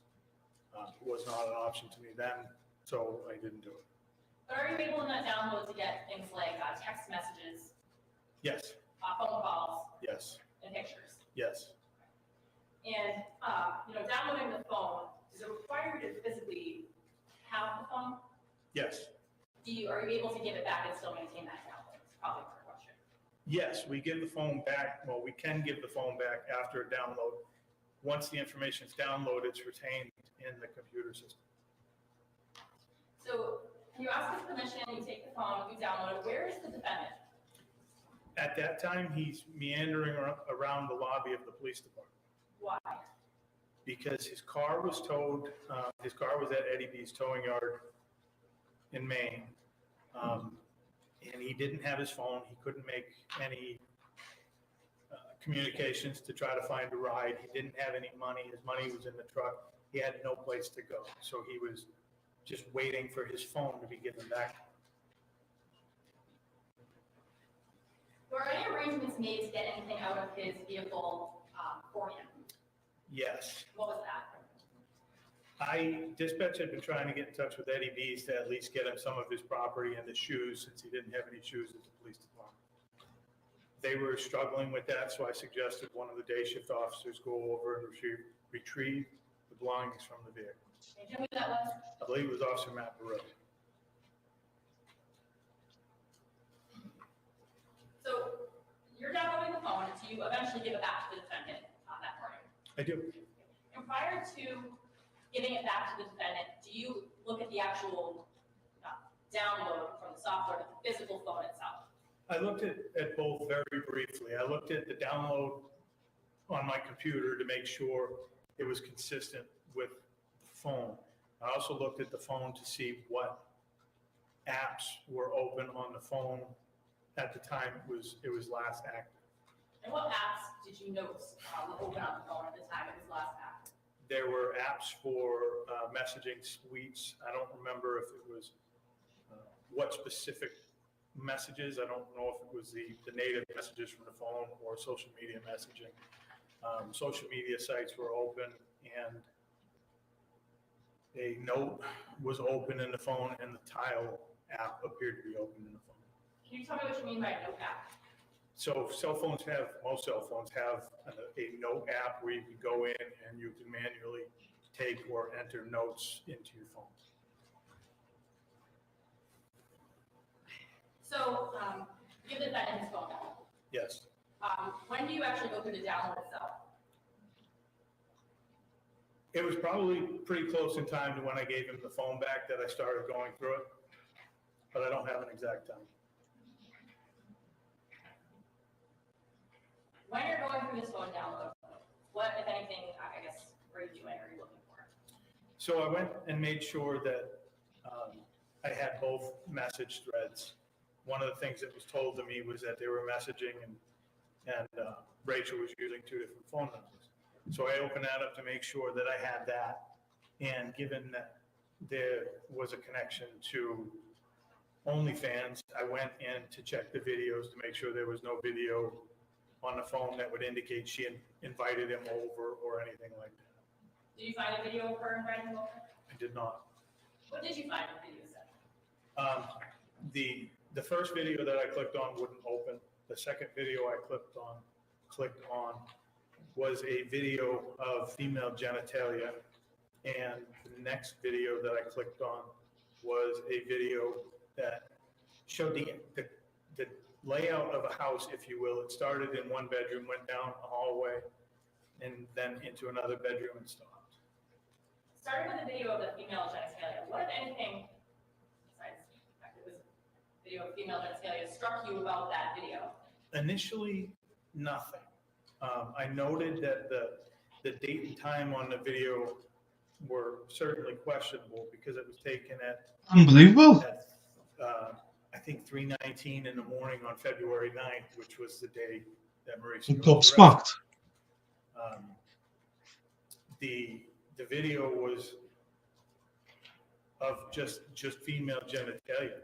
It appeared that it was taken in a manner that the person taking it knew he was taking the video, but the person that was having the video taken may not have known, because it appeared that in the video, a comforter, if you will, was lifted, exposing the female's genitalia, and that's how the video was taken. And the video of the home, what, if anything, did you kind of note about that? In that video, I noted that the bed, the room that the video started in, had a patchwork type blanket in it, which is consistent to what the person in the video of the vagina was laying on. I also noted that as the camera left the room, it appeared to go down into a second floor hallway with a banister on the left-hand side, and then into another room, kind of giving me an indication it may have been a Victorian-style home. That is the type of home that Miss Nunez and Miss Burke lived in. And I also noted that that video was taken on February 8th, or around 10-something in the morning. So did you continue a further search of the phone download at that point? No, at that point, my computer had actually kind of froze. Okay. So what did you decide to do at that juncture? I think at first I went to see if Mauricio was still in the lobby so I could try to talk to him. But he wasn't, so I ended up kind of making contact with Officer Burrell, who had gone to the truck. And what did you learn from Burrell? When he went to the truck to get... Yes. Approach again. Love approach, but the defense are very quick with the questions, which is good.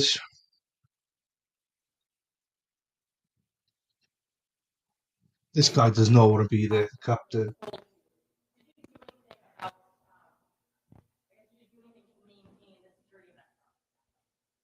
Yes, I had dispatch contact Eddie B's and place a hold on the truck.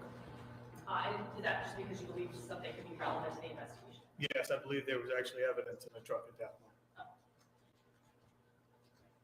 Now, you said that you checked to see if Mauricio was at the police department. Sorry, I don't remember if you said who was. He was not, he was already gone. So what do you do next after that? At that point, again, with Officer Burrell, I showed him the two videos that I had seen, and I did that because he was now familiar with the contents of the truck, and I wanted him to come to the house and try to see if anything in the truck would match something in the house. So did you in fact go to the house? I did. Did you go with Officer Burrell? We did. And so roughly like what time was this? Probably after 10, but before 11. And when you went to the house, who did you meet with? Rachel. And did you explain why you were there? Vaguely, What do but you mean by yes. I didn't tell her the details of the videos that I had seen, but I told her about finding videos on Mauricio's phone that concerned me, and I wanted to see the second floor of her house to see if it matched what was in the videos. And how did she hear? What was her demeanor like when you were telling her this information? At that time, she was concerned and probably confused. So what did you do after that? Rachel brought us up into the second floor of the house, and that's where I saw the patchwork style blanket was in her bedroom. There was a white comforter in her room. I think at the time it was on the floor. The hallway with the banister was the hallway leading from her bedroom out to her child's bedroom. So that at that point, it confirmed that those videos were of her house. And I actually explained to her what videos I had found. What was her reaction to that? At that point, she was upset. Her hands were visibly shaking. I asked if he had permission to take videos like that. She said no. I asked if he had permission to be in the house. She said. At that point, did you determine that a further interview of her might be warranted? I did. I suggested a forensic interview, and she agreed. What's a forensic interview? So a forensic interview is an interview conducted here in this building in an office downstairs. It's conducted by trained forensic interviewers. It's not conducted by police. It follows a protocol so that people come in for the interview. They're asked, why do you think you're here today? They give an answer. The interviewer starts developing rapport with the person being interviewed, and then they start asking the questions. They ask open-ended questions so that the person being interviewed provides all the answers. And it's all recorded, so it's best case scenario. And then on top of that, officers or DCYF or detectives and other interviewers are sitting in another room watching the interview. So if there's something that's missed during the interview, somebody should catch it. The interviewer will take a break during the interview towards the end, check in with the team, make sure there's nothing that wasn't answered. So the purpose is to get a good interview. So you scheduled that with her, Yes, but that would be done at a later date, is that right? yes. So would it be fair to say you didn't formally interview her right there on the spot? No, I asked some basic, bare minimum questions. Without saying specifically what was said, did she indicate to you anything over the last, anything that she might have noticed over the last couple of months? Yes, there were several things that were odd to her, both her and her mother. Okay. And based on that information, did you explore other areas of the house? I did. Can you tell me about that? The first thing we checked out was the attic to the home. Inside the attic. So her attic goes up a few steps, then it turns 90 degrees to the left and goes up the rest of the way into the attic. As we walked up into the attic, right after the bend on the first couple of steps right there was a half-eaten hash brown. There was a package of open graham cracker cookies. And I think there was a McDonald's cup in that spot. As we went up into the attic the rest of the way, there was a McDonald's breakfast still in a bag. There was a water bottle. There was an iPod case that had, iPod? No. Those things you put in your ears from Apple. AirPods. There was the case of those, and then there was something on the floor wrapped up in blue painter's tape. Did you open that blue painter's tape? We did. And what did you find wrapped in the blue painter's tape? It was a tile. So a tile is a tracking type of device that uses Bluetooth or wireless technology. You could attach it to your keys or something else. So if you lose them, you can find them.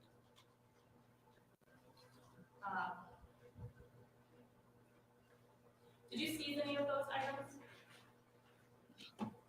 We seized all of them, I believe. What about the beverage container? The water or the McDonald's cup? McDonald's cup. Yes, it appeared to contain urine. Finding that tile, was that at all significant to you having gone through physically gone through the home? Yeah, when I saw the tile, it kind of opened my eyes a little bit because when I had scrolled through the phone before giving it back, I recalled that tile was one of the open applications on this phone. What's tile? Did you take any other kind of examination of the house? I did. I took some pictures of her house key. And then I also examined the exterior of the house. What's tile sound? Why did you examine the exterior of the house? Based off what they had said, it seemed like there was more to the story, and I also wanted to see if I could find any indication of a way he may have gotten into the house. So what did you find when you examined the house? So I guess it would be the west side of the house. The driveway side of the house has a 3-bay window system that kind of pushes out a little bit off the house. On those 3-bay windows, the center window looking at the house, the center window and the window on the right both had what appeared to me to be pry marks on them. Both of them had red paint transfer, and it appeared that a tool was pushed under the window in a manner that kind of damaged the edge of the window a little bit, in a manner trying to push the window while I'm trying to force it open. Did you observe anything about the window panes themselves? I did. I don't remember if it was both of them or just one, but there was clear fingerprint impressions left on the glass in a manner like this, where it seemed someone was trying to push the window open from the outside. Did you personally process those fingerprints? I did not. Did you get someone else from the police department to come do that? I did.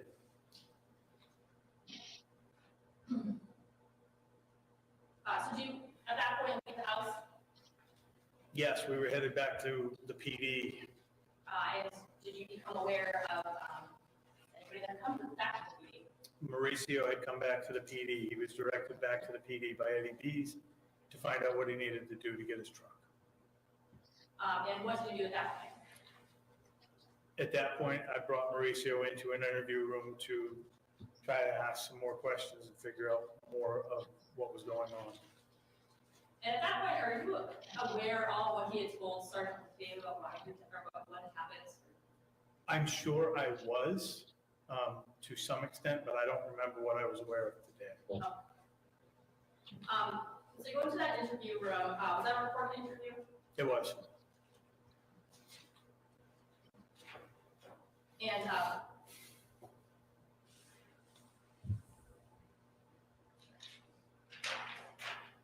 just going to approach. This is the transcript. This is the second.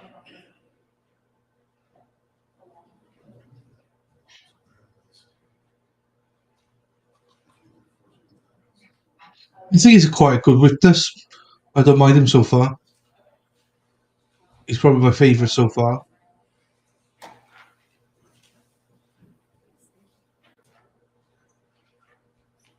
Just think he's been around the block a few times. Just knows the right answer, honestly. Fuck it. So, we're going to go through some of this interview. I know it's very lengthy, so we'll just, we'll go through it. If it's up to Attorney Starber, she can follow along. So I'll refer to page numbers. Yes, ma'am. When you first sat down with, I guess, Mauricio, what was your tactic? What were you trying to do? I was trying to confront him on the additional discoveries, the video from the day before indicating he was in the house, and try to figure out if he was in fact the cause of the damage to the windows. So did you confront him specifically with the pry bar and ask him whether he used that pry bar to get into the house through the window? Yes. And what was his response? No, he did not. If you need me to refer to pages, I can do that. Did you ask if he was sure about that? I did. And what's the answer? He was sure. Did you ask him if his fingerprints were going to be on the window, pushing it from up from the outside? I did. What was his answer? No. Did you confront him with your suspicions about potentially stealing one of the keys a couple of days before on Monday? I did. And what was his answer? No. He claimed he wasn't even in the area yet. When did he say he got to the area? In the beginning, Yes. I believe it was 11 o'clock that night. So the 8th. Yes, 11 o'clock at night on the 8th. Did you confront him and ask him if Rachel specifically invited him over that night? I did. What was his response? He said she did. Did you specifically ask him whether she invited him in? I did. And what was his response? No. Did he quantify why she would not invite him in? It's her mother's house. Did you confront him again about this suspicion that he was there on Tuesday morning? Yes. Was that? Yes. And what was his response? No. Did you flat out ask him if he had been breaking into the house since before that night? Yes. And what was his response? No. Did you ask about the background between he and Rachel? I did. And did he tell you how that they started communicating? Yes. What was his response? Could you give me a page number? Yeah, 13.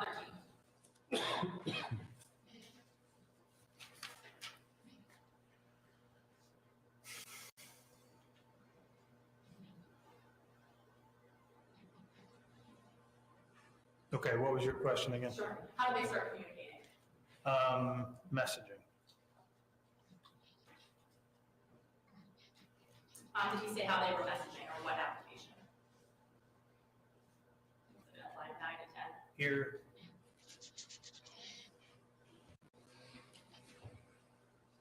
I guess that was a poor question. I guess how they met is what I mean. No, they met on OnlyFans. Thank you, I think that was my fault, sorry. And did you ask him how this kind of relationship, for lack of a better word, kind of progressed? I did. And what was his answer to that? That's 13.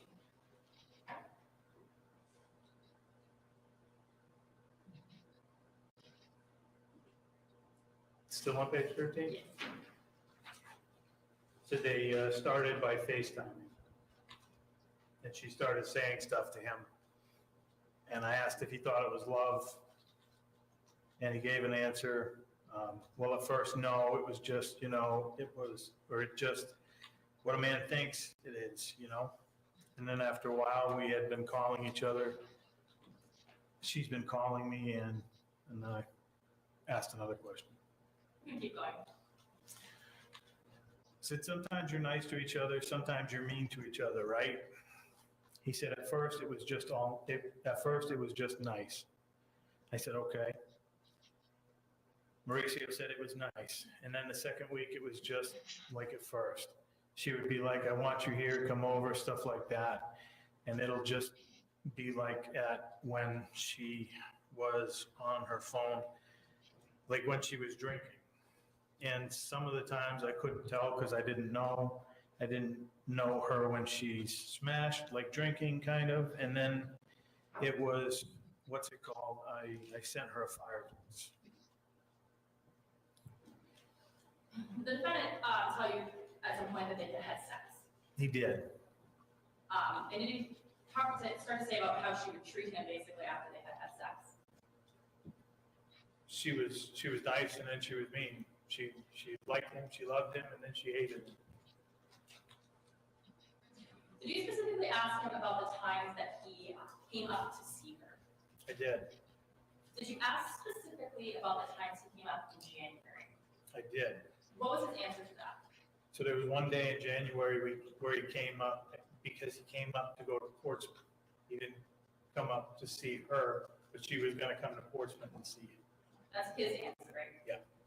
So he tells you that he's coming up, but that they're going to meet in Portsmouth. Did he tell you the date of that? I'm sure it's in here. Okay. Page 23 to 24.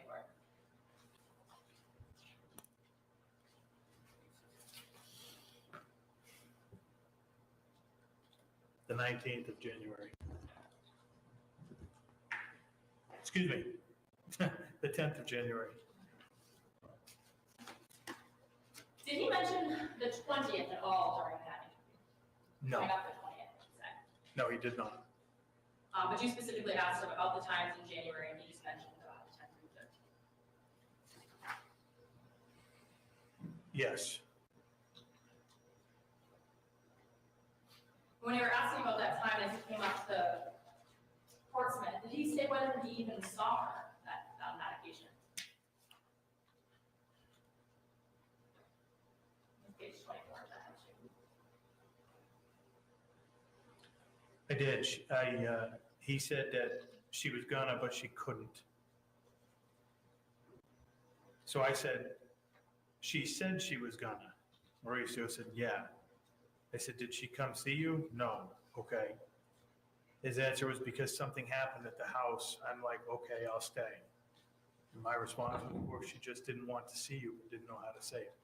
What was his response to that? Most likely, probably. I'll get back to the night of the alleged burglary, the night. And he had told you that he arrived at 11 p.m., is that right? Yes. Did he talk about what happened once he got there? Or whether he Yes. met with Rachel? Yes. Okay, and what did he say? Okay. This is 30, 26. 26.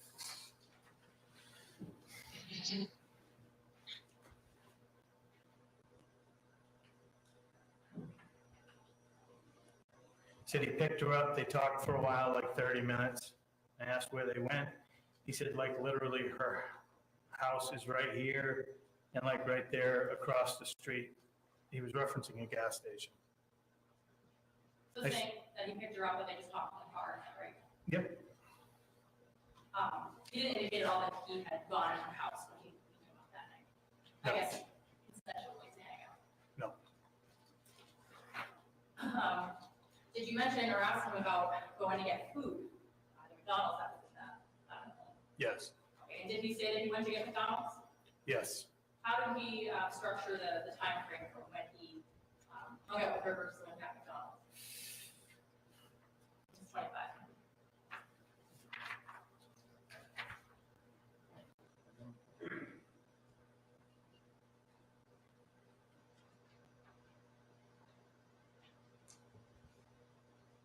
Yeah, he went to McDonald's after he dropped her off. So they hung out, he went and got McDonald's, he dropped her off, and then he went and got McDonald's, Yes, and then ran to the home, that's their understanding. that's the way he's explaining it at this point in the interview, yes.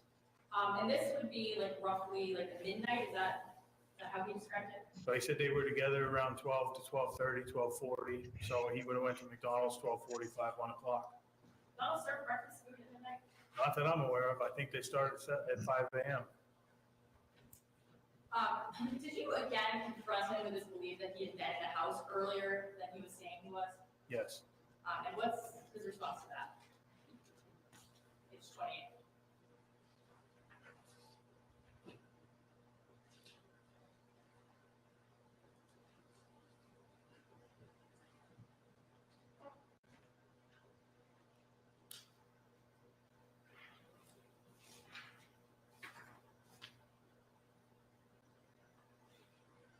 He says he went in around 2 in the morning. Remember who said how he got in? He got in through a back door, which I was very confused on at the time. Sustained. Go ahead, move on. So he said he got in through the back door. Did he say whether that door was locked or unlocked? It was unlocked.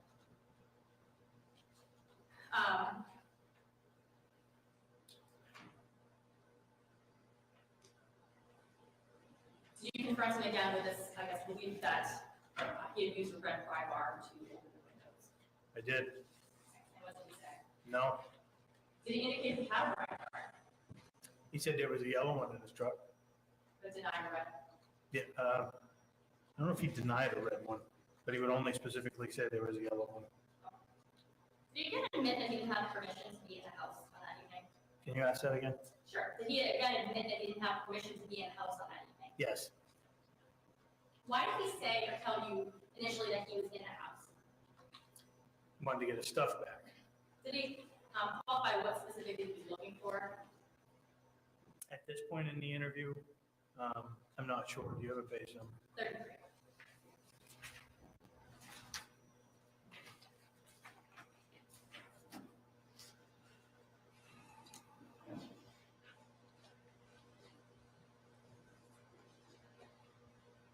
So he went looking for his fireplace,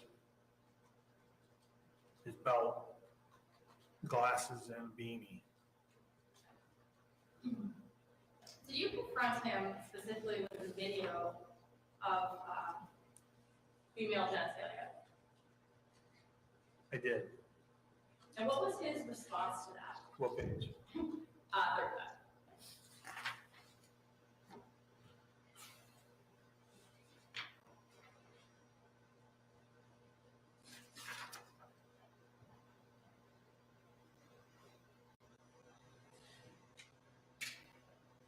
So the first time I asked him, this doesn't indicate his response was, and I don't remember, it's unintelligible here.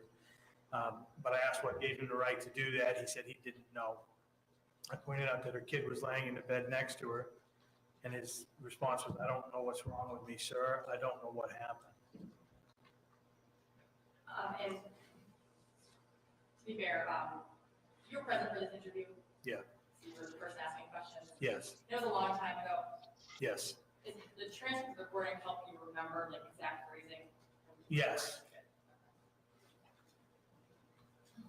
Did you ask him about the tie-up? I did. What did he say the purpose in having that tie-up was for initially? It was for his keys. Did you confront about the fact that it was wrapped in tape? I did. I pointed out the fact that blue painter's tape wasn't attached to his keys. And did you confront him with the belief that he's perhaps tracking her? I did. And would he admit to that at that point? No. Did you confront him about underwear that had been found in his trunk? I did. And what did he say about that? What? 37.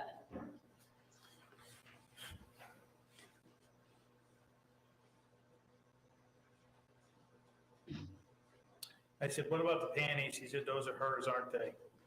Excuse me. I said, what about the panties? Those are hers, aren't they? When did you take those? Mauricio says, I don't know. So he didn't specifically deny taking the underwear at that point? No. So at this point, you had confronted him a few times with the information you had found, and what was your success in doing that? A little. So what did you do at that point? At that point, I stepped out of the interview room to try to find another officer in the building that I could have a conversation with and explain to them that I wanted them to come into the room and portray that they were the cell phone person and that they'd been going through his cell phone for hours and confront him with pieces of information that we knew. That happened to be Officer Matt Burrell.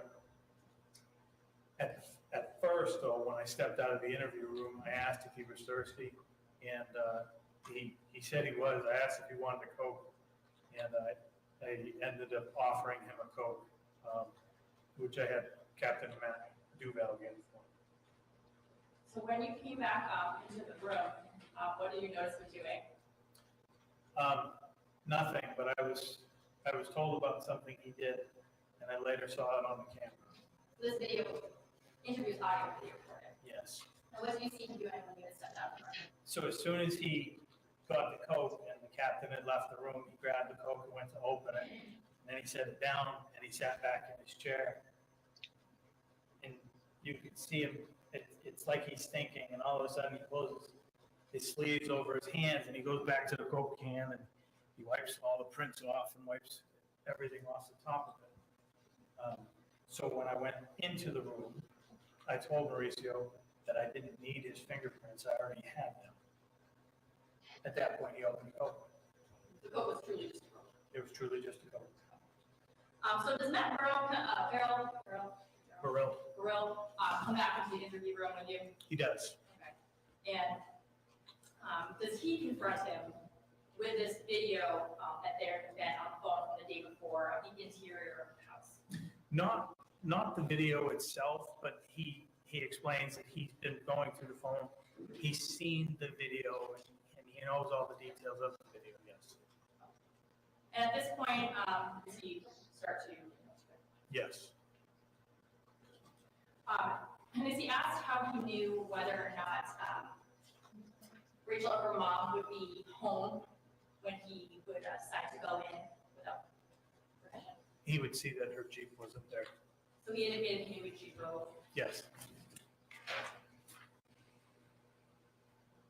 So he acknowledged, or did he acknowledge taking that video of the interior of the home at 10:15 on the 8th? Yes. Did you ask him if he left the house after he took that video? Yes. And what does he say? He did. He went back to his Airbnb. Did you, again, confront him what was found in the car and ask if he had taken anything out of the house? Yes. And what does he say to them? Photos and panties. And after he started to acknowledge some of what you're confronting him with, what time did he say that he got there on Tuesday? I believe at this point it was 4 a.m. on Tuesday. And can you tell us what he said he did that morning?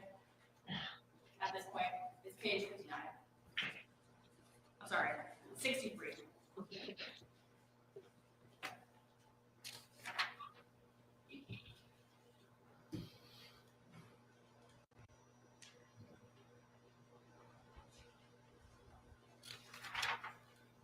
He parked around the street from her house. Did he say whether he got any kind of food that morning? He got McDonald's. Did he say what he did with the McDonald's? He brought it in the house. Did he say how he got into the house? At this point, it was still the back door. What did he say he did when he was in there? He walks around and he looks for his items that were his, and he took the video of the bedroom, the stairway, or excuse me, the bedroom into the other bedroom See why was you do that video? because it was messy. So he acknowledged leaving to go, leaving house and he went to his Airbnb. Did he say what else he did during that time frame? He ended up going to Target Did you say what he went to Target for? to get the tile.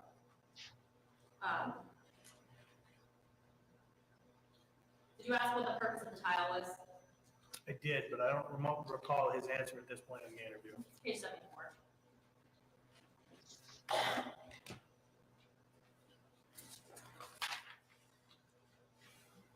He was gonna put it in the car, Did you in ask, her car. in her car. Did you ask why he was going to do that? I did. His answer was, he doesn't know what he was thinking. He's going a little bit crazy. He just didn't really know. He was messed up in the mind. Nothing about that she wanted him to do that. No. So he goes to the Airbnb, goes and gets the tile. Did you ask him what time he got back to the house? I did. Okay, is that still like around, I think, 11:30, 12? It's late. It's 11:30, 12 o'clock. Yes, ma'am. He talks about, again, talking to Rachel in the car. Yes. Does he say what time he broke back in? Around 2 in the morning. He doesn't say a time, but he puts together a timeline. And off of that, I assumed it was around 2 in the morning. And do you flat out ask him again whether or not she had invited him over at that point? I did. And what did he say? What page? 80.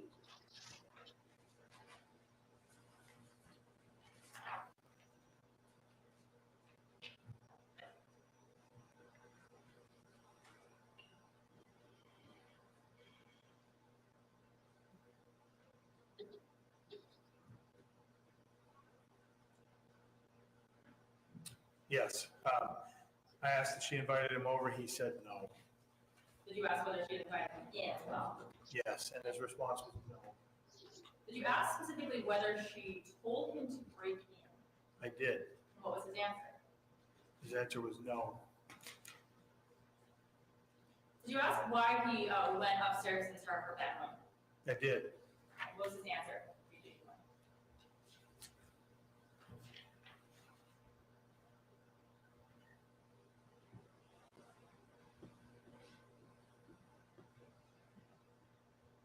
I guess a better way to phrase that is, did you ask if the reason he went upstairs is because he wants a video? Yes, my question was, all right, is that why you went upstairs because you wanted a video of her? And Mauricio's response was, well, that, and also I was trying to find, I was trying to find it and So, going to the video, did you ask him, now that he was acknowledging more, about taking the video? yes, Did he acknowledge that when he took the video, Rachel was in bed? yes, Did he acknowledge that she was not awake? he did. What about the fact that the son was there? He said he didn't see the child in the bedroom.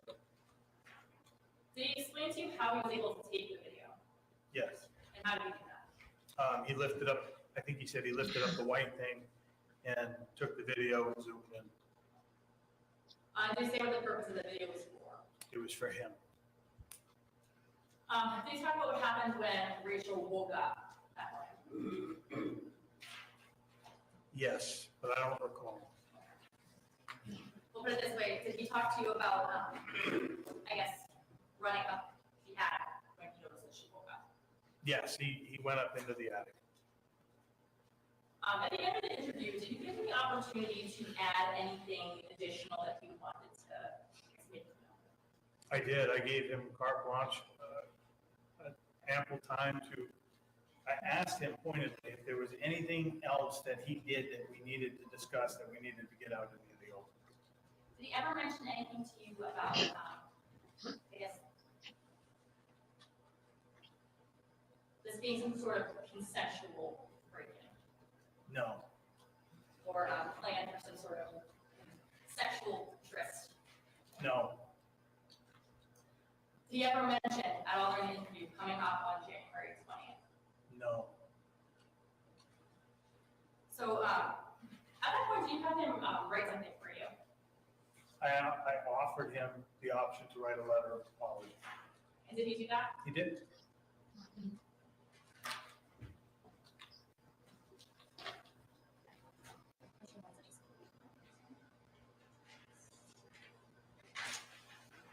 States 21, right? Look at that, please. Yes, ma'am. Is that the letter that he wrote while he was there doing the interview room? It's a copy of it. A copy of it, thank you. Is that like a very accurate depiction of what that note was on that day? Yes, ma'am. As the ID struck the publishes in full? No objection. All right, no objection to 21, ID is stricken. No. Lovely job there, isn't it? Go ahead, have that copy in the room. If you could just go ahead and read what that note says. I don't know why I did this. I'm so stupid. What I did was a scary thing to do to you, and I'm sorry. I know you'll hate me, but it's fine. I deserve this. I am a horrible person, and I made your life miserable by doing this to you. I might go to jail, and I'm scared, so fucking scared. You're never gonna forgive me for this, but it's fine. I hope you and I don't deserve this. I hope I don't deserve this, and you'll most likely hate me forever. Sorry is not gonna solve this. I made a something mistake. I did this to myself. I don't know why. I didn't mean for this to happen to you. I am disappointed in myself. I disappointed something, and I'm sorry.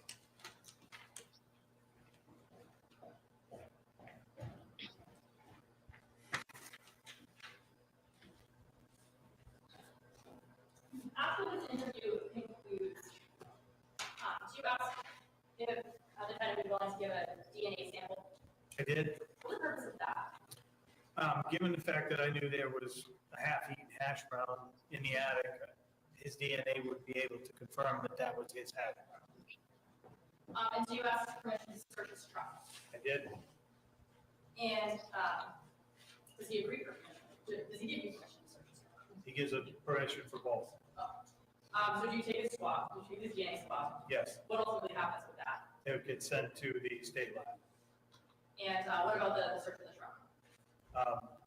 Myself and Officer Seawards did that with Mauricio present with us. So you physically went to the truck at the impound lot? Yes. And what was your purpose in going there? At that point, we knew there were photographs of Rachel that belonged to Rachel in his truck. We knew that there were panties of Rachel that belonged to Rachel that were in the truck.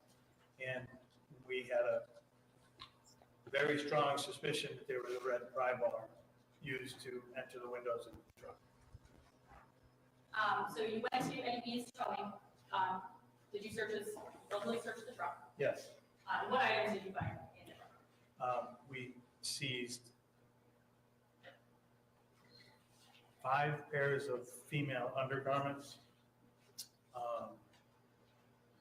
I don't remember the number of photographs, but there were a number of color printed photographs of Rachel that were in the truck. There was 2 receipts that were in the truck that we took, one from Target, one from McDonald's, and a red Supreme pry bar. And you said the defendant was with you. Yes. Did he acknowledge ownership of all of these items? He acknowledged the pry bar was his and the receipts were his. I should say, did he acknowledge that he had taken the items that weren't his? Yes, he acknowledged each of those item numerations.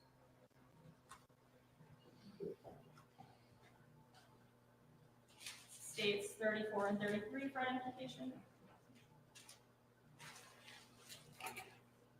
Can you tell me what those are? These are the receipts from the truck.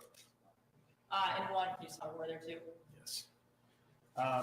This first receipt on top is from Target from February 8, 22 at 9:44 p.m.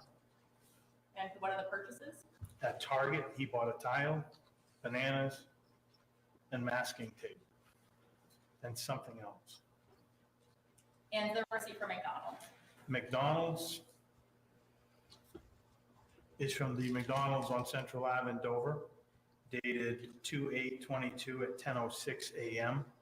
for hotcakes, hash browns, an orange juice, and a bottle of water. I'm sorry if you said this already, but those are receipts you found in his truck. Yes, these were receipts in his truck. And I'm gonna go show you some states 38, we're at 40, 35, 37, 36, and 40. Can you tell me what those are? These are the panties that were in his truck in the center console, excuse me, female undergarments that were in his truck in the center console.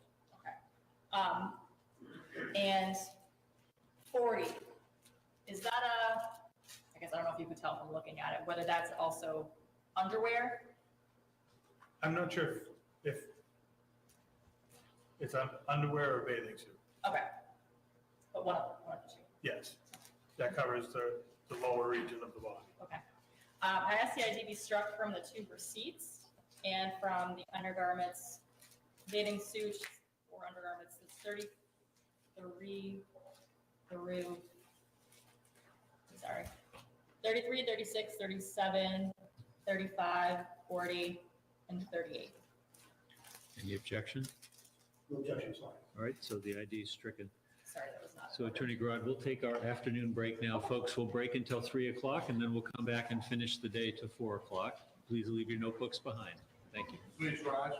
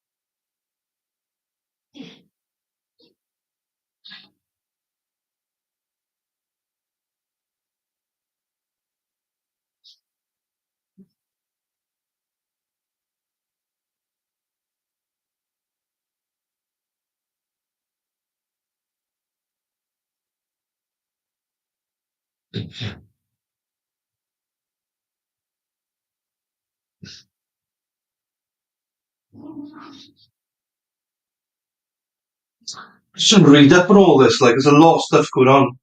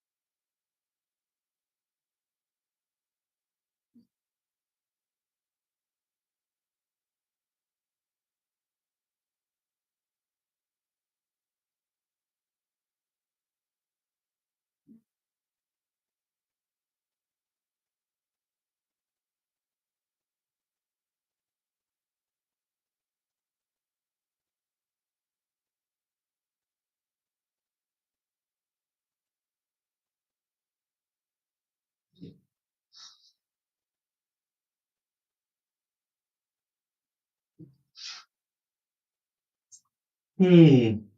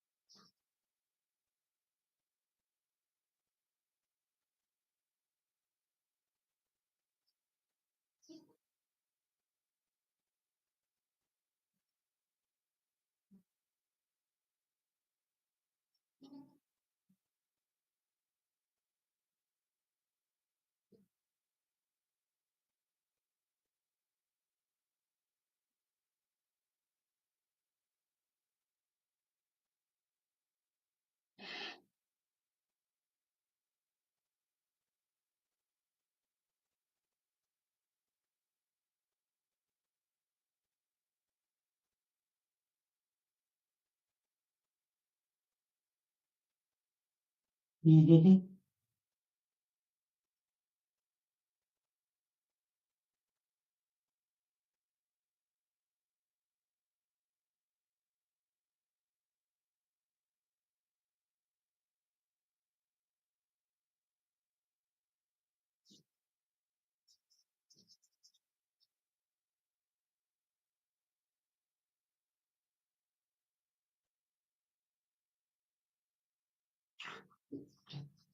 Oh.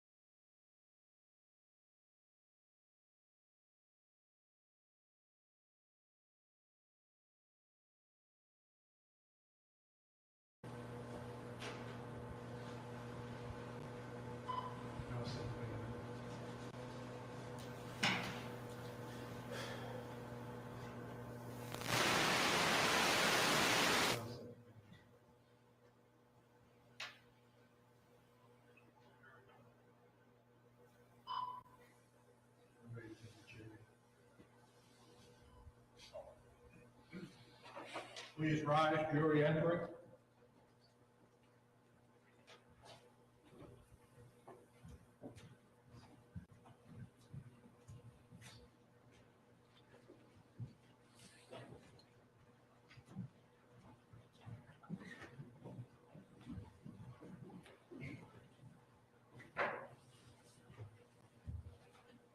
Please be seated.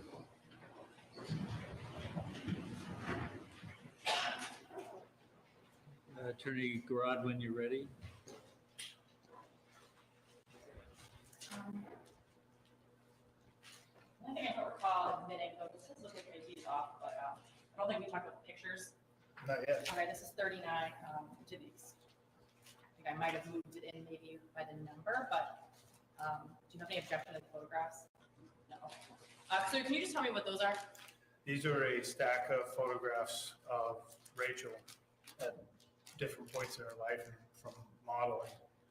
These were found in the center console of Mauricio's truck. Okay. What about that top picture there?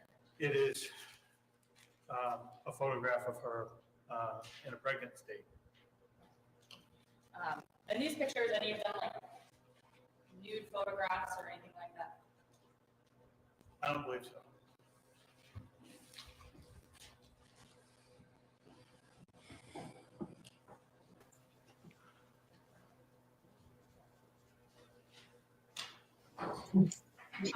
In addition to all these items, did you also get the keys to the truck? Yes.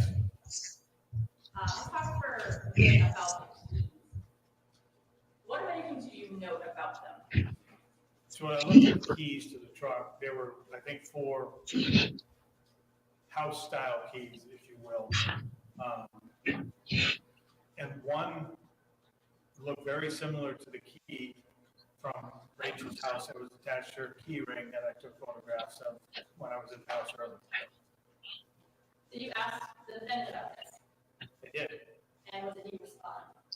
I thumbed through each key with him, and he said one key belonged to his house, one key belonged to his room, one key belonged to his Airbnb, and one key belonged to a locket. Like a necklace locket. I mentioned that. I asked him, I think my simple question was a locket, and he said it's a big locket. But when you say a house style, you're talking about like a standard key. Couple inches big. Yes, a standard house key. Did you do anything with that key? I gave the keys to Officer Seawards and directed Officer Seawards to go to the house and help Sergeant McKnight process the house while Officer Burrill rode with me and Mauricio back to the station. And did you, I guess, without getting into what Officer Seawards did with that key, did you ultimately have Officer Farrell follow up with the defendant later? I did. I had Officer Burrill interview Mauricio some more. Okay. And what was the topic of that interview? Topic of that further interview supposed to be? Regarding the key and regarding inconsistencies that at the time indicated he had been in the house as early as Monday. So did that sort of end your interaction with the defendant that day? Yes, I think it did. Was part of ending your interaction, like looking process? No, he was booked by other officers. Are you familiar having looked at that booking information with his date of birth? Yes. And what is it? 3/7/2001. So in early 2022, He was 20 years old.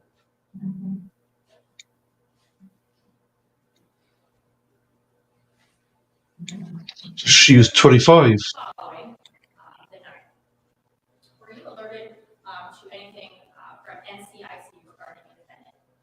Yes, so later I became aware that Mauricio had been entered into the NCIC, which is the National Criminal Information Center. Yes.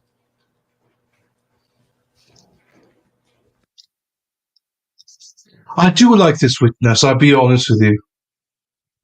I think he just gives it pretty straight.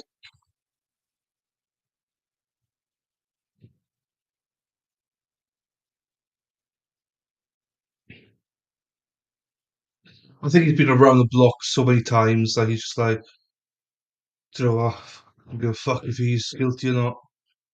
Tell the truth. That's it.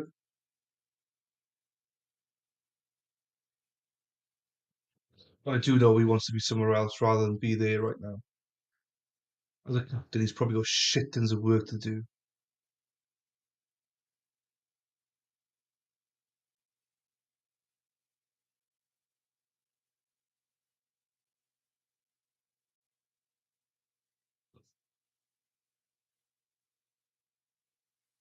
Moving on, did you endeavor to do any interviews with any potential witnesses? Yes. And who? Well, I attended the forensic for Rachel. I interviewed Victoria Bork, Rachel's mother, and I interviewed, I think it's Casey. And who's Casey? She'd be a friend of Rachel's. Going first to the interview of Victoria, and without getting into necessarily what was said, what was I can't imagine why. She was very upset. She had to pause several times because of how emotional she was. And did she talk to you about What much money should having make from it? reached out to the Somersworth Police Department to report a missing key? She did. Based on that information, what did you do? I went back and looked at the historical records of Somersworth Police and found that on Monday, February 6th in the evening time, an officer was actually dispatched to the home to unlock Rachel's car since they couldn't find the house key. So you actually had a record of that? The police department? Yes. Maybe it's the just police department typically down records when they get called out to dispatch? whilst the trial's on, maybe. Are they entered in the database pretty simultaneously? Good money, do you know what I mean? So Yes. don't shug your clients, that's all. Is this that dispatch report? Yes, it is. Can you tell me what time and day that police were dispatched for the report of keys potentially being locked in the car? Oh, it's Monday, February 7th at 2011, which is 8:11 in the evening. Thank you. I have this, the entrance of full exhibit, I did not mark it yet. Any objection? All right, it'll be a full exhibit, next number.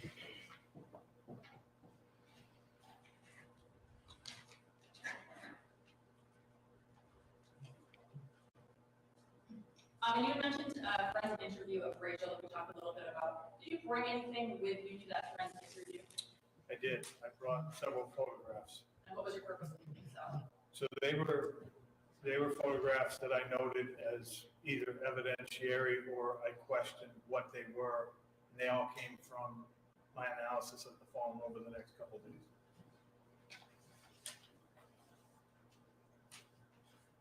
Did you attempt to get other, I guess, records relevant to this investigation? Yes, I did search warrants for a bunch of different places. What about Google records? I did do a search warrant for Google And what was the purpose of that? to see if there were any information contained in the records of Google that weren't contained on the phone extraction. And was there anything relevant to your investigation for Google? There was a search about, there was a search late at night on the 7th, the 9th, in the morning when he was in the home. Late night morning? In the morning of the 9th. Sorry. I don't recall the exact search. Okay. But seeing I'm sorry, when you're reviewing this information that comes back from Google, are you documenting it in a report? Yes. And is the purpose of that report to help remember these small details? Yes. But seeing a copy of that report help you remember what the Yes. search was for?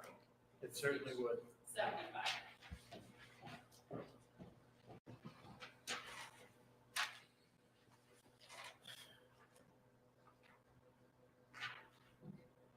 The search terms were, can drunk tell you something if you convince them? Now, my report indicates the search was on. Yes, you want to come forward?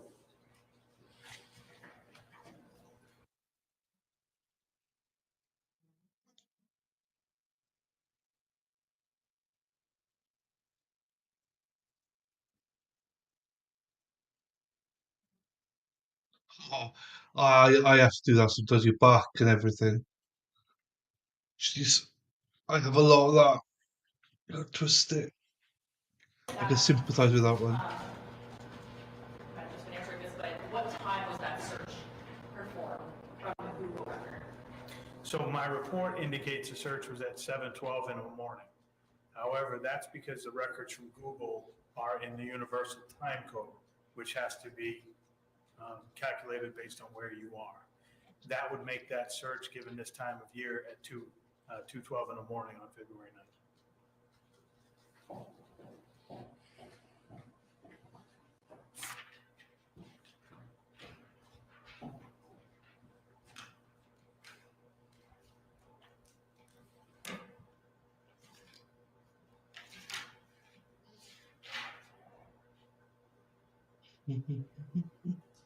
Did you also get T-Mobile records?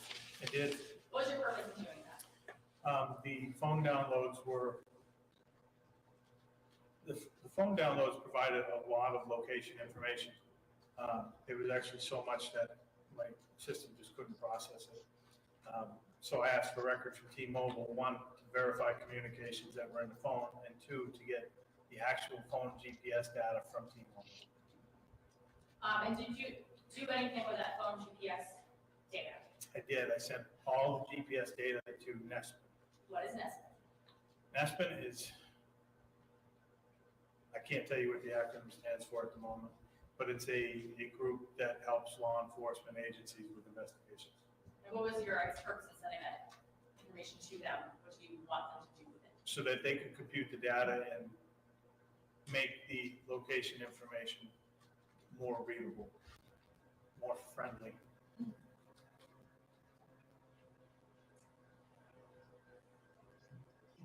Did you also get Snapchat, did you also get Snapchat records? I did get Snapchat records.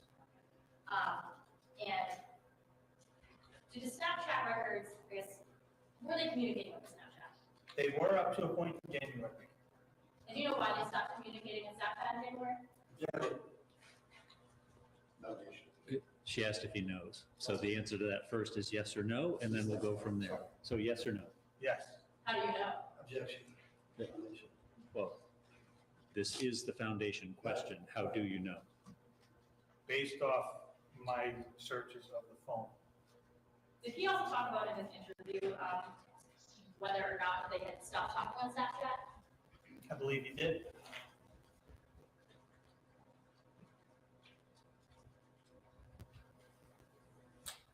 Page 7. Right. He did, and that's because they had, she had blocked him.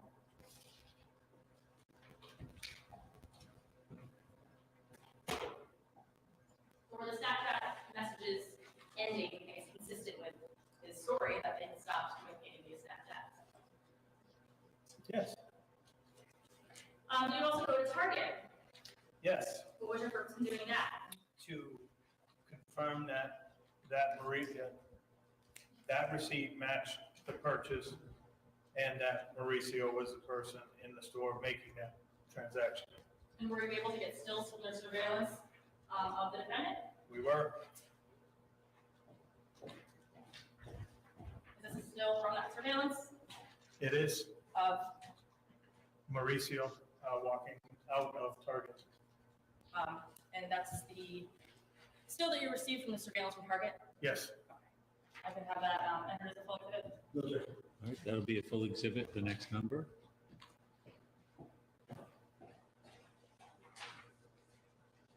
Did you also get a call from Victoria indicating that she located something at the house? Yes. And did you take possession ultimately of what she gave you? Yes, it was a no. And who was the suspected writer of that?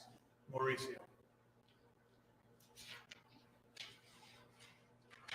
So I'm going to go talk now about the phone.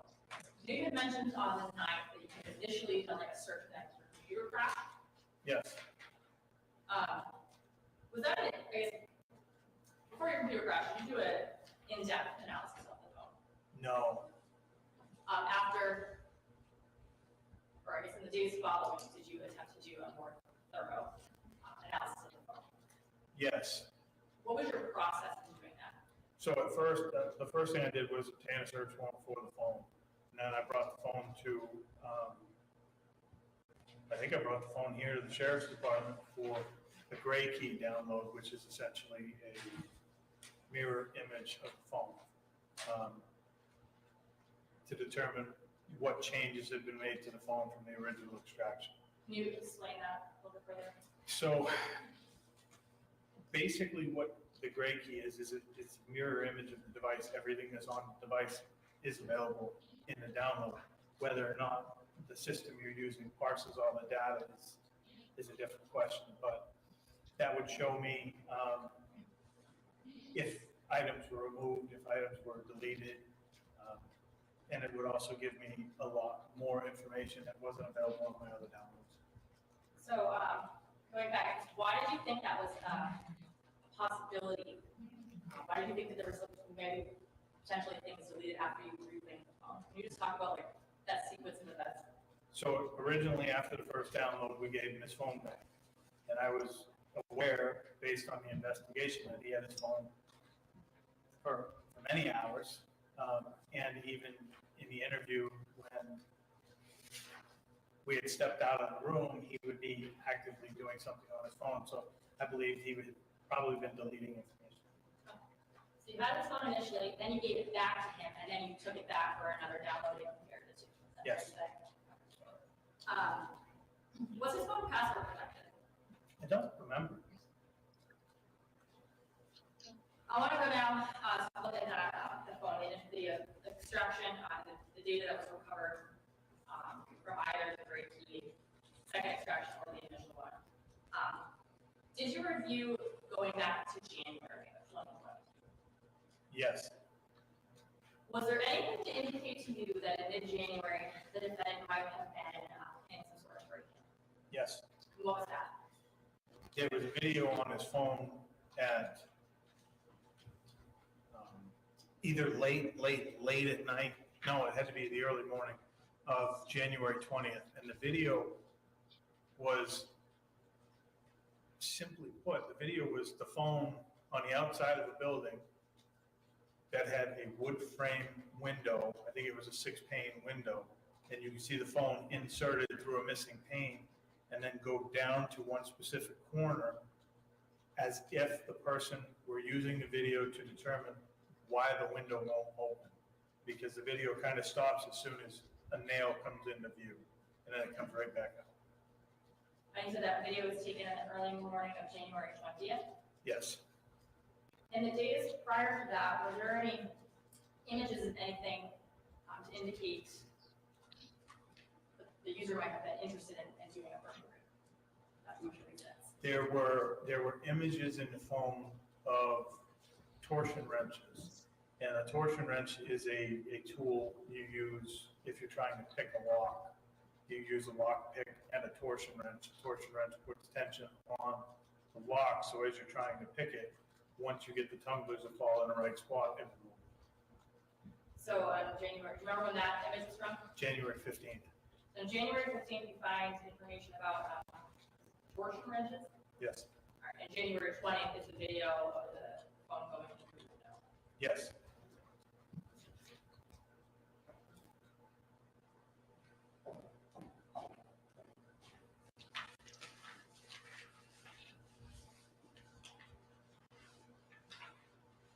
States 30 for identification. Can you tell me what that's a photograph of? That's a photograph of a torsion wrench or a tension wrench. And I guess where did this image come from? This would have come from one of the downloads, Okay, so but I this, don't know which download. this was on his phone, Yes, and you said that this was dated January 15th. yes, I believe this was January. Could you write that date somewhere on the page for me?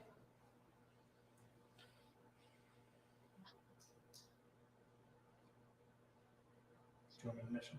Sure, thank you. And is this a fair and accurate picture of an image that you found on his phone? Yes. And fair and accurate to say that's from January 15th of 2020. You wrote 2023. 2022.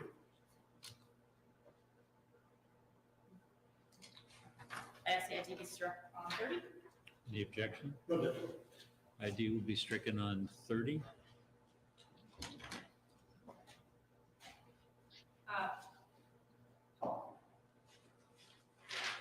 Was there any other photographs from January 20th? Yes, there was a photograph of a poem.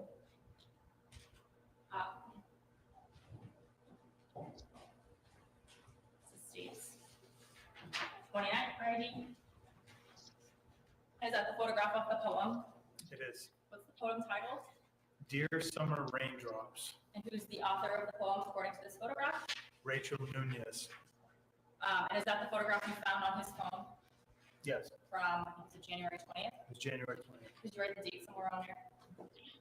Why? The time, if you know it. I don't, Would seeing a copy of the metadata help you remember the time it's it taken? would,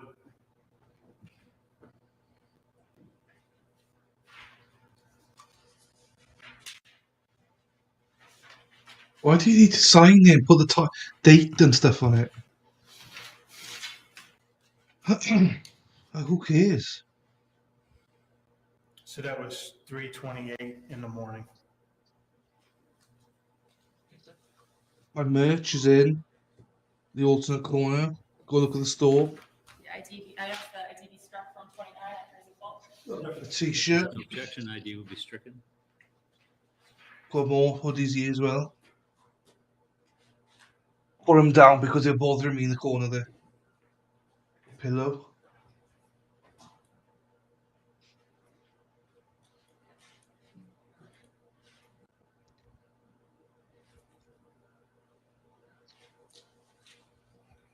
Okay, so this is the poem. Remember, it's escaping me now, but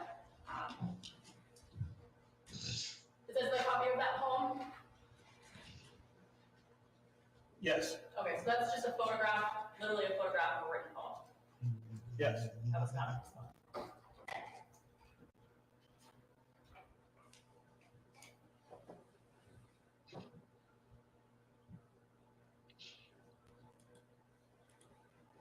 And this is the.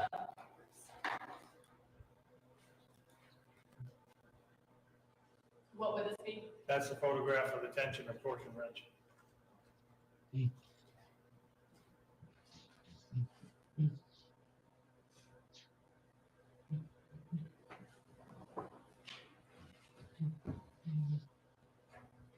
Give me 1 second.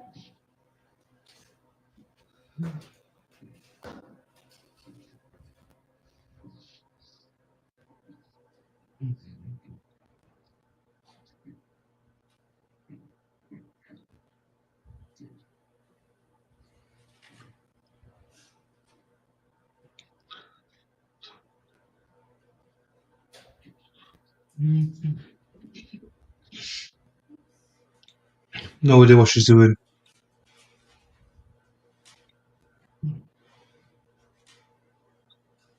Rumble, if you could give her a like and follow the alternate corner, really appreciate that, guys. Plenty of there. Do you know what that's a still image of? That's a still image of the window that's recorded on January 20th. That window's actually in the back barn area of Victoria Breckenridge and Nunez's house.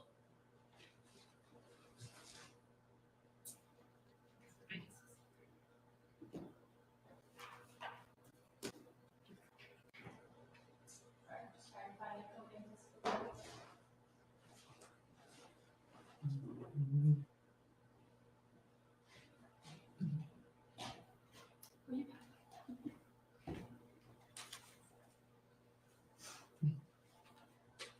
So this is states 19, I asked the ID be struck.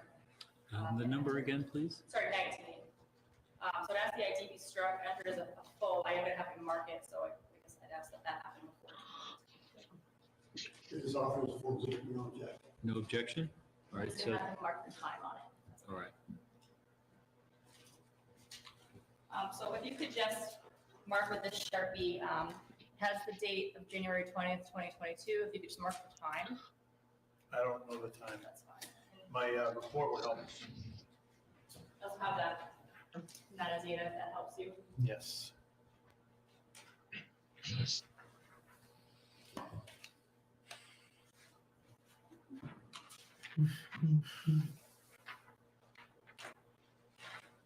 Want some might help.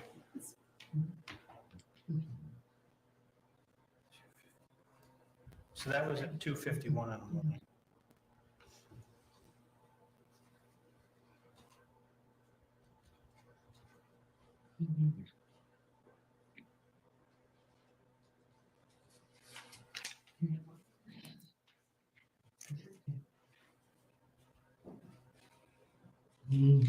Thank you. All right, I'm gonna play this.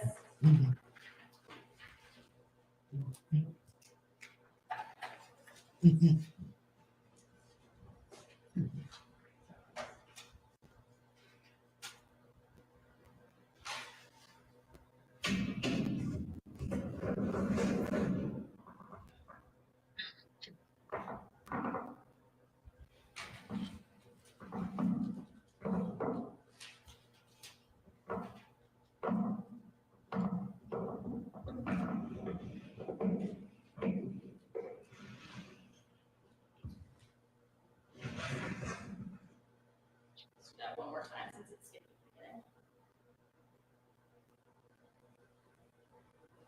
Didn't hear any of it.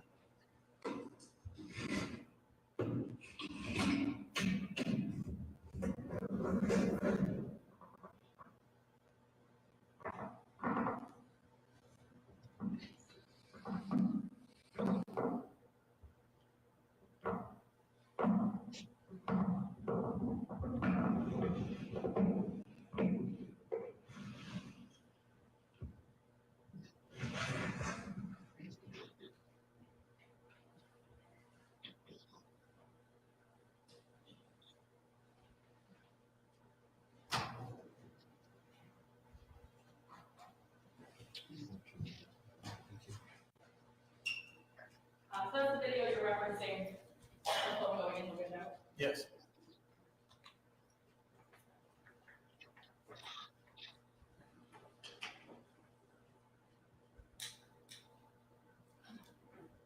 Now, we talked about Snapchat messages. Were you also able to review text messages sent between the defendant and Rachel? Yes. And was there more than one text thread? There were. Same number? No, two different phone numbers Two different phone numbers? for Rachel. Were there any other platforms that they were messaging on? There were. Can you just name some of those that you recall? I remember they were messaging on Snapchat. He was messaging somebody on Instagram, but I don't remember if it was Rachel. I don't remember if they were using Facebook. Well, I guess conversations of significance, where would those have been located to? So the messages on the phone, both phone numbers, he was using a multitude of different platforms to text Rachel or to message Rachel. He was using Instagram to message Casey. And those are the only ones I can think of off the top of my head. Okay. Well, did you review the conversations that they had, specifically directing the attention to January 19th and 20th? Yes. Did you see anywhere in any of those messages any indication that the defendant told Rachel that he was here in Hampshire? No, he never told her he was here.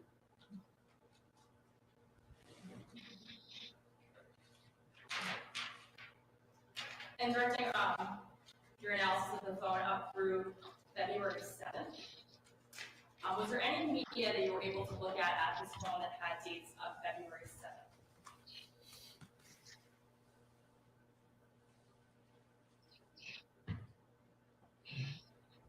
Don't remember.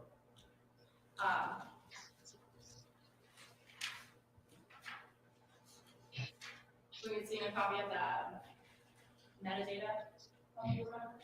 Yes. No, we didn't. Right there. Thank you.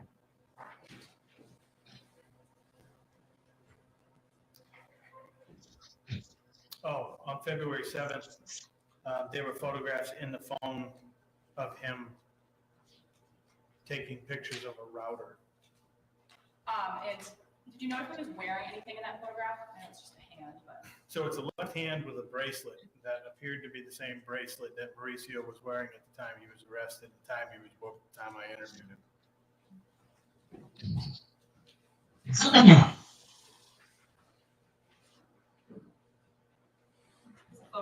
Photograph states 26 for identification. And is that the picture of hand with the bracelet with the modem that you were just describing? It is. Can you tell me what time that picture was taken? This was taken at 8:50 in the morning, 8:50 a.m. Put it on there somewhere, the time and date. I don't get the time and date stuff. I don't.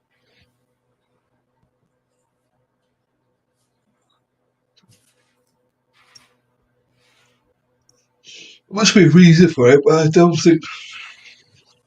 Is it for the jury?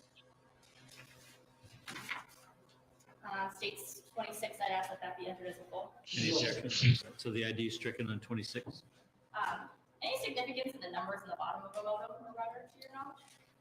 I don't know why he was taking pictures of that. Fair enough.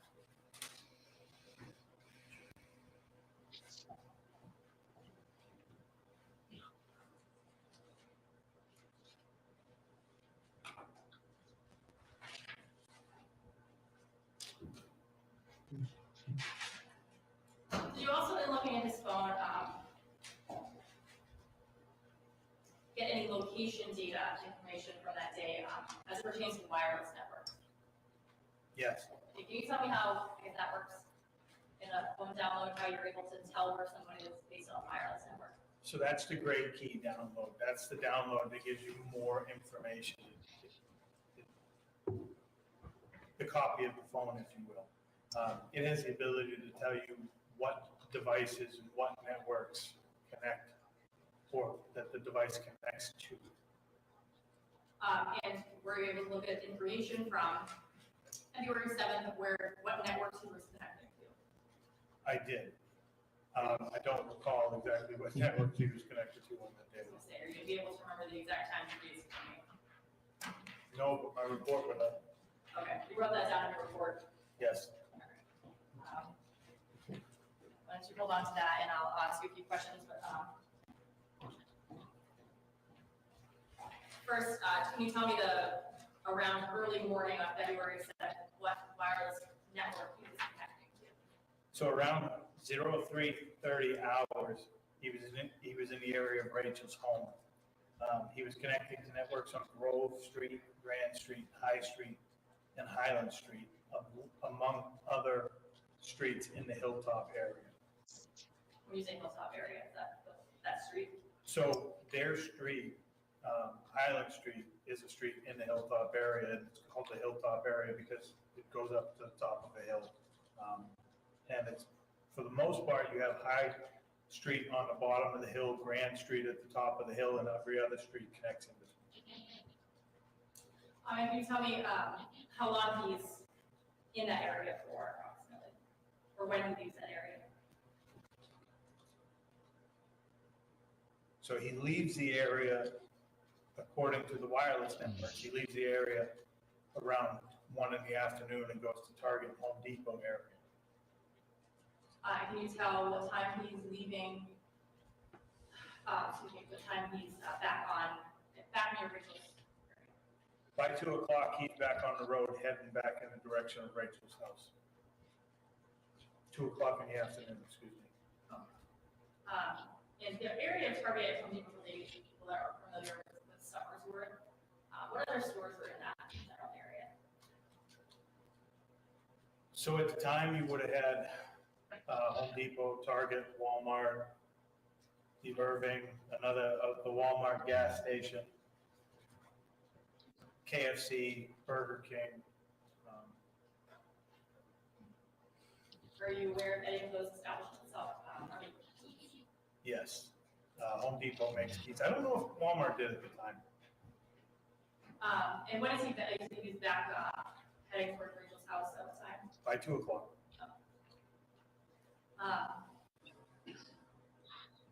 Any other location data from that day?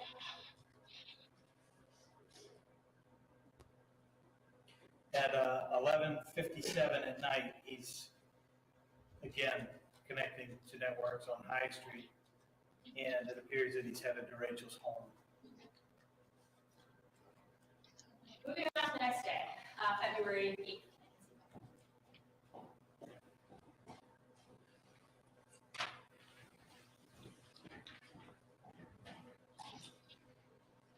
In your analysis of the phone from February 8th, were you able to find any media photographs of relevance to your investigation? In phone. Yes, And what were those? February 8th would have been the video he took of her house. I believe he took photographs of her router again.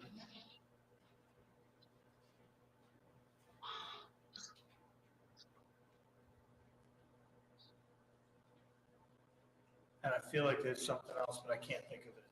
Fair enough. Just shows you.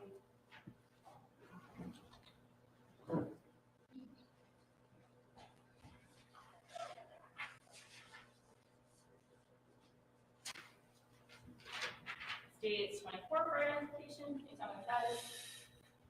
This is a photograph of Rachel's bedroom. And do you recall when he took that? I don't, Seeing a copy of the metadata to help you remember. it would, If you want to write down what day and time that was taken. so this was taken on February 8th at 10:36 in the morning.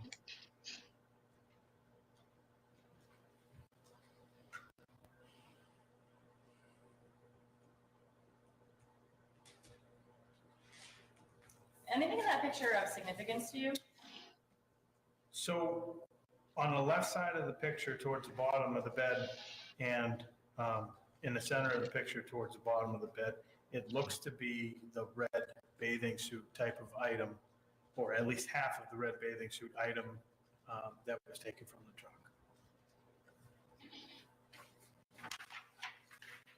That's the ID struck on 24 and it is full.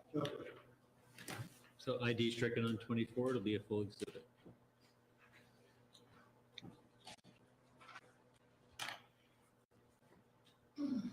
And this states 20 for identification.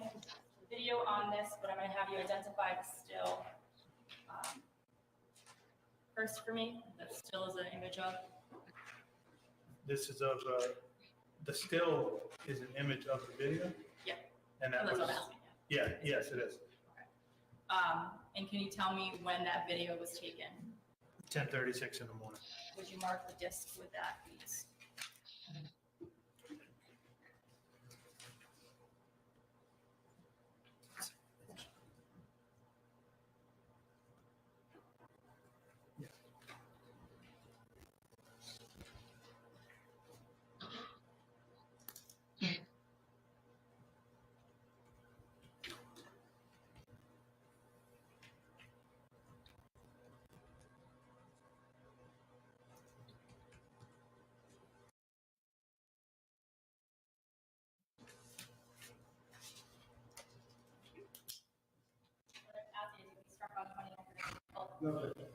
ID stricken on 20, it'll be a full exhibit.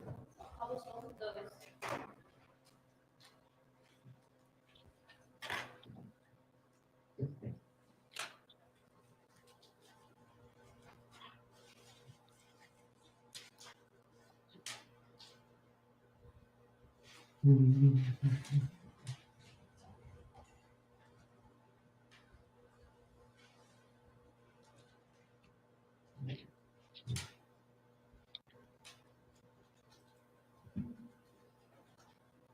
So that would be the video?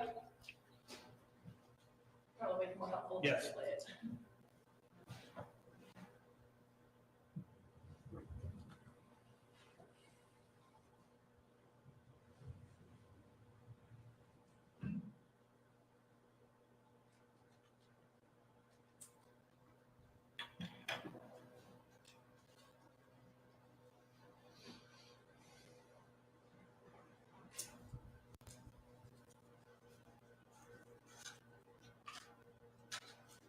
image? Yes. And that's that red item in the foreground is what you're talking about with the bathing suit. Yep, there's one in the middle on the bottom, towards the bottom of the bed, and it looks like the other half at the foot of the bed in the middle.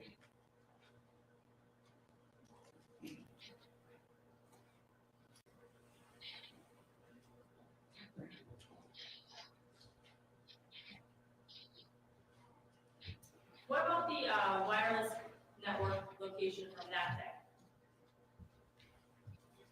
That shows he got to the house that morning around 5 past midnight.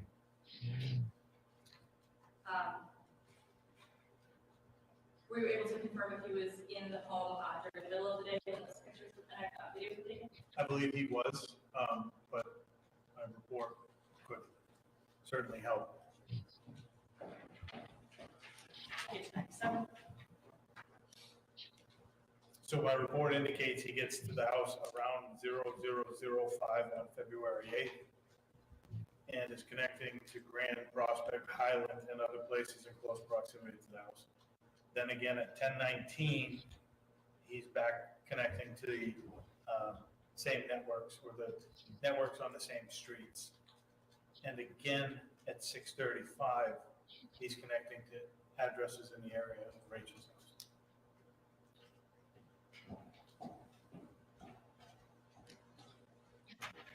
So moving on to the early hours of February 9th, the early morning hours, so the morning he's arrested. Were there any photographs or videos taken in those early hours? There were. Okay.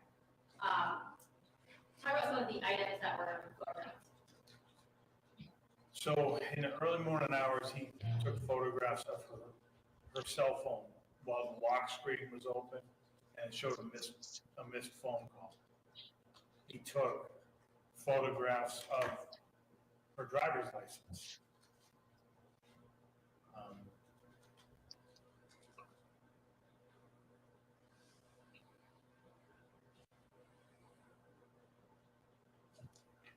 And I think he took pictures of something else.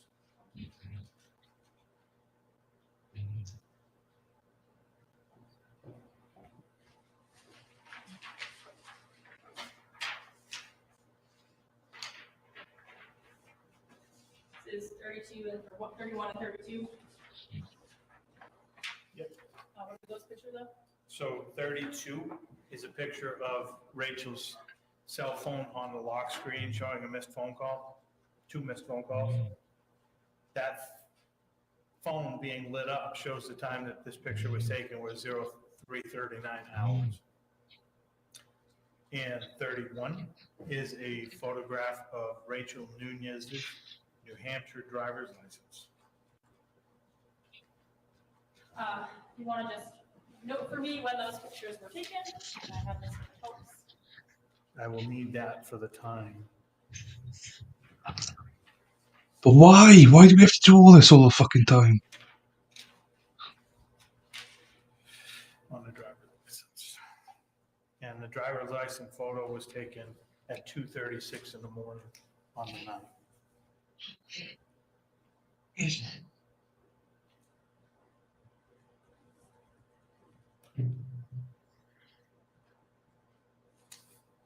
And by the way, this sheet that we keep using for refresh your recollection, what is that? This is a data page from a Cellbrite report that shows me the image, or the title of the image. It shows me the metadata of the image, and the metadata, it would contain information for the date, the time that it was taken. Sometimes it has the device that took it. Sometimes it has the location that took it. It also has a thumbnail of the photograph.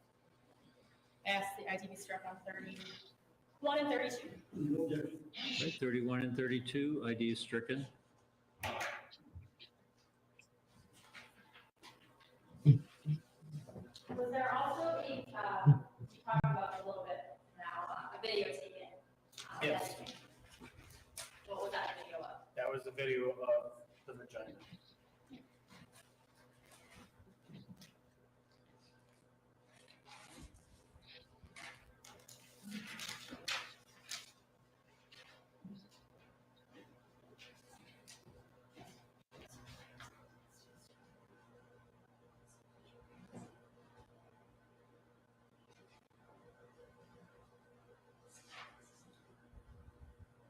They got to put that into evidence or what?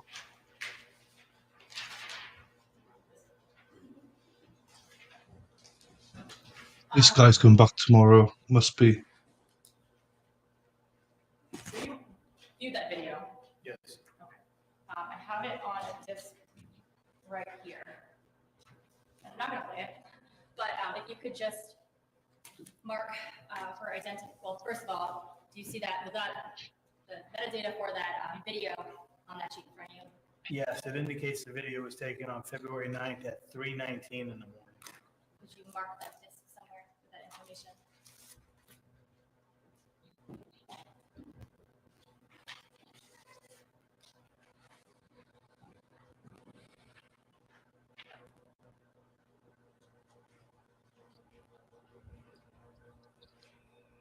Oh, little guy, he's a bit of a sicko, let's be honest.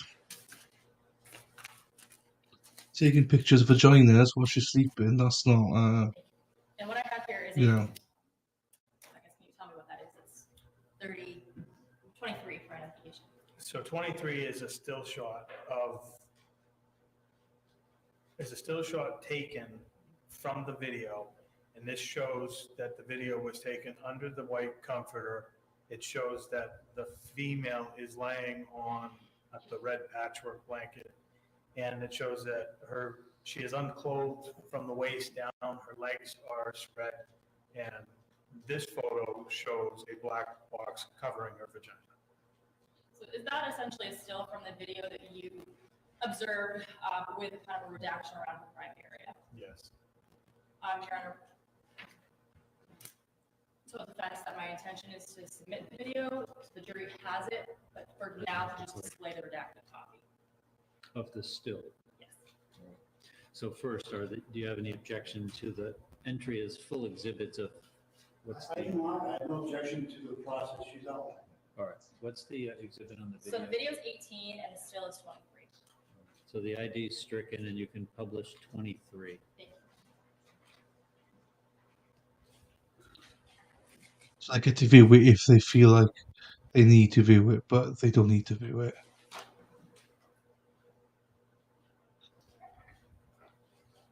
So that's the video, sorry, that's the image we were just describing. Yes. Can you tell me what we're looking at here? So on the bottom of the screen is the blanket that she lays on top of, like I said, the red patchwork type of blanket. You can see in the video, Rachel's left leg comes across the middle of the screen and it's bent towards the top, coming down to her thigh, and then her right leg's kind of probably stretched off a little to the right, as you can see. And this, she's not wearing any clothes. And then the comforter is at the top of the screen. So this would be her right thigh, is that right? Yes, And her left thigh yes, and left shin. yes.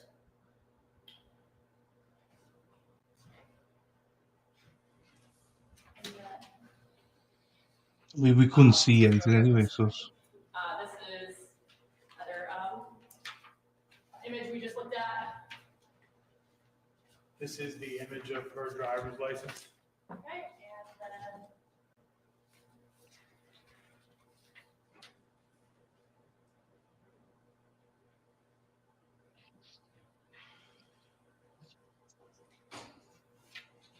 And this image is the image of Rachel's cell phone with the lock screen.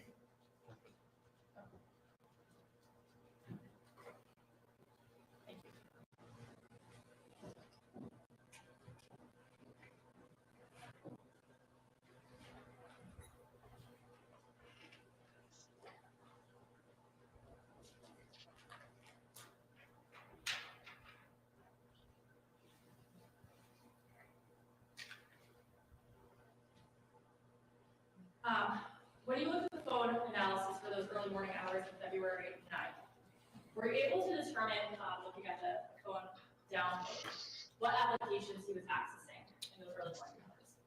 He was accessing a multitude of different apps in the early morning hours while he was in the home. Such as? The camera being one of them.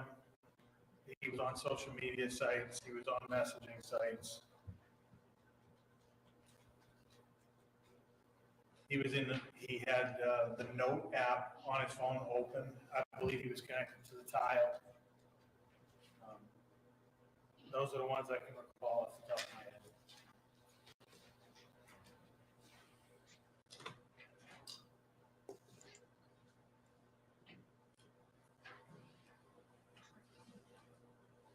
So you also have the ability to look at whether he had placed any phone calls in those early morning hours. Yes. And what was your analysis show? So after he took a picture of the iPhone with the lock screen, he called the phone number that was on it twice, but he dialed *67 before calling the number, so his number wouldn't show. So I'm sorry, just to clarify that image we just looked at is what you're talking about, like the home screen Yes, that he, where the, I guess, with a missed call with a number, yes, and you're saying he called the number that was on that lock screen after that. yes. And can you just explain *67? *67 blocks the outgoing number, so it doesn't show on caller ID what number's calling. Did she make any other *67? He made any other *67 phone calls on that, right? He made other *67 phone calls. I don't remember if they were late at night on the 8th or early in the morning on the 9th, and those phone calls were to Rachel's number.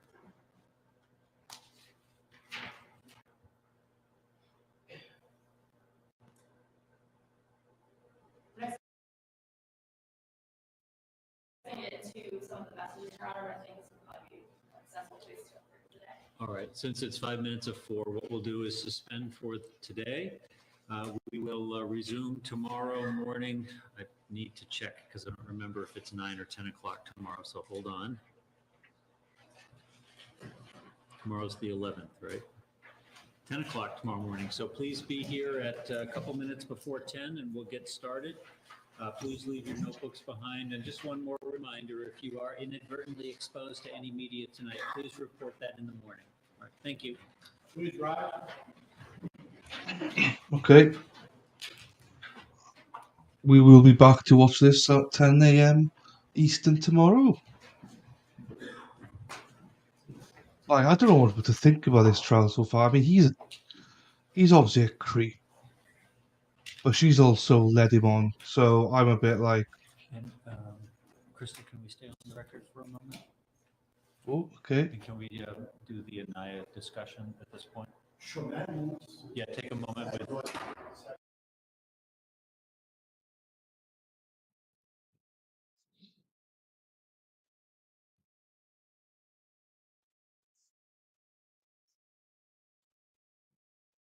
Oh, so we'll stay because we're gonna go on the record. So what I'm gonna do is, oh, I hate it when they fucking do that, but it's okay because what I'm gonna do is I'm gonna set up tomorrow's stream already because I'm efficient. Broadcast. Might as well set it up now once we've got a bit of time for YouTube and Rumble.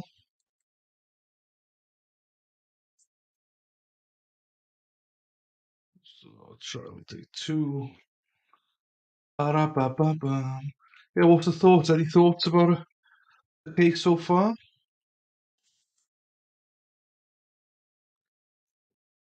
Oh shit, I can't do Rumble until afterwards. But it's okay, I'll do stream. Do this one now. I'm still suffering from the Rona. Beep, beep, beep, beep, beep. Go to content. Let's have a look at this. Dun, dun, dun. Beep, beep, beep, beep, beep, beep, beep, beep, beep. Beep, beep, beep, beep, beep, beep, beep, beep, beep, beep.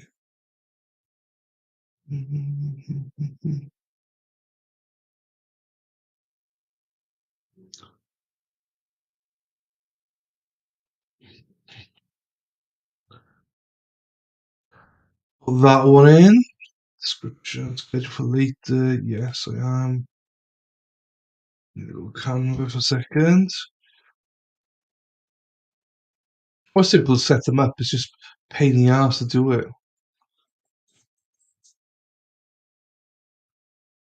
So back at 9 o'clock tomorrow morning, they've got something to put on record, so I'm gonna wait for that. But I'm setting up the other stream now.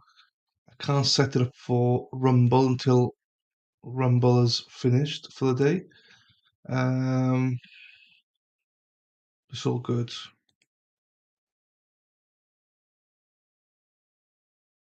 To upstate to, I don't know how long this is going to go on for, mind. I imagine it'll be that long.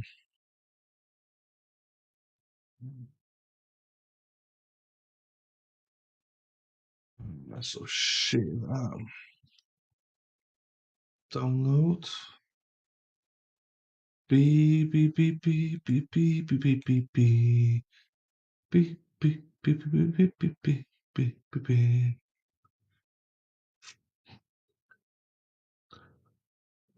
Load my thumbnail for that bad boy. It's 2101. Apply. Tomorrow is the 11th. Here we go, they're back as well. And we'll start at 2:50.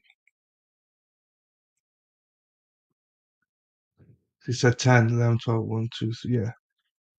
Oh, the captain's done for the day, but we'll just got his rucksack, but we'll leave his name on because he'll be back tomorrow morning.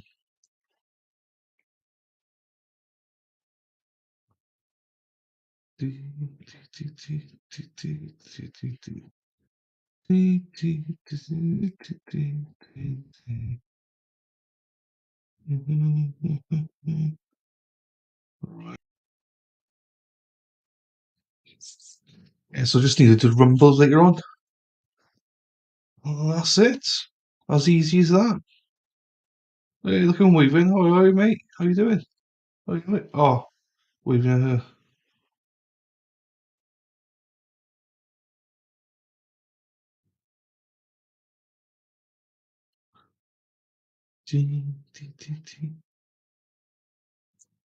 Rumble, do me a favour, guys. Like the video and give me a follow. The alternate corner. Give me a follow. It's absolutely, you do me an absolute right favour if you follow me. So until you get 25 follows, you have to Mr. pay Guerrero, you can go ahead $11. and have a seat. As I believe Attorney Starbranch just discussed with you, one issue that I wanted to discuss with you is the apparent defense that you are asserting in this case. Attorney Starbranch suggested in his opening that to the charges of burglary, that your defense is you are not guilty because you did not have the intent to commit an offense when you entered the structure. He has suggested to the jury that while that's not a burglary, it might form the basis for a conviction on the lesser offense of criminal trespass. Now, the difference between the two charges, burglary does require that you have an intent to commit a separate offense when a person enters an occupied structure such as a home. Criminal trespass is simply not being authorized or privileged to enter or remain in that occupied structure. Do you understand the difference between the two charges? You don't have to stand up, it's okay. Do you understand the difference between the two charges? Yes, Your Honor. Did you have a discussion with Attorney Starbranch about a defense strategy of essentially acknowledging a lesser offense of criminal trespass? I know that Attorney Starbranch hasn't done that expressly, but he has certainly set the stage to ask the jury that if they're going to find you guilty of that lesser offense. Did you have the discussion with him about that defense strategy? Yes, Your Honor. And did you authorize him to make that request of the jury, if it comes to that, to find you guilty of a lesser offense of criminal trespass? Yes, Your Honor. You did have that discussion with him? Yes, Your Honor. And you did authorize him to make that argument? And did you do so freely and voluntarily? Yes, Your Honor. All All right, sir, thank you. I appreciate your honesty and your input on that. Is there anything further from the state on that issue? No, that issue, no. All right. Attorney Starbranch, anything further on that issue?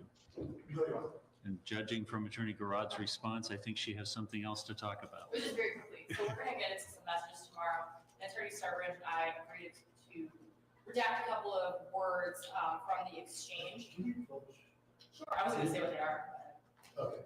All I'm right. just gonna say, there's just gonna be black boxes over certain items, and I don't want the jury to think that I'm hiding something from them. Accordingly, there's also a black box over the note part that we.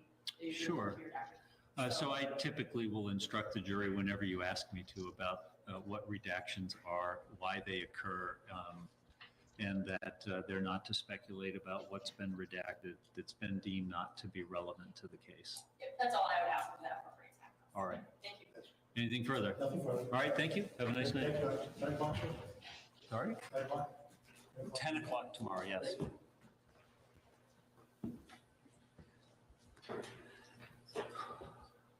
I think he's on bail, so I don't think he's arrested.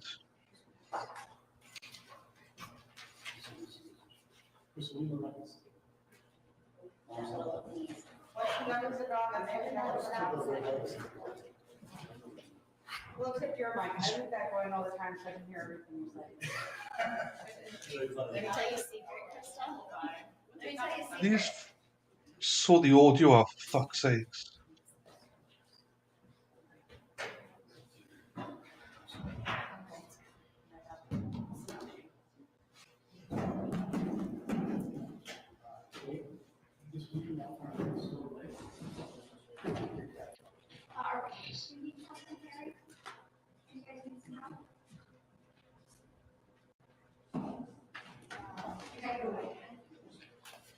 I don't know what's going on now. Oh, they closed it down. So that's going to be interesting, I think. It's interesting. I'm glad we picked this trial. I think it's going to be a little bit confusing on how they're going to define trespassing, burglary, and stuff like that. Oh, yeah. It's a bit of a different trial. I didn't like any of the witnesses right up until the last one. I think he's quite good. I think it's just quite straightforward. So we got him again tomorrow. So he's gonna be on there for a while, I imagine. I like the judge, like, yeah, it's 5-4. See you later, guys. Have a good one. Not fucking about you all night, which is good because there's pointless having a break there and then come back for like 45 minutes or something. No one wants to come back for 45 minutes. Let's just go. I don't think this is going to be a very long trial, so why not? Like, Rumble is still around. Come back tomorrow at 10 a.m. Eastern. And as I say, it literally, you just got to press the follow button, guys. That's it. Thanks to the two that have done it, but if more of you could do it, I'd be happy days. And then YouTube, if you can like the video if you haven't done so far, and I believe you all have. A lot of people don't do it for whatever reason. I don't know why, but that's it. Thank you very much for your time, guys. I've got Idaho 4 video to edit, so I'm gonna love you and leave you. There's not much to add today. There's nothing been added really. So with that, thank you very much, guys. And Rumble, I will be prepared for tomorrow's one, so you can get notifications. YouTube, that tomorrow's one's live now, so you can get notifications. So with that, thank you very much, guys. Take care. Have a great evening or afternoon, wherever it is. It's now 9:10 in the evening with me. So ciao, ciao. See you later. Bye bye. Ta-ra.